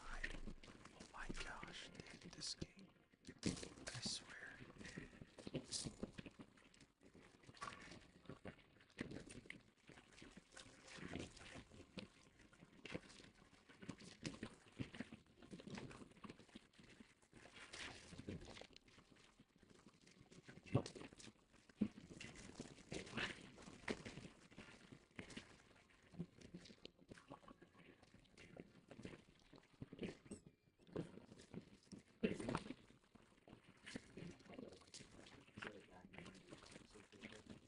Okay.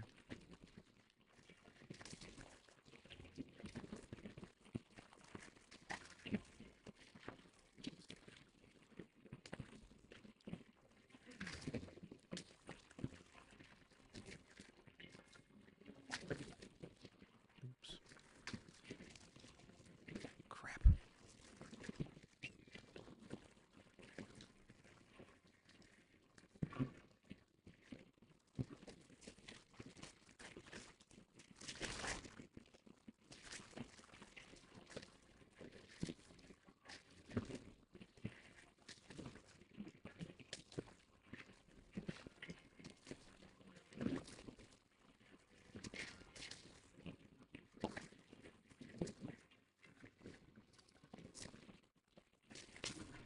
Boom.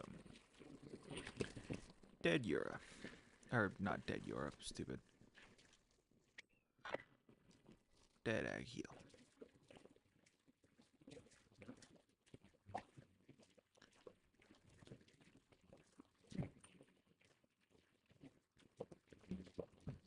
What up, boy?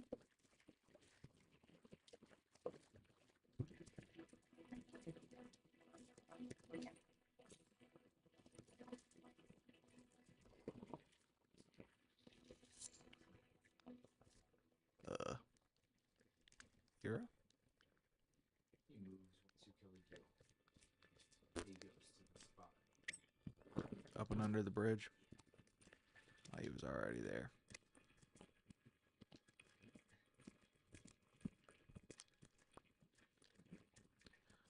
Not a perfect person.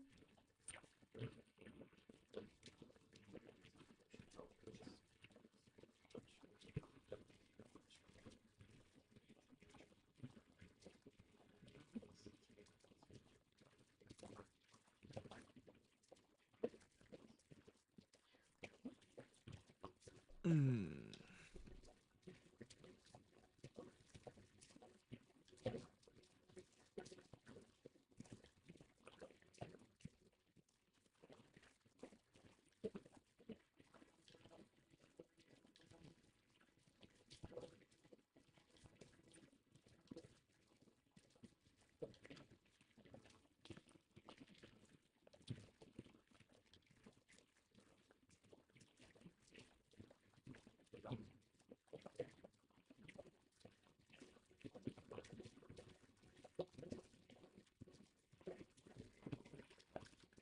Just joining the fray. Well, I'm your tarnished. Hell, you stay the path. Just remember. No kin shall be your emotions. Be on your way. Perhaps we will meet again. Alright. So then what? He goes to Vernia, which means I need to go over here. Fight the Raptor of the Mists, dude. That should.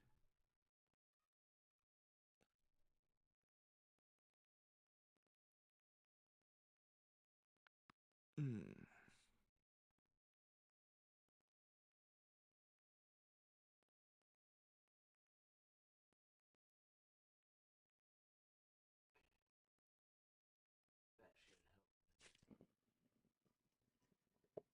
Mm-hmm. help. They just people should get a pop-up now with like no self-promotion. Like, And that's as well as if they're bots, I turned on verified phone number, so no bots. that'll be good. Yeah. It might not help as much, but it'll do something. Hopefully.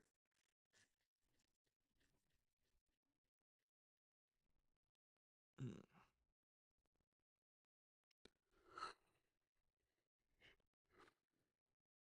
Mm.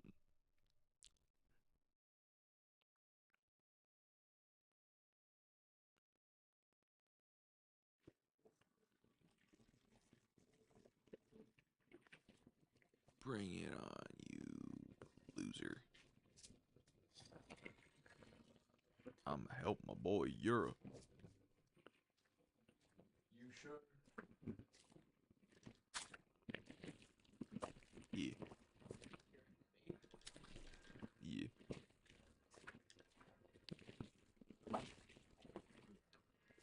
With the bleed, you're gonna do damage. Yeah, you're telling me.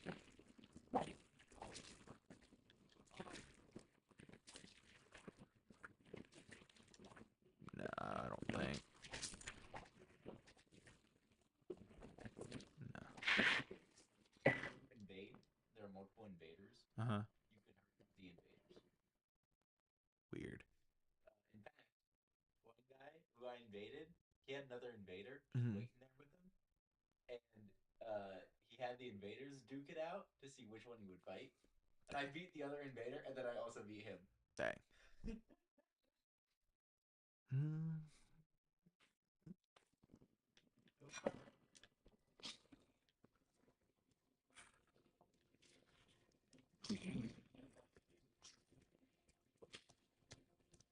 Yeah. Wretched ones, leave me be.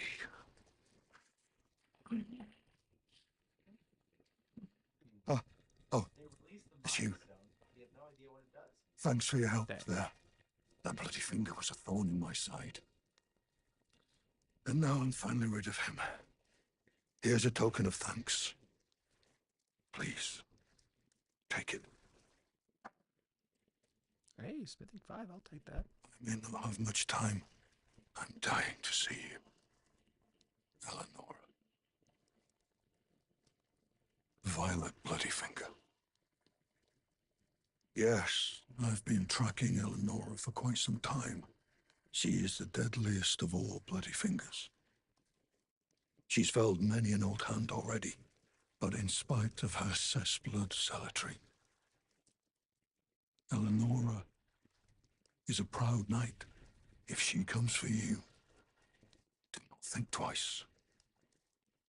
You must flee. There is no shame in self-preservation. Be on your way. Perhaps we will meet again.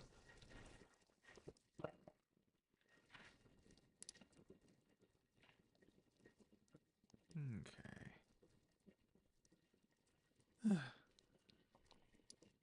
Let's try this again. Good grief.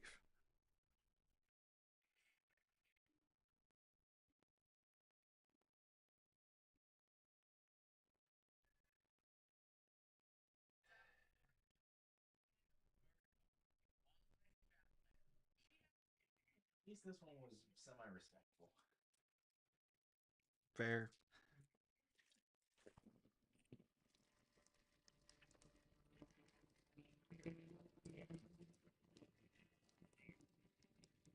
That's pretty rare. Dang. It is. You killed the ring light. Oh my gosh. Stupid green light,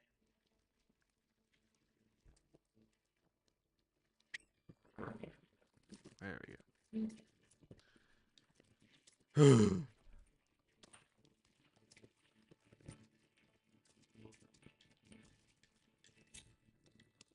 And so we try again.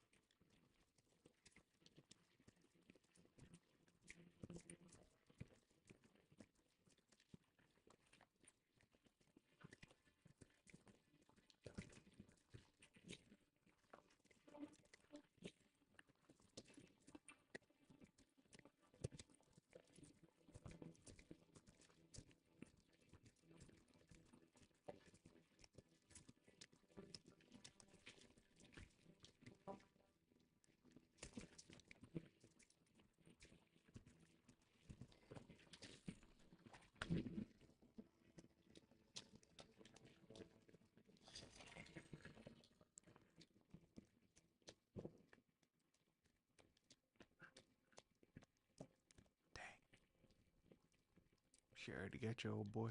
Eleanor. It seems I am no match for you, but I've learned a thing or two myself. You see, I've sliced the finger off. Please. Please. Eleanor. Yield to the cesspool no longer. Do not stain the immaculacy of your sword. Your flesh. Your fire.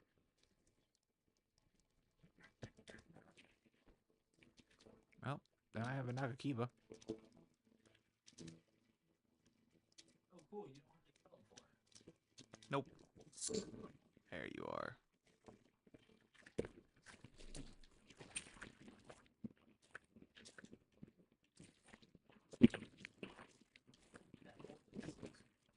I know it is.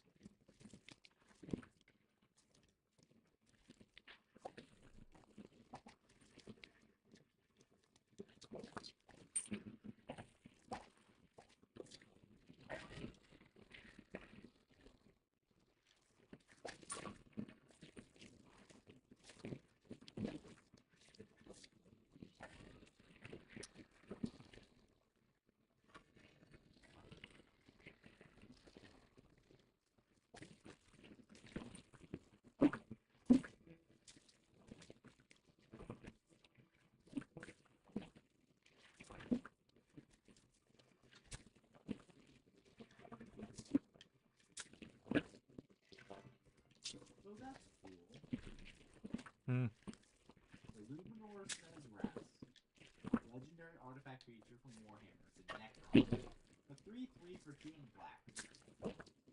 It has tap and sacrifice another creature. Add an amount of tap mana equal to the sacrificed creature's mana value. Uh-huh.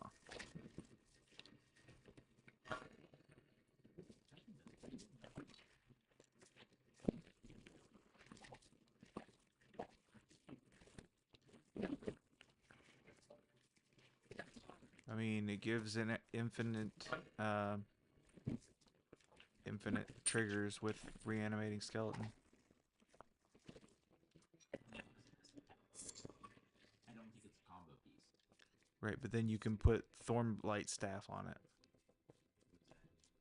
It's like whenever a creature dies, untap this creature.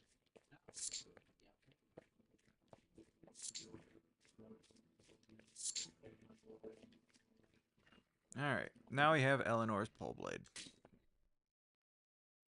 So now we can actually start power stancing Twin Blades. The other one you have the basic one. Yeah. Have you upgraded it? Nope.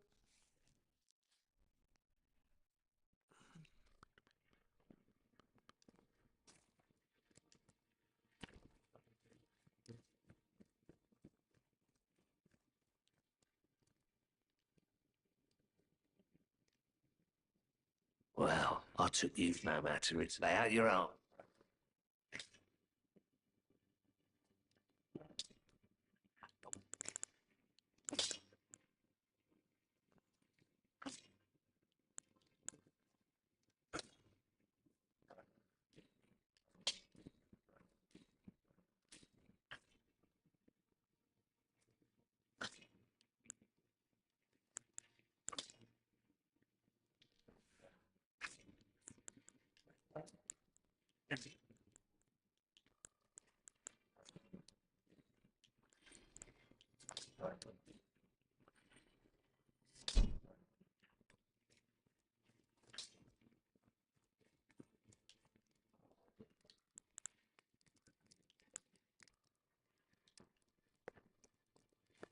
Need to get my third talisman pouch.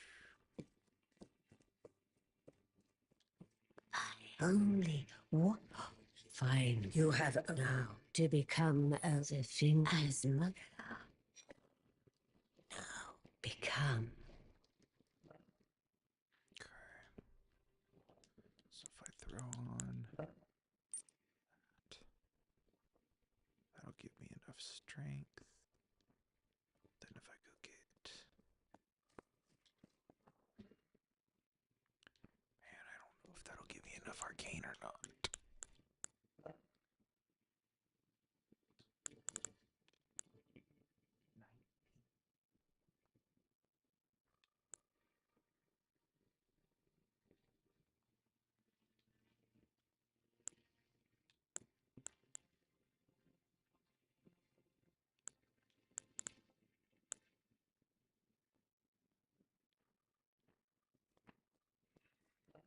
guess I'm gonna go kill Radon for runes.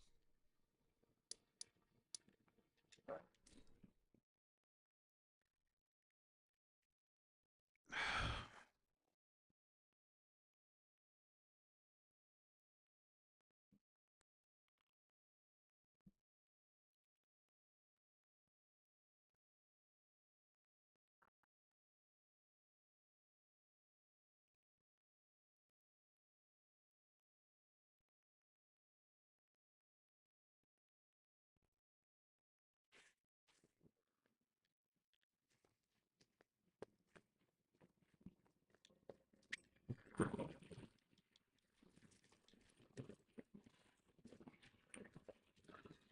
to hear some good news? Sure. Alright. The ozone layer is recovering faster than expected and is expected to return to normal levels between 2040 and 2066. Yay. Diego the tortoise fathered 800 descendants and helped save his species from extinction. Cool. Not turning your thing? Not sure why it would. Better to have tortoise than not have tortoise?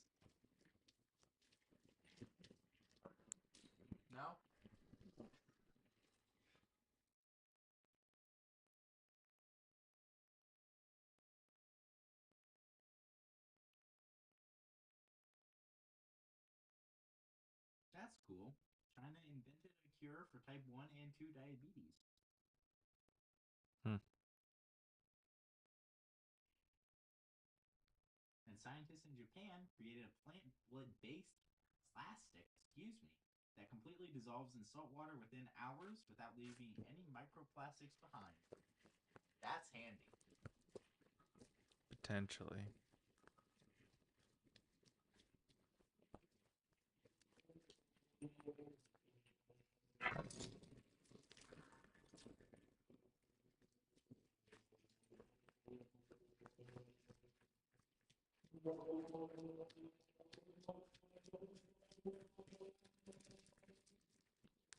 Champions! Welcome! The stars have aligned! The festival is nigh! Are you good and the festival? Before we... But now, we must...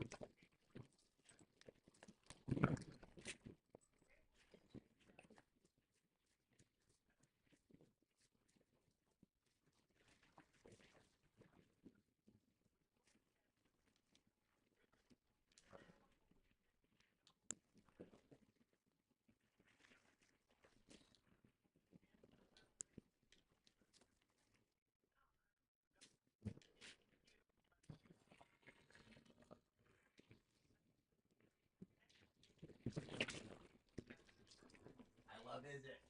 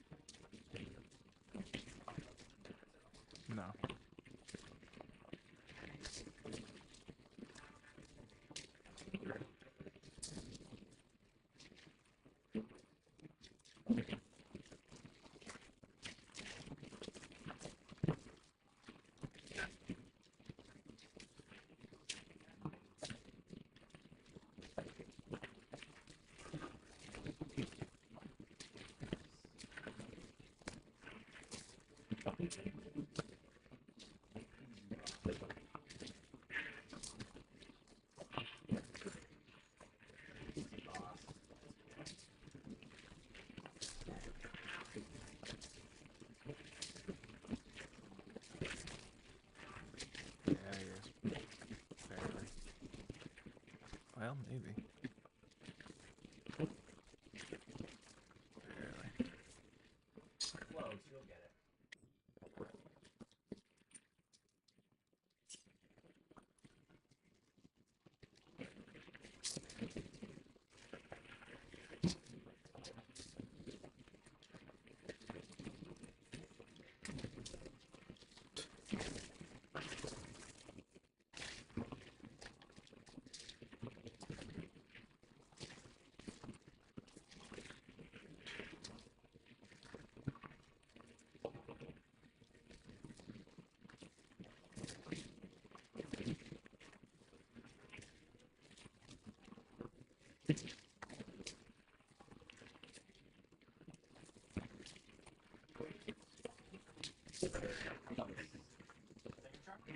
Yeah. That's pretty good. See, you can get bosses second try. Apparently.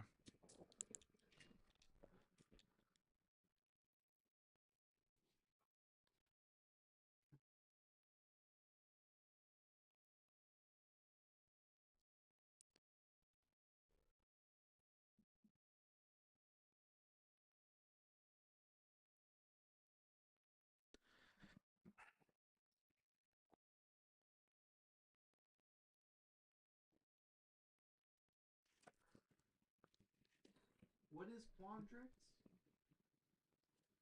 Huh? Quandrix? Trixie? Simic?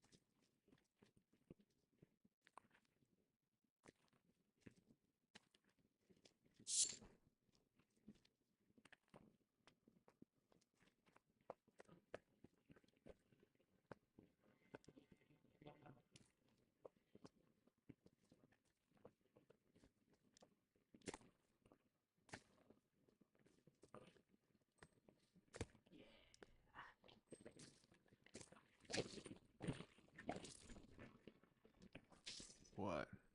Do the strict saving, please. I took it. Guess what I got? Prismari.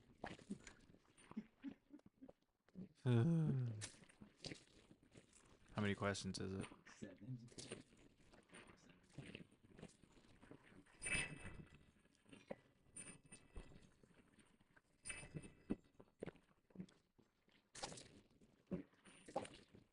7.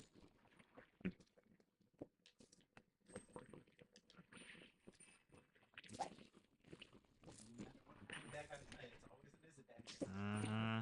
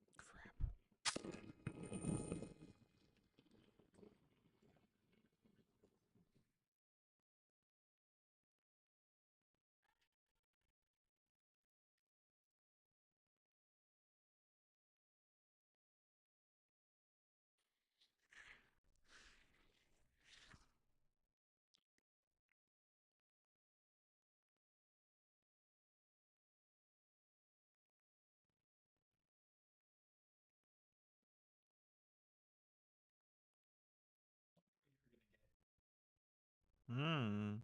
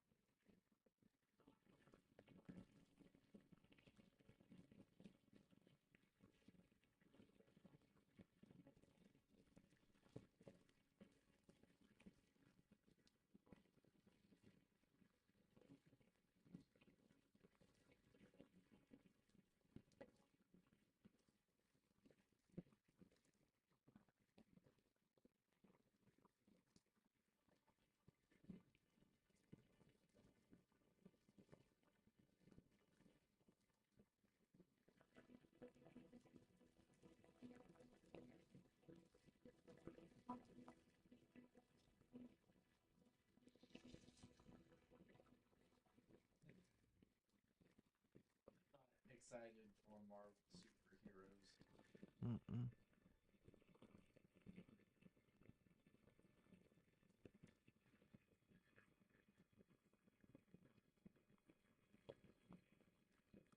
What did you end up getting? I don't know yet. I'm on 6 of 7.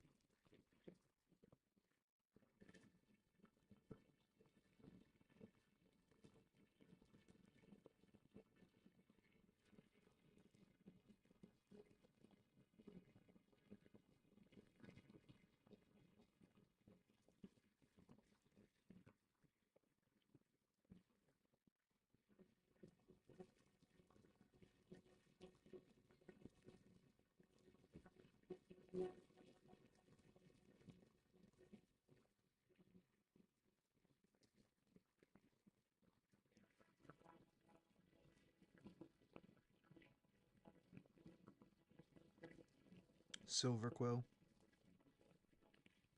Which is Orzov. huh. That's the debate, Polly. Oh, man. I'm right and everybody else is wrong. What do you want me to tell you? He's cute. Look at this fish, isn't it cute? Oh, that looks like something I'd probably shoot if I saw it near my boat. It would definitely hurt you if you let it. Yeah, well, I wouldn't. It's just a little ferocious fish. And see that word after little, automatically makes it not cute. Also, I can count on one hand the number of fish I thought were cute. And they were probably all pufferfish.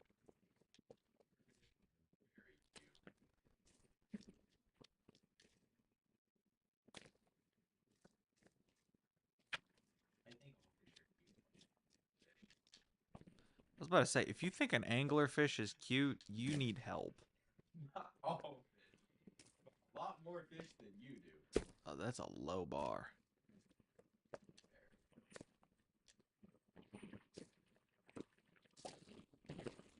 Okay, cruising. Did you get your Senai? Nah. I got a Senai. Yeah, well, your luck is like lottery level. So. I said lottery level, not perfect. Of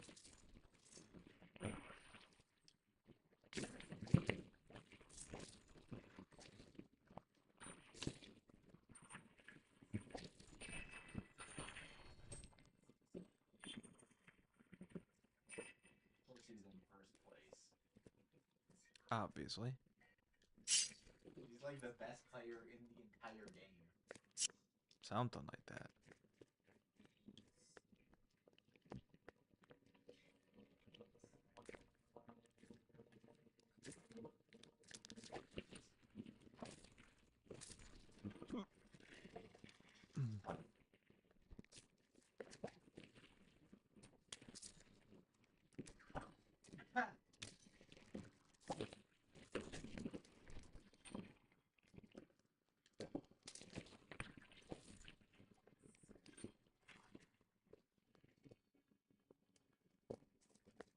He pulls one shard. It's a legendary.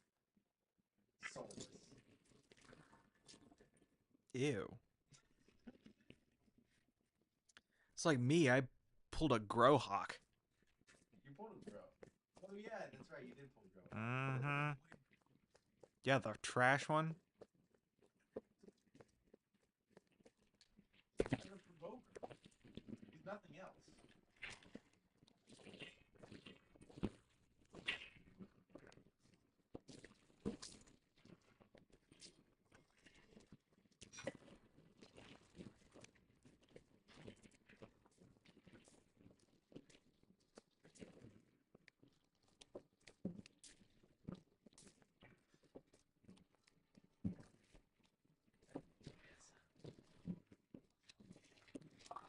I'd love me any dwarf legendary. Goblin. Which one's that? He's the nuker with the AoE A1 Oh, yeah. Definitely. Because I don't have... Makage is still my only AoE weaken.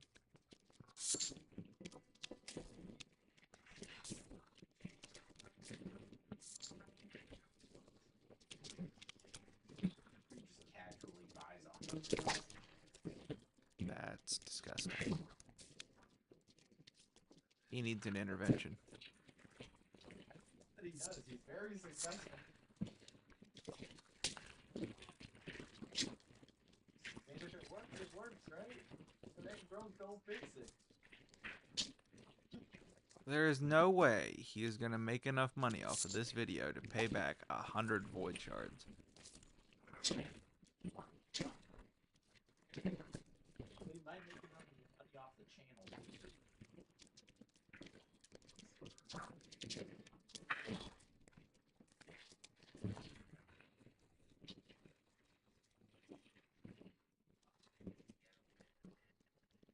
much are void shards? $5?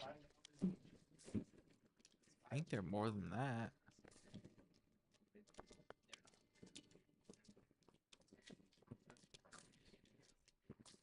I think they're like $2. So $300.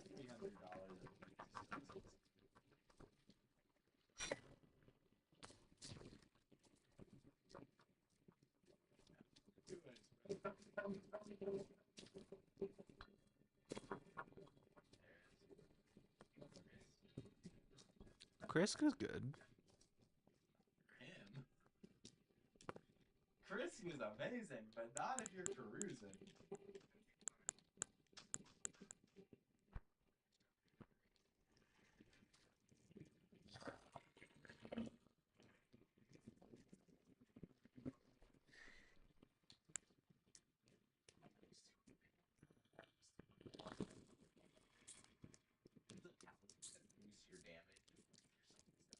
Mm-hmm. It's the dried bouquet from DLC.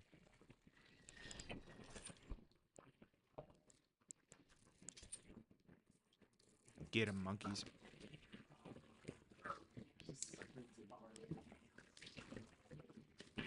You should just like sit down and let them kill him.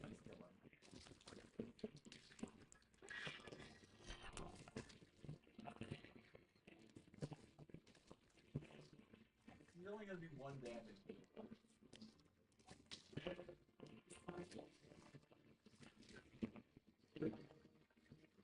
You got her. He did? Nice. It's 2 Legos in 100 shards. That's not bad. 2x. Especially not outside of a 2x. Yeah, of course, you just keep rolling. Of course. That was during the champ chase, right? Yeah, it's crazy. Oh.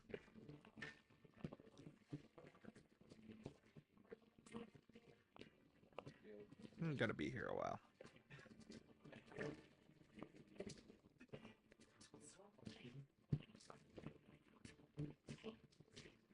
Your month, your movie theater snack. January gets buttered popcorn. February gets chocolate pretzels. March, sour gummies. April gets pepperoni pizza. May gets nachos. June gets ice cream sandwich. July gets hot dogs and fries. What movie theater are you going to that's got hot dogs and fries? What movie theater are you going to that doesn't have hot dogs? I've never been to one that does. Yeah, I've never heard of that. August, cherry icy. Man, those are good. I haven't had an icy in forever. September, ooh, salted caramel popcorn. I'll take that. October is Reese's Pieces. November is soft pretzels and cheese. And December gets chocolate chip cookies. Huh. Look, one thing is that slightly noticeable about Oh my gosh. I bet it's the squishy one. It's the little baby one down there. He's trying. He's dealing 2 damage per punch, not 1. super buff mimic. They can bleed. They can die. Oh shoot, I'm wearing ritual sword. That's not gonna hurt him. He's not at full HP. Imagine the heal. Oh, I'm also wearing multi-hit talismans. Don't switch over to me.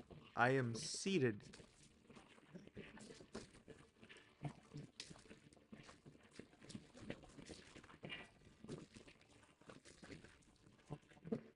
He's gonna heal you soon. Maybe. I don't know. They might run him down. Your month, your savory grazing board. What? It's like charcuterie boards, but actual like. Huh. Taste.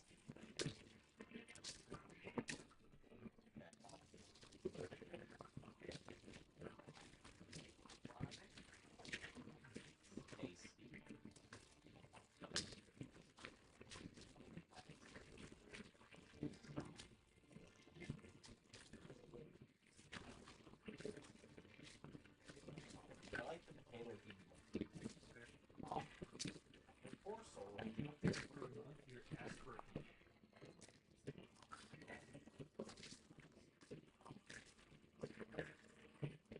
That here is so bloody. He's literally dripping. He's just not healing. He took any damage.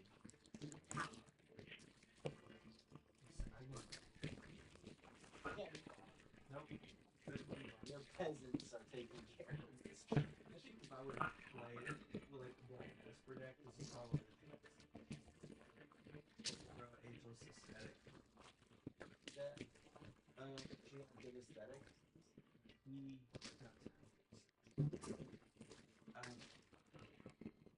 he's a 4/5 for 3 in Esper. At the beginning of your upkeep, you gain 2 life. Whenever you gain life, you may play one. If you do, draw a card and each opponent loses 1 life. At the beginning of your upkeep, if Aloro is in the command zone, you gain 2 life. Interesting. So you can literally go the whole game without ever bringing your commander out of the command zone, and you're still getting value. How dare you be indecisive, Ash?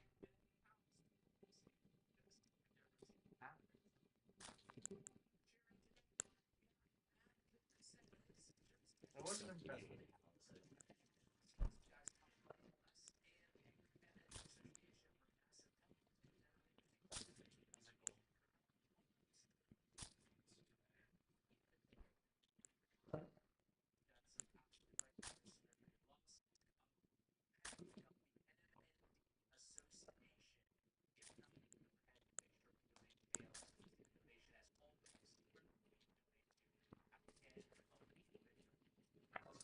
Oh dear, how many is Ash wailing out? What's he going after Solinar? That makes sense. That makes sense. Yeah.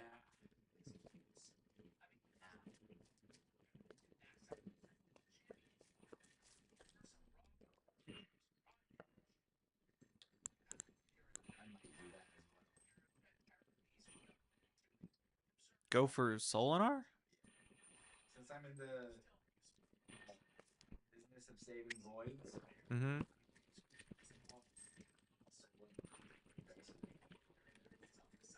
Is there one going on right now? Is there one going? Oh, okay. I'm just saying, since I'm going to stock up, I have a good chance of getting whatever. Fair, depending on how many you have, yeah.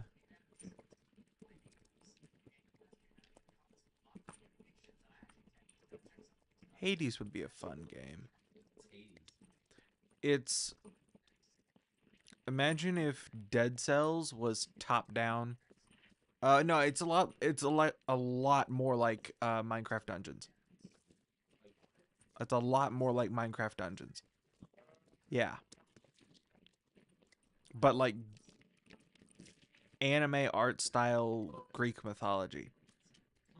Yeah. It is interesting.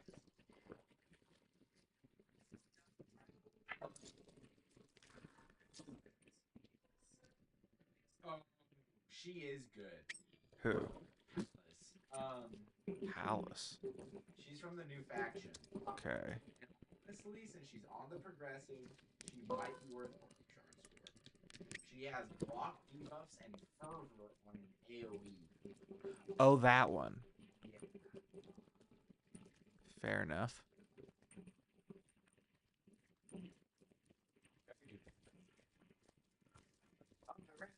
Holy crap, how much of this gear? Holy crap.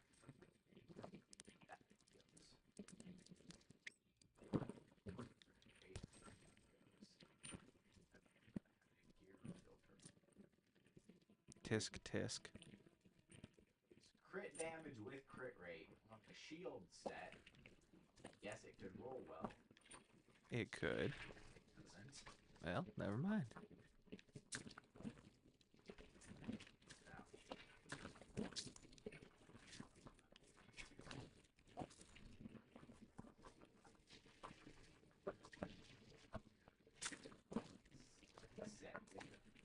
Okay, this is an interesting piece.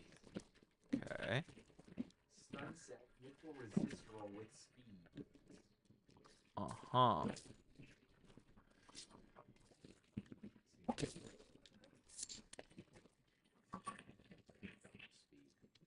Okay.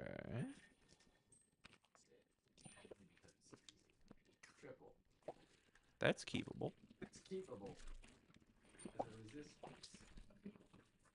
But stun set too, right? Yeah. Stun set's pretty high value in restricted content.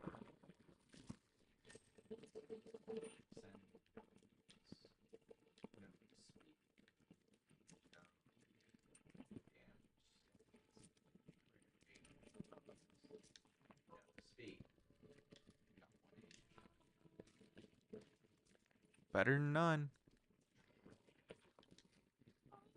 Okay, what did I get from here? What did I do? Ow. Die. That's the goal. Yeah. It's 2,000 energy. Ew. Yeah. That's really that's kind of inflated since the last time. I don't remember 2,000 of energy doing that little when I was playing for Dungeon Divers. Or sorry, Gear Hunters event. Must have. Is that not 100%? Should be. Uh-oh. Is somebody missing gear? Is the preset set up? Yes. I don't know what to.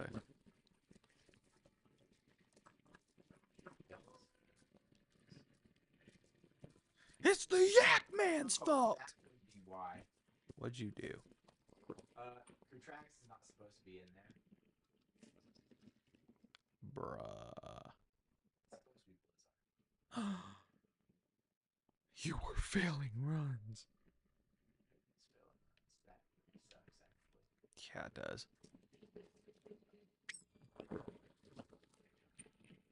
Especially because if you didn't have a filter on, that means you only won like eight rounds out of what, 50?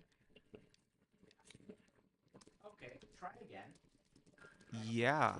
Nothing like wasting 2,000 energy. Still haven't equipped a great rune. Should probably do that. Ah, I'll be fine. Another 2,000 energy. Let's see the difference this makes.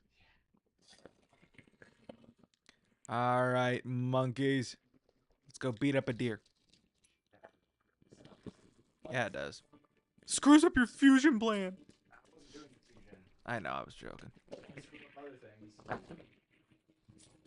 there was a filter. Like future fusion plan. One is the crit rate. Yeah, you yell at that deer, monkeys. Where the heck is it? The heck?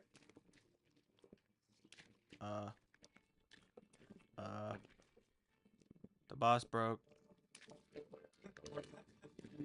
Dang. It's not coming back. Reload the area question?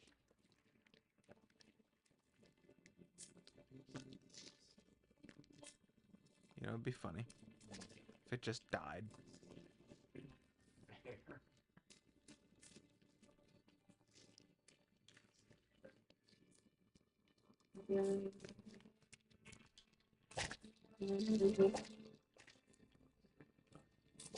Being way more strict with you now. Well, Okay. all right. This time. Gee whiz. That's gonna be another 4 hours of farming. Fun. No. Sarcasm. Maybe they'll actually do it fast this time. Gee whiz. Okay, so April gets Saphris of the Hidden Ways for Esper. It's a 2/3 human wizard. Whenever one or more creature cards are put into your graveyard from anywhere, venture into the dungeon. This ability triggers only once each turn. Oh lord. Whenever you complete a dungeon, return target creature card from graveyard to the battlefield. Could be good. July gets Tivit, Seller of Secrets. It's a 6/6 for 3 in Esper. Flying Ward 3. Whenever Tivit enters the battlefield or deals combat damage to a player, starting with you, each player votes for evidence or bribery. For each evidence vote, investigate. For each bribery vote, and create a treasure token. While voting, you may vote an additional time. Interesting. September gets Marnius Calgar. It's a 3/5 for 2 in Esper. It's an Astartes warrior with double strike. Whenever one or more tokens enter the battlefield under your control, draw a card. And then you can pay 6 to create 2/2 white Astartes warrior creature tokens with vigilance. And then December, yeah, you get Temet, Noctamun's Will. I think you already have this one. It's 4/4. I think it's the guy from your precon, right? Yeah. Whenever you draw a card, and then whenever you attack, draw a card, then discard a card. He has vigilance and menace. Nope. Okay, let's try this again, and apparently without my monkeys because it wants to give it wants to reload me without full FP.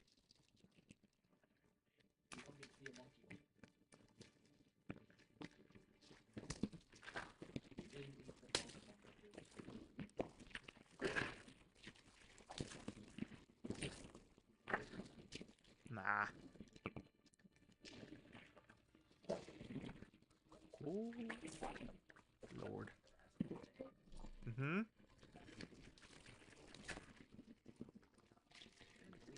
Yeah.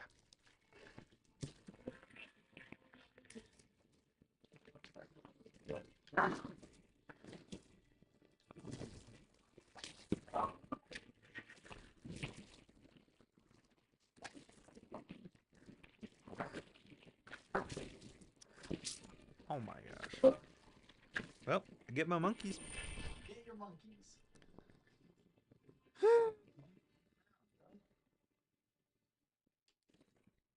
Ah, shut up.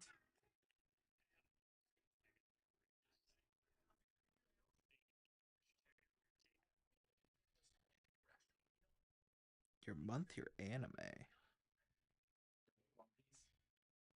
I don't know. It's being really slow and I can't scroll through it. January gets solo leveling. February gets Demon Slayer. March gets JJK. April gets Boku no Pico. I don't know what that is, but it looks sus. May gets Naruto. June gets AOT. July gets Fearin. Figures. August gets Bleach. September gets One Piece. October gets MHA.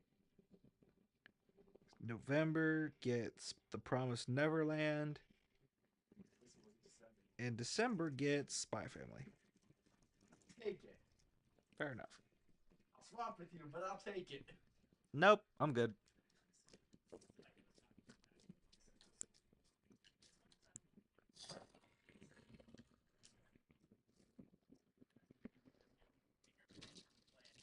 What clan versus clan?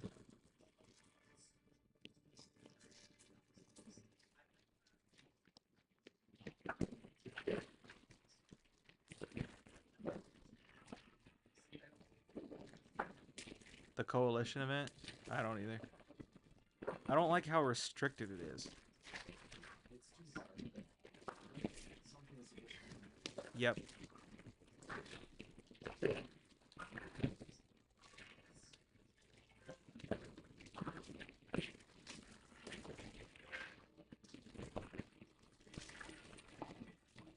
Are they even giving out champions for this time? Oh my gosh, the one fire attack just killed like all my monkeys. For the coalition event. So stupid.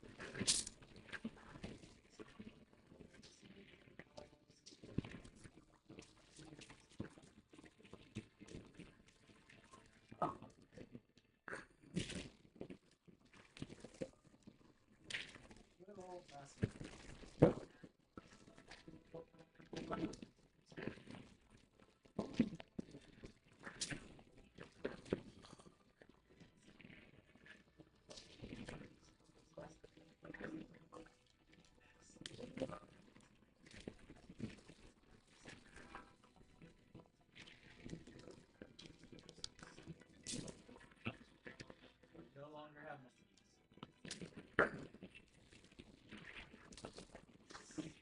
He'd be good for me. Who? Fair. Apparently, I think it's demon spawn. Apparently. First it was undead, and now it's demon spawn. Go figure. Mine was originally Sacred Order, and now it's Sylvan. Oh yeah, orcs. I think you're right.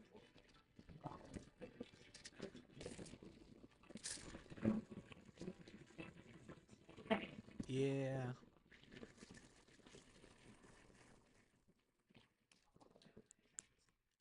What do you get for outside of the talisman? What do you get from the remembrance from the deer?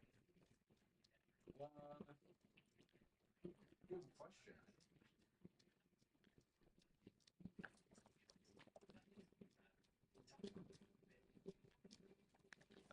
Where the heck is the thingy?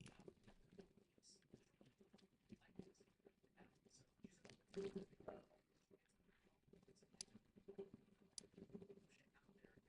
know who has the best delete button? Traxa. Right.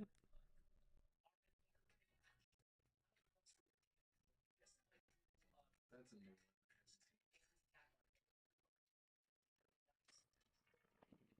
Ashes makes such great content. Oh yeah. Even if you don't play Ray, he just makes good content. Mm-hmm. The OG. Dang.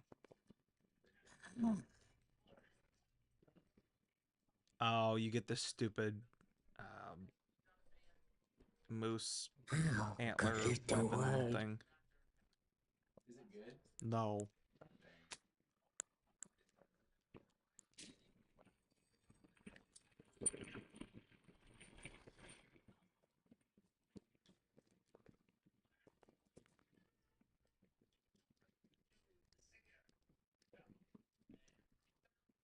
Vizier.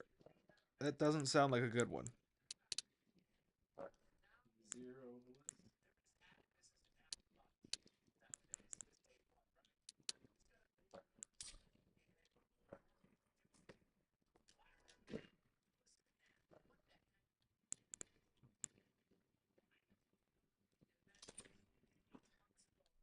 I just need a mythical, man. Why are you holding out the mythicals on me?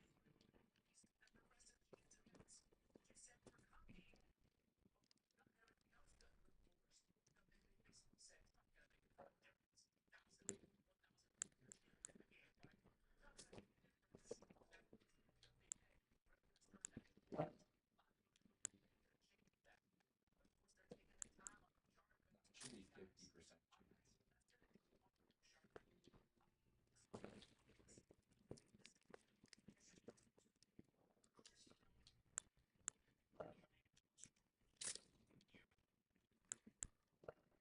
What?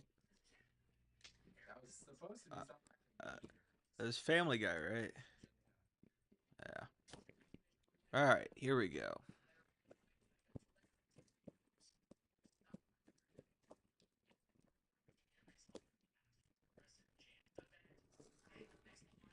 Just got persuaded to save my shards. Yep. If there's one thing Ash's videos are good for, it's for keeping things realistic.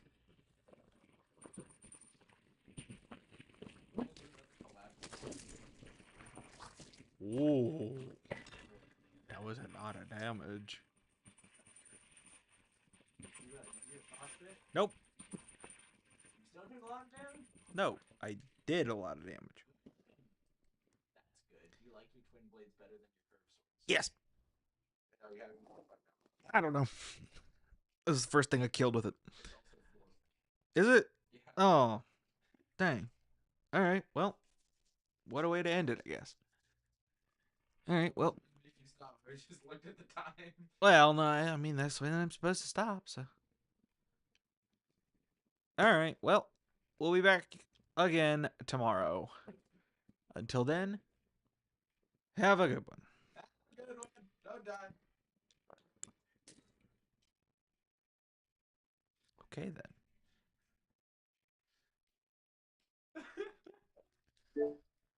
Oh.